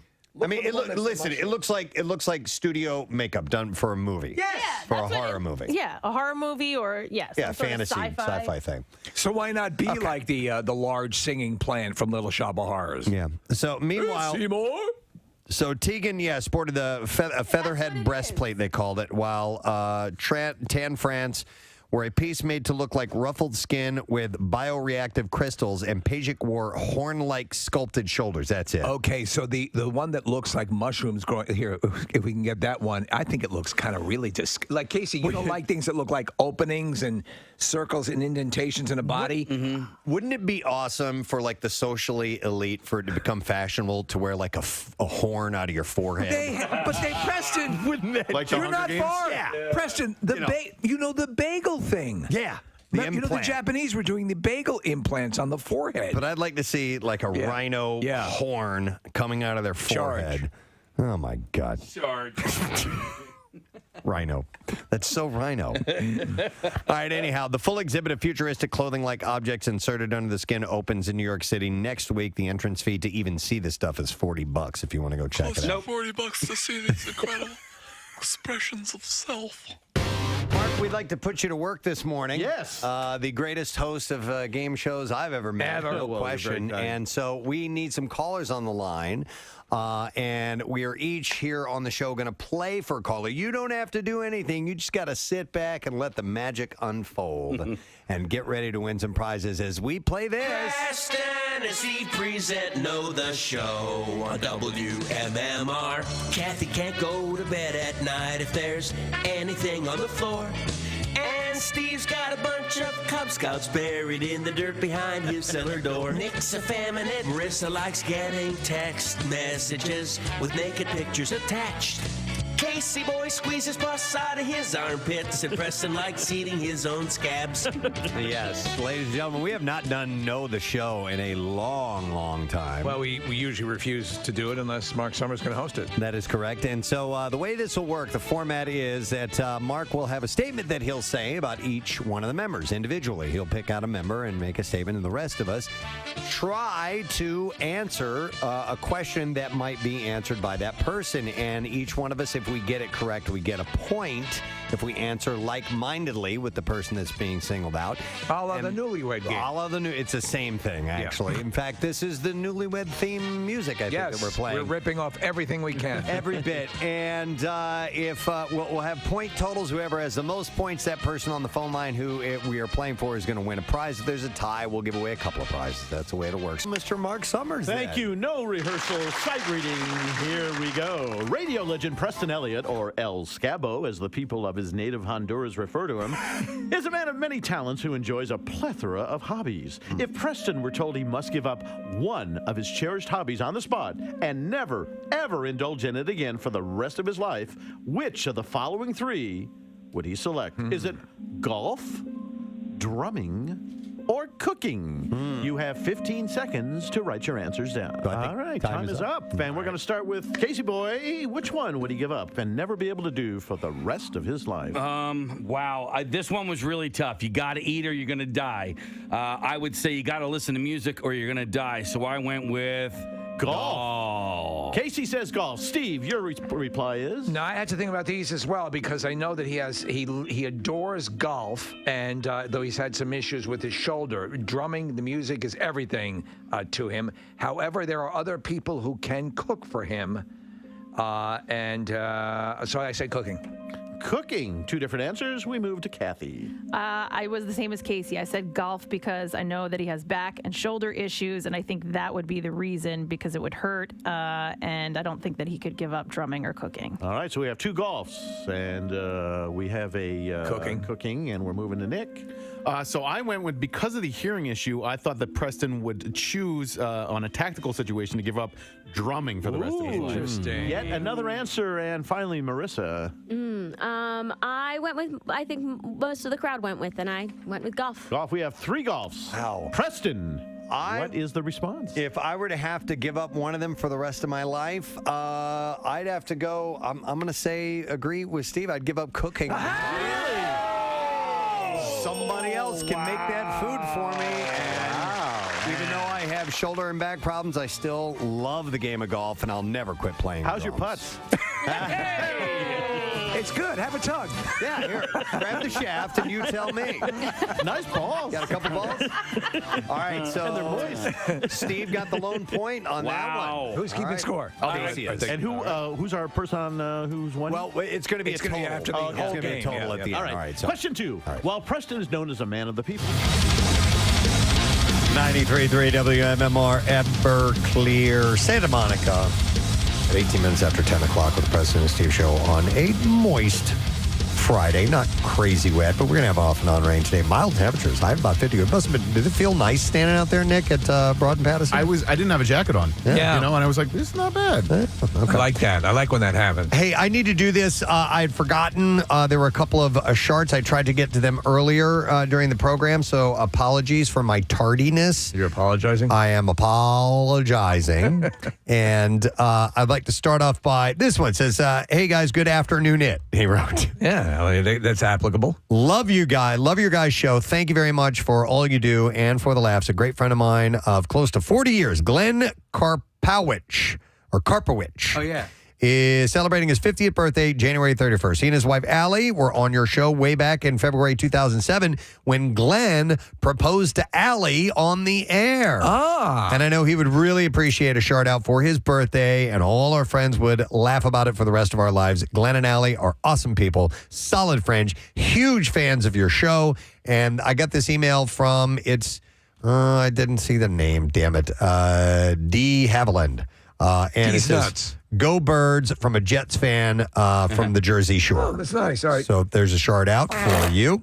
And then this one. This is a really cool guy that I haven't actually spoke to in a long time, but his wife reached out to me. Says, hey, my name is Lauren Sanders, wife of Steve Sanders. Former planetarium and observatory coordinator at Eastern University. So he had my family and I out a couple of times to go you mentioned. Yeah, you guys had a great time. To their planetarium. They have an observatory. It was really, really cool. It was a really neat thing to do for my family. She said he introduced me to MMR, and now I'm a faithful listener. He's moved on from Eastern. He worked at Lockheed Martin starting in 2022. And we're celebrating our daughter's second birthday at the beginning of December 2024. And I transitioned out of my job last year to be at home with our daughter full time. We're figuring out how we operate as parents, partners, and people because of it. And going from 2 salaries to 1 is a significant shift. And in many ways, we put off doing things for ourselves and each other. But through it all, he's been a rock of our family, working hard, sharing the mental load, and loving us as well. Today was his last day at Lockheed with an incredible team of people. And tomorrow he starts a new job. His birthday is Friday the 31st today. And I would love to send him a big, juicy, celebratory shout out for his birthday and new job. And she says, finally, thank you and the whole team at WMMR for being a bright spot in my morning routine. I can always count on you for a good laugh, and I'm making my daughter's breakfast. Sorry to bother you guys at work, and go Birds. And that is from Lauren Sanders. So there's a shout out from your wife, Steve, and I hope you're doing well, man. You're a super cool guy. I wanted to do one as well, Preston, if you don't mind. I got this email yesterday, and I apologize to this woman for not doing it yesterday. Her name is Robin Wright, believe it or not. And, the actress. Yeah, it's not the actress, I don't think, although she doesn't distinguish. But she says, my name is Robin Wright. My husband's birthday is yesterday, Michael, and I wanted to ask for the shout out. He's the best husband ever. He actually saved my life during my battle with cancer. I was in bad shape, but he was beside me every step of the way, and now I'm in remission. So she wanted to send a shout out to her husband, Michael, for his birthday. I want to give a shout out if that's okay. I coached my last game of basketball last night, ever. We lost. So if we won, well, holding the tradition, our season might go on. But I want to give a shout out to all these kids who I've been coaching for the last 8 years. So Seamus Fossbender, Julian Oakday, Peter Pagliatti, AJ Gracie, Aiden Doney, Andrew Boddy, Marty Duffy, who played the national anthem for us on electric guitar before the game, and then also Alex Pogwist. Guys, thank you so much. You were at times, pleasure to coach.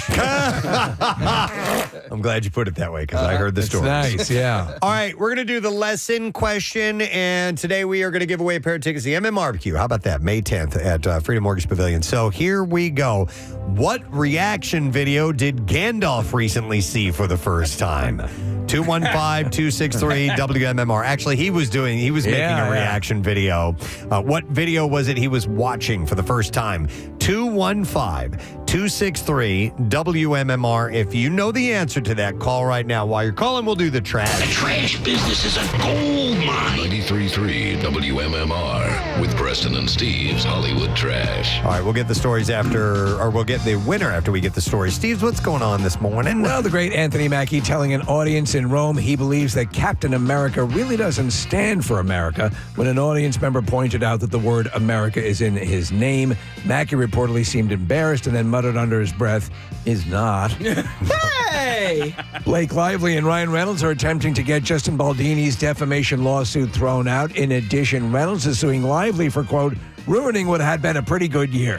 Oh, my God. And finally, Shamar Moore, your wife's man, Preston, star of the show SWAT, and Victoria's Secret model Desiree Dizon have split. Both Moore and Dizon admit they would now like to take a whack at banging ugly people. And that's your Hollywood Trash. We will go and see if we can get a winner. What reaction video did Gandalf recently see for the first time? 215-263-WMMR.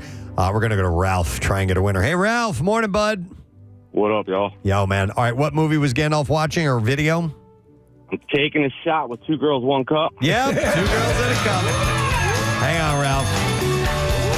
to give you a pair of tickets for the MM Barbecue Saturday, May 10th. Freedom Mortgage Pavilion lawn tickets start just $25. First half of the show is GA, general admission, so you can get up close as you would like to for any ticket for the first 4 bands. And then 8 great bands, including Alice in Chains, 3 Days Grace, and more. Preston and Steve Show side stage tickets are on sale now. All the information is available at WMMR.com. Now, Preston and Steve's Music News on 93.3 WMMR. Yeah.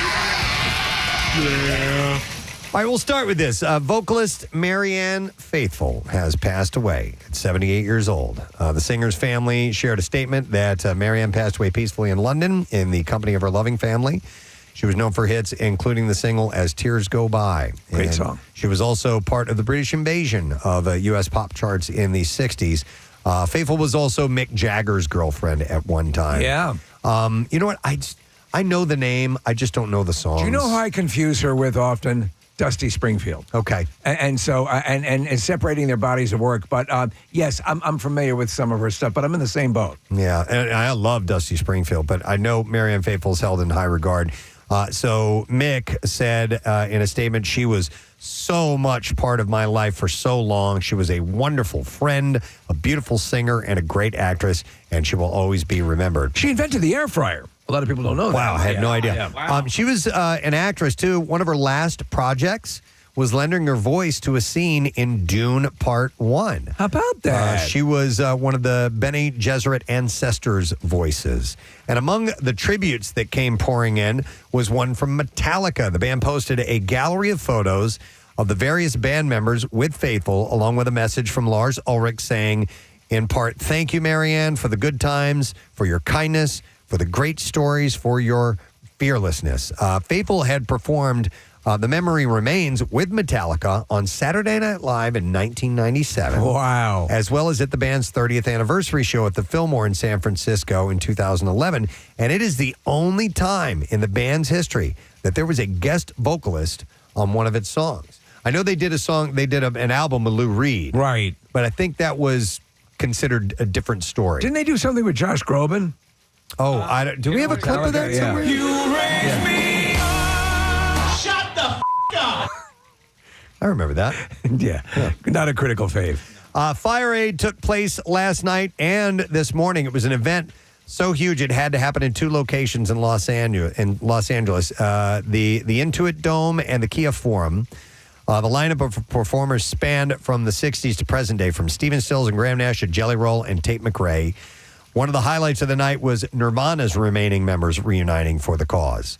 It kicked off at 9:30 p.m. It didn't end until 3:15 in the morning. So I was looking at some snippets and listening to some of the music, and I hope they got every bit of that on video because it looks pretty amazing. Yeah, they're going to air some of it later, Steve. And one of the highlights that I saw this morning was John Mayer covered Tom Petty doing Free Falling. Wow. And it was just John on guitar. It's awesome. It's really, really good. There are a couple of clips over there if you want to press them. We streamed live on most platforms. It did. MCs included Billy Crystal, Samuel L. Jackson, Quinta Brunson, Miles Teller, and others. And the list of performers and songs they performed are available if you want to see those. So, yeah, we'll play a clip. Here is Graham Nash with Stephen Stills. Teach your children well.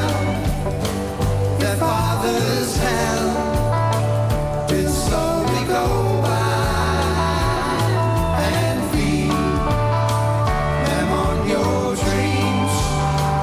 The one they pick is the one you'll know why. Graham, or Stephen Stills, also played with Mike Campbell and played For What It's Worth. Great song. Buffalo Springfield. One of my favorite songs. We have another clip. This is John Fogerty Yes. performing. And Fogerty got up. Whose set did he come out with? I've got the full list of everybody here. And Josh Groban.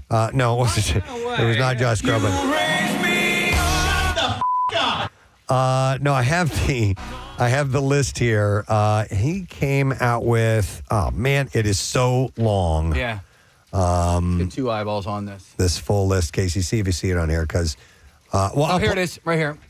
The Black Crowes. Yep. There we go. Just a little bird that's we're going to talk to in a second told me that. Here we go.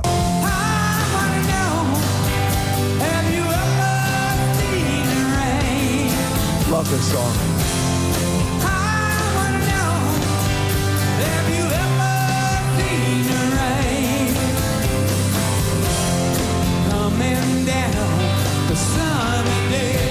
sorry, who's that singing? That's John Fogerty. Wow, it sounds like a woman. It does, yeah.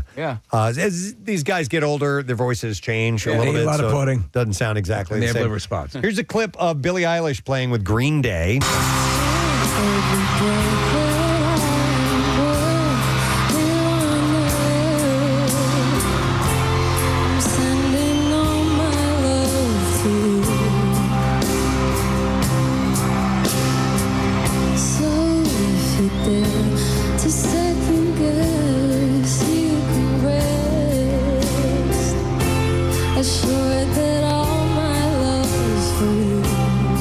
And then we have Green Day playing When I Come Around. There's a little clip of that.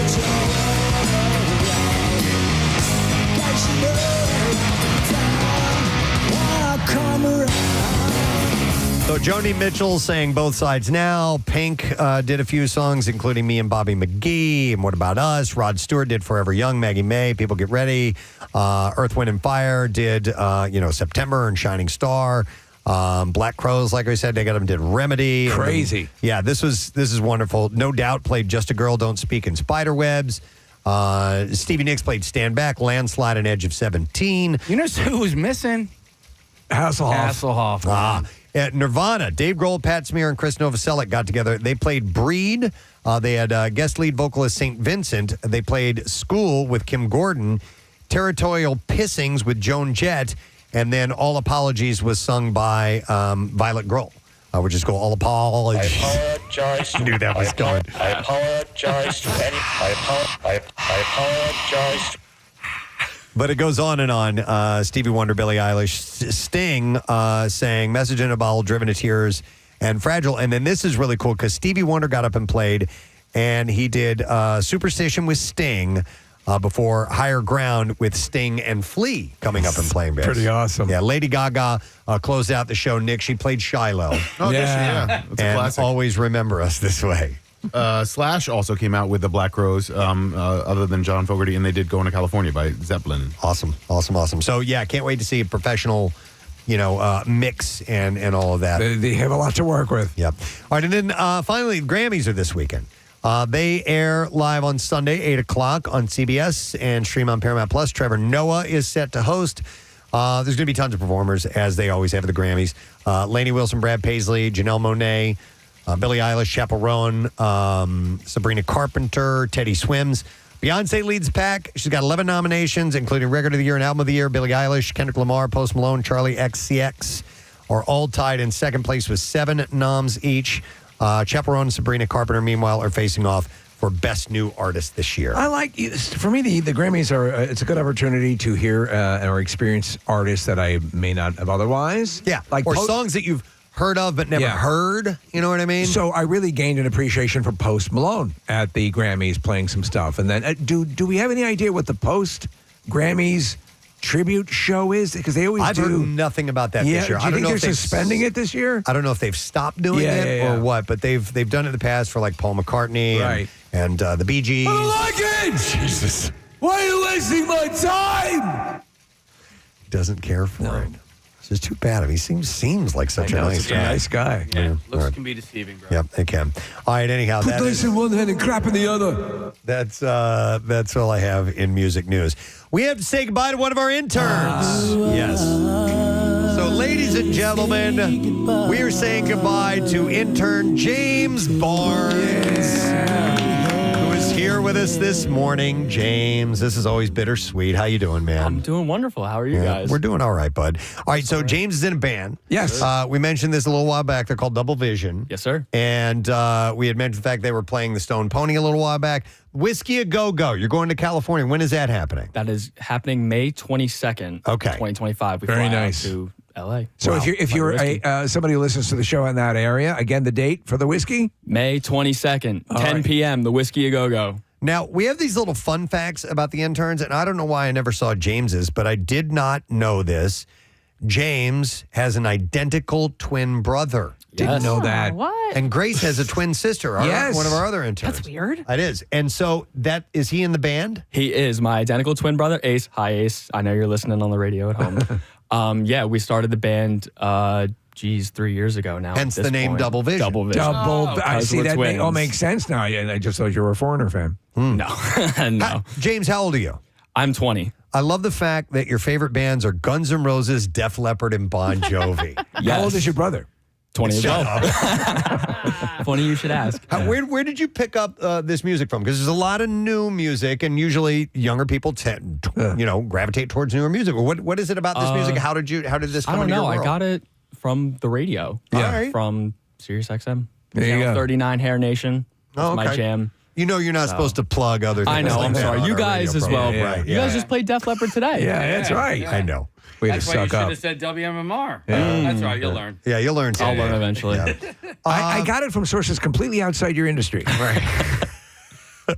And also, you were a Casey. Do you know about his swimming prowess? No. 4-year varsity swimmer in high school, as well as captain of the swim team. Oh wow. Okay. Yeah. What were your events? I was 50-meter freestyle, 100-meter freestyle, and then I swam backstroke All right. in the So medley. I always ask, what was your best time in 50 free? 27.7. Okay, not bad. What about synchronized swimming? Yeah, I mean, I think I might have Couldn't topped do out it. at like the high 28s, I mean, right. but like really, I mean, like high school, like really, really good. The is like best 20 is the relays. Yeah. Because they mess up everybody's time and you sound faster than you are. All right. All right, so what's next for you, James? Next, other than going to California and doing stuff with the band, I'm working right now for the record label at Rowan University, Red Oak Records. I work in public relations. They have a record label at Rowan They do. University. They I have know a they have a record great label. radio station, but So but you work for the record label. Yes, sir. Your tract was all industry based and business based, Yeah. tangential to the music industry. Yes, sir. correct? I'm a music industry business major at Rowan, so yeah. That's planning, young man. So what do you ultimately want to do with a degree like that? So with a degree, I don't know, maybe do something journalism related, maybe something public relations related. Right, perhaps write for like a music journal. Yeah. Yeah. Okay. But That's being an artist if- is like top. Yeah, that's of if the musician side Yeah, of things. Exactly. But you got to have something Got to have else. your backup plan. Yeah. Well, Well, listen, listen- the degree for a reason. So You're Joe Satriani. Talk about it was a music teacher and then the band. Yeah, Yes, took it off. was. So there we go. Nice. Nice. Well, you've been a great intern. You do great Thank work, you. and we do appreciate that very much. And hopefully you learned a couple things around I here. think I did. Excellent. All right. We'll talk to you about the plugging other. My bad. I also heard it on MMR.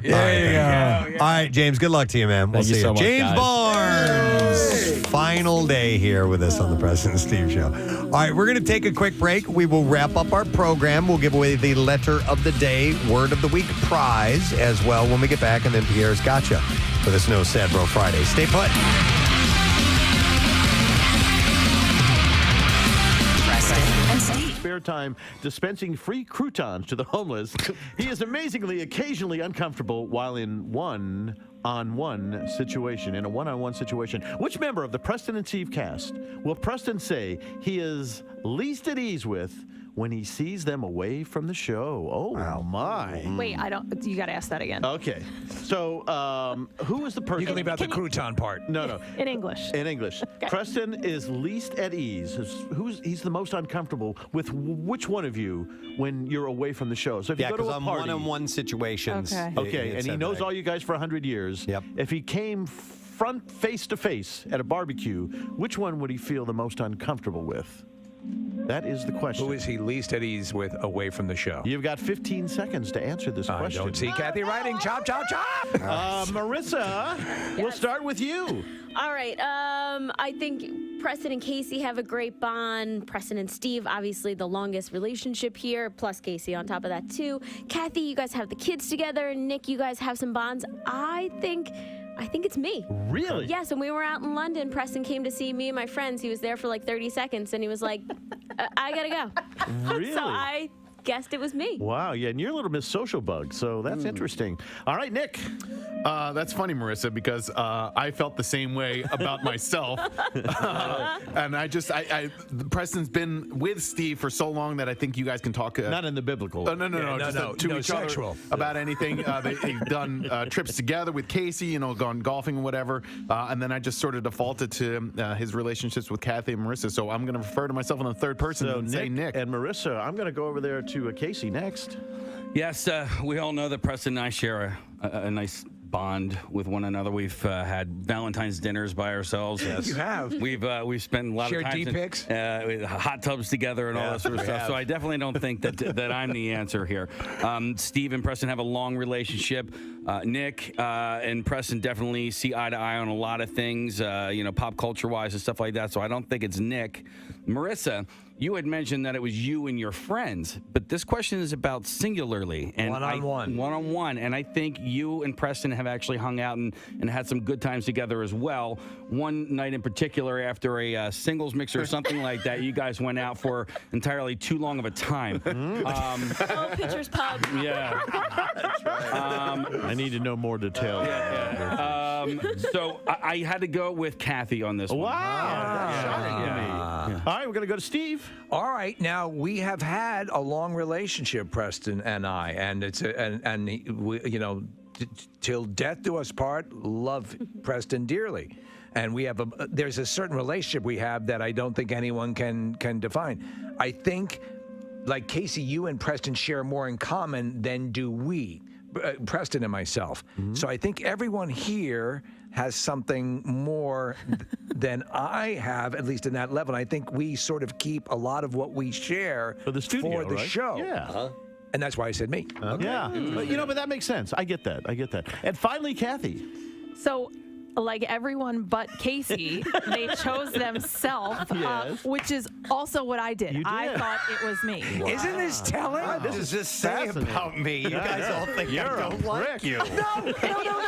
It's not about not liking. I think it's like everyone else better. Yeah. So tell me, Preston. All right.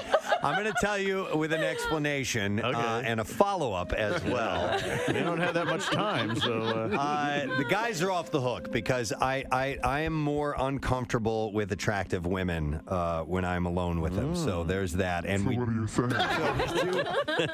we have two beautiful women that work here, even though they're very, very good friends of mine. That doesn't change that fact. Right.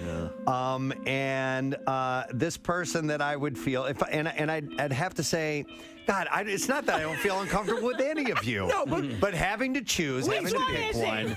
There's one that I kind of seek approval from because she's so great at what she does and a perfectionist in this business, and it's Marissa. Oh. Wow. So it's important to me what she thinks of me, and so therefore I would be a little nervous. Now listen, about that night in London, I'll tell you what it was. I showed up, you had all your friends there, you didn't introduce me to any of your friends, and you didn't say who I was, and I was kind of mad about that. Wow. The truth comes out. I am If we're going to be totally honest, that's why I closed down. And it nagged at him for months. Till this Marissa. very moment. Oh my God. No.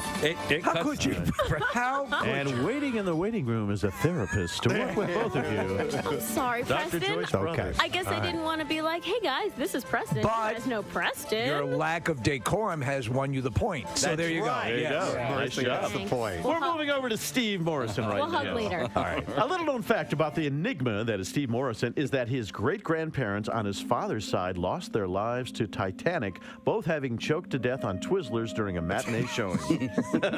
With that in mind, if Steve was Rose from the movie Titanic floating on that door with room for only one member of the Preston and Steve show, who would he save? Wow. Man. All right. 15 seconds to write your answer down. That's hysterical. Okay. Wow. Yeah. Okay. That was easy. That was easy, huh? That was easy. I wrote it down right away. Oh, I can't wait to get there. Okay, we're going to start with you, Kathy. Who is it? Okay, so after today's conversation, if we were on the Titanic, we would have had to pack in suitcases. Or in a hotel room, a little tiny hotel room you have to share with somebody. We had no idea that this was going to go down. So he is going to save me for sure. Oh. Great reasoning. Wow. I like the part about going down. Steve. I'm last. do I'm that. last. You gotta go, Steve. He's last. Yes. He goes last. So Oh, you go, that's right. yeah, Nick, I'm sorry. I'm going with basic math here, and Steve is going to need more room, so I'm going with the tiniest member of the Preston and Steve show, Marissa, so they can both fit on the door. Wow. Okay, Marissa, we'll go to you. Well, the true Steve Morrison would actually give up the door and let two other people that's out. true. Just Good as point. with Oh, Steve. my. She's But right. because this is a hypothetical, I also agree with Nick, and it would be me just for size reasons. That's it. Size matters. Okay, Preston. Okay. This might be a little selfish, but without Preston, there ain't no Preston and Steve show. And we still have a future to think about after this horrible tragedy. Well, I'm saying me. All right. Yes. Casey? So I would think like right after everybody got rescued, Steve would go back to work the very next day, and it wouldn't sound good to have the Casey and Steve show or the Kathy and Steve or Nick and Steve or Marissa and Steve. It can only be Preston and Steve. Yeah, Robin Preston's dead, so that wouldn't work. Okay. And finally, Steve. All legitimate reasons, but I had to break it down on survival, likeliest to survive in the situation. Both Kathy and Casey are swimmers. Casey has saved my life here in the studio, but they are both capable swimmers. Preston is very resourceful and could survive, I think. Nick as well. And for the person I think who would be in the most dire situation vis-a-vis their size and lack of insulation, Marissa. Wow. Just because you guys would all be fine on your own. Not to dismiss Nick's point of extra elbow room on the door. Nick and Marissa. Nick and Marissa both answer. Yeah. All right, what's the point total so far, Case? I think I have Marissa has 2, Nick has 1, Steve has 1. All right. Though if we were packing the way we do talk about, Kathy would have a certain edge. Steve's love for the world of movies is exceeded only by his love of the world of porn. Disregarding the porn movies, what will Steve say is the one movie franchise he could not and would not live without? Oh. 15 seconds. Boy, you all seem to know this pretty darn quick. That's interesting. We are going to start with Marissa. All right. There was an obvious answer, but I didn't go with that one because I'm guessing most of you guys went with it. So I'm just going with Batman. Batman. Batman. Very nice. Okay. Casey, what did you say? Oh, I went opposite because there have been so many. I know that you love Batman, but you want to have sex with James Bond. James Bond. Preston. Kind of the same thing. I know there's so much. Although Connery was his favorite, and Roger Moore did a whole lot of those movies, but I still think he's got a huge fascination with James Bond. All right. Yep. Nick? Marissa, your answer made me think twice, but I'm going to go with my gut, and I'm going to go with James Bond as well. All right. Kathy? I just said overall Marvel. That's a good point. Yeah. So Steve, the answer is James Bond. there you go. Yes. What is your fascination with Bond? Since Bond, my father took me to Dr. No when it came out when I was just super young, and there have been many movie franchises, consistent franchises that have influenced my life, but Bond has been, marathon after marathon after marathon has been just at the core of my life. Favorite Bond Batman movie? is my... Whoa. Okay, so the one that is the quintessential is probably considered Goldfinger. Yeah. So, my favorite Connery's my favorite Bond, followed by Daniel Craig, followed by... Daniel Craig, really? Right, followed by George Lazenby and Roger Moore. Roger Moore has 2 good Bonds, would be 3, Live and Let Die, For Your Eyes Only, and Spy Who Loved Me. And Timothy Dalton. They're all good. They're all good. Yeah, all right. So where are we here now? Casey. Whoever you want to go to. Casey. All right. All right. We're going to do the list of show legends regarding Casey is long and in many cases embellished, including things such as him saying bubble scabosis instead of multiple sclerosis and being terrified of his home thermostat. This is the first time I'm reading this stuff. I never said multiple scabosis. That's it. It's a saying. It's a false legend. Which embellished legend about Casey will he say he would love to have go away once and for all? 15 seconds. What embellished legend about Casey will he say he wants to go away and never brought up ever again? I predict everybody is going to get this one. This is going to be a 5 for find out about 5 this. here. We're going to start with Steve. There's even in writing this question, I knew it might be a gimme, but we had to go with it just to give Casey the chance to dispel some rumors about himself, including bubbable scabosis and his thermostat. Ranch dressing.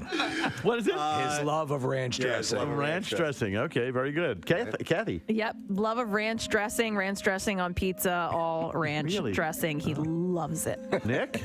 Ranch dressing. Oh, my, this is me. Marissa? Because he didn't invent it, ranch dressing. Preston. Ladies and gentlemen, it's unanimous. And And we will go to the gentleman himself. It's not my go-to, okay, guys? It's not my favorite dressing. What is it about ranch dressing that you like? It is actually pretty yummy with pizza. Do you have the isolated audio of just you freaking out anywhere, Kay, so we could play it for Mark, just so he has an idea? I don't know. You know what? We don't have to play the whole thing, but... The crowd loves that idea, Preston.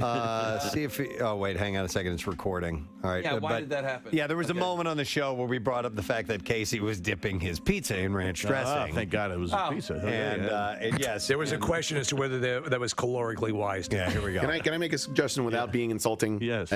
Try pizza. Just a little bit of fuel for you this morning. 93.3 WMMR. That is Dream Theater, new song called Midnight Messiah. And you get every little bit of the band that you want out of that song right there. I was listening very closely, had the headphones on. They're changing the feels around throughout the song.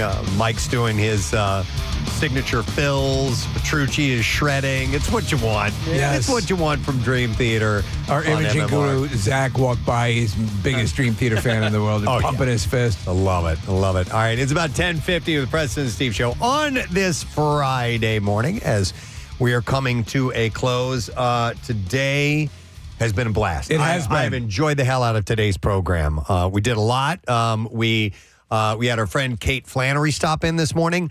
We went on 6ABC with Matt and Tam, and we debuted Birdbot and showed everyone the first looks of him, and then we sent Birdbot out of the nest and flying free in the sky.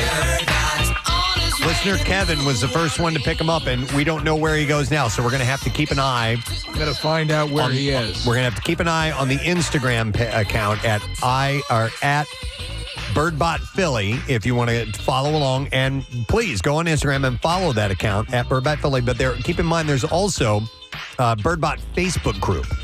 And if you want to communicate with other people who have Birdbot or what you'd like to do at Birdbot, that's all right there. And it is now in your hands. We simply sit back and observe. Now, we can encourage on the air if we want to, and that's what we're going to try to do. So all we ask is that you keep Birdbot in the general Philadelphia region till at least Wednesday or Thursday before heading to New Orleans.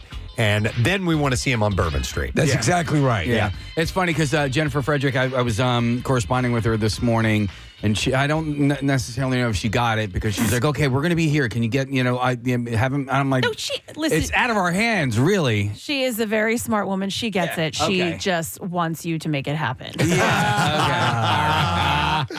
Insistent. I love it. Well, I have the latest. Birdbot dinged just a couple of minutes ago is on Ocean Drive in Cape May. All right. Right by Bumblebee Foods. Okay. Yeah. If somebody has Birdbot other than your show, like, for example, my show, can they call me and check in? We've been encouraging We're that. encouraging you to interact if you have Birdbot with the radio station at any point in time. Yeah. Okay. Because I heard the launch with Nicholas earlier, but then it got so high in the sky, I couldn't see it anymore. Right. And then I don't know where it is. But so who's the first cat that got it? Guy named Kevin. That cat can really play. Yes, he can. Look out for him.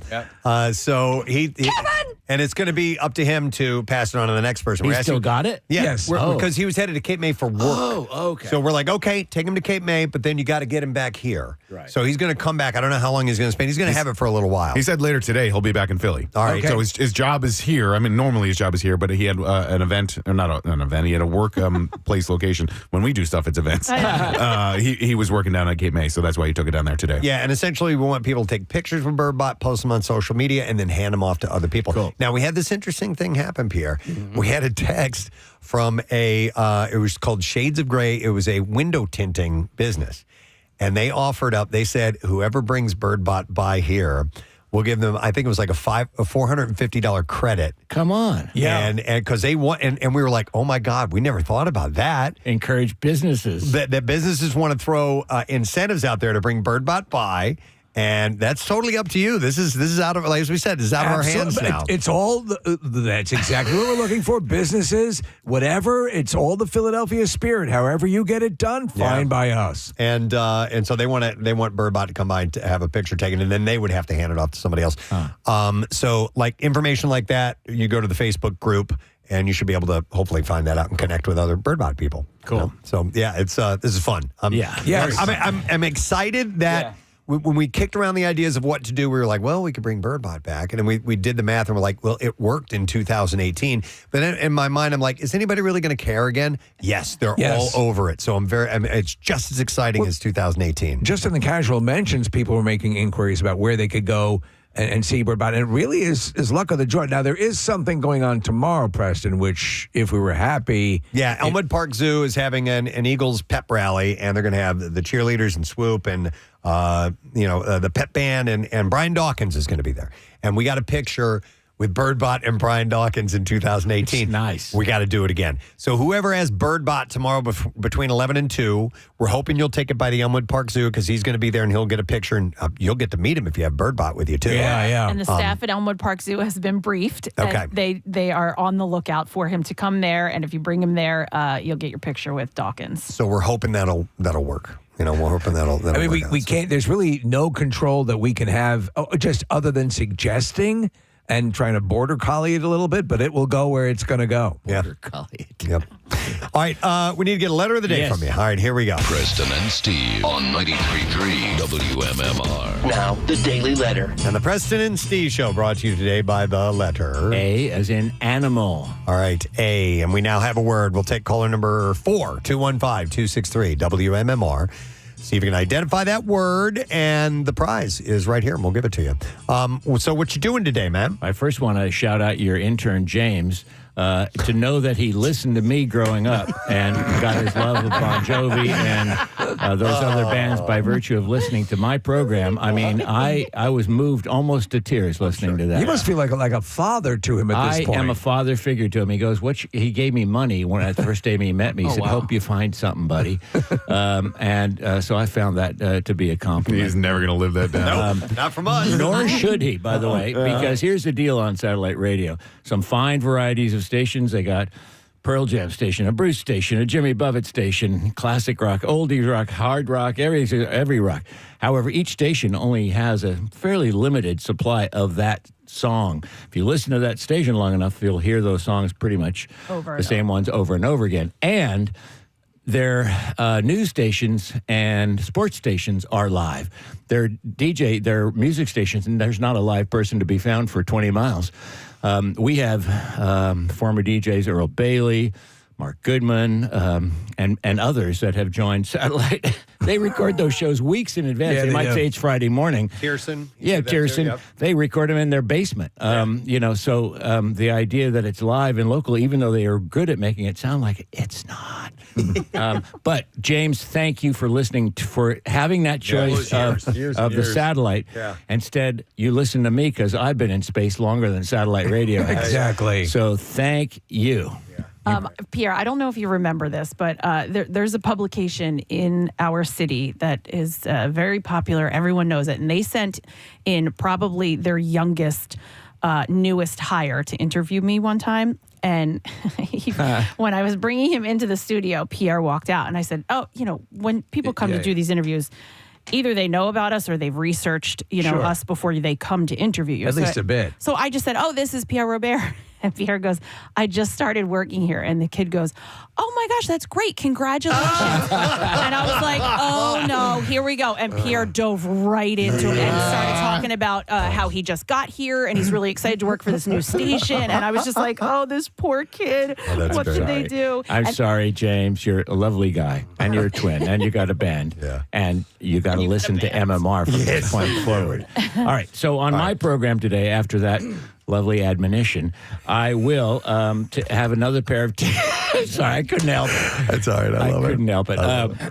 We've got Hooters tickets, and it just went on sale as of 10 a.m. for that show. The 45th anniversary tour at the Met. We're going to do a giant block of the Hooters. That'll be Saturday, May 17th, 1 week after the barbecue. We've got certainly a block of the Hooters in honor of that, block of Ozzy. AIC, we're also going to play, we did a pre-block yesterday of some of the Fire Aid artists. I watched it till 3:30 in the morning, I think, until it ended with Stevie Wonder and Sting on stage. There were some amazing combinations. We have a couple of the songs, so we're going to see if we can pull a few of those. There were some, all kinds of music was represented, but there were some cool rock moments. Awesome. Yeah. Speaking of the Hooters, I believe Eric and Rob are going to come in next week because we're going to do this thing that I'm sure Preston's going to allude to in a second. But Steve, I wanted to share this with you, and I meant to tell you earlier. I texted Eric yesterday about coming in and helping us out next week, and he goes, "Will possums be involved?" I don't get it. He was part of Possum Bowl, and we had him come in. Well, we had an event. You had possums? Here. Yeah, so we had an event here where we had possums brought in.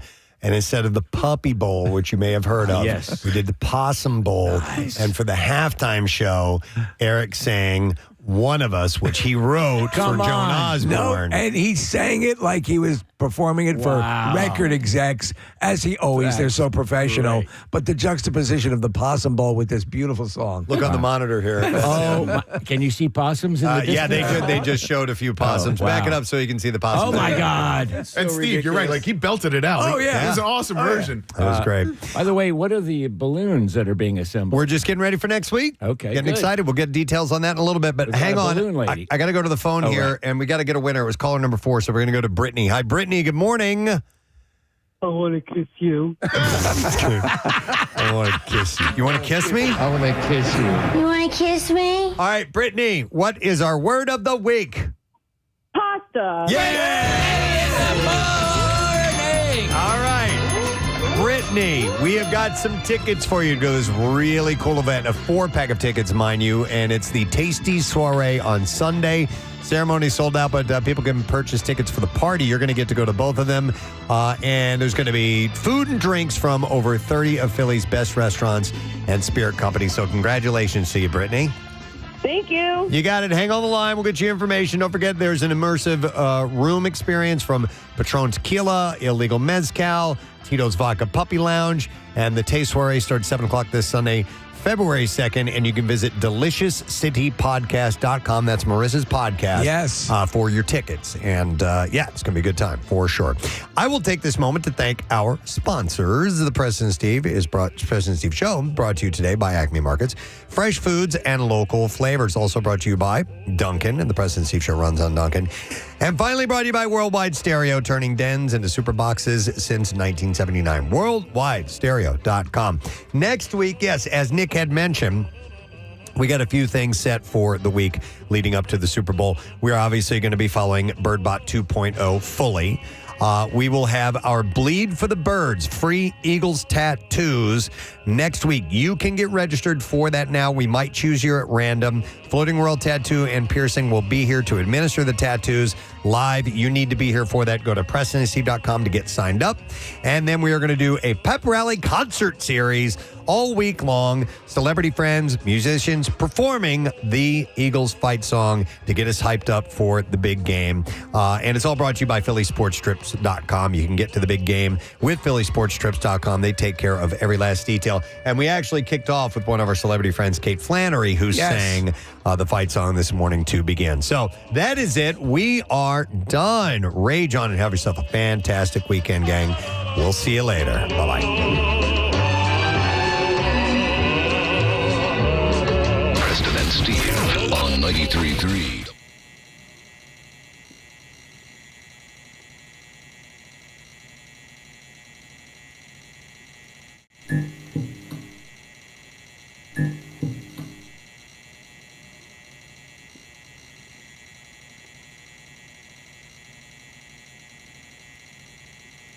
Mm-hmm.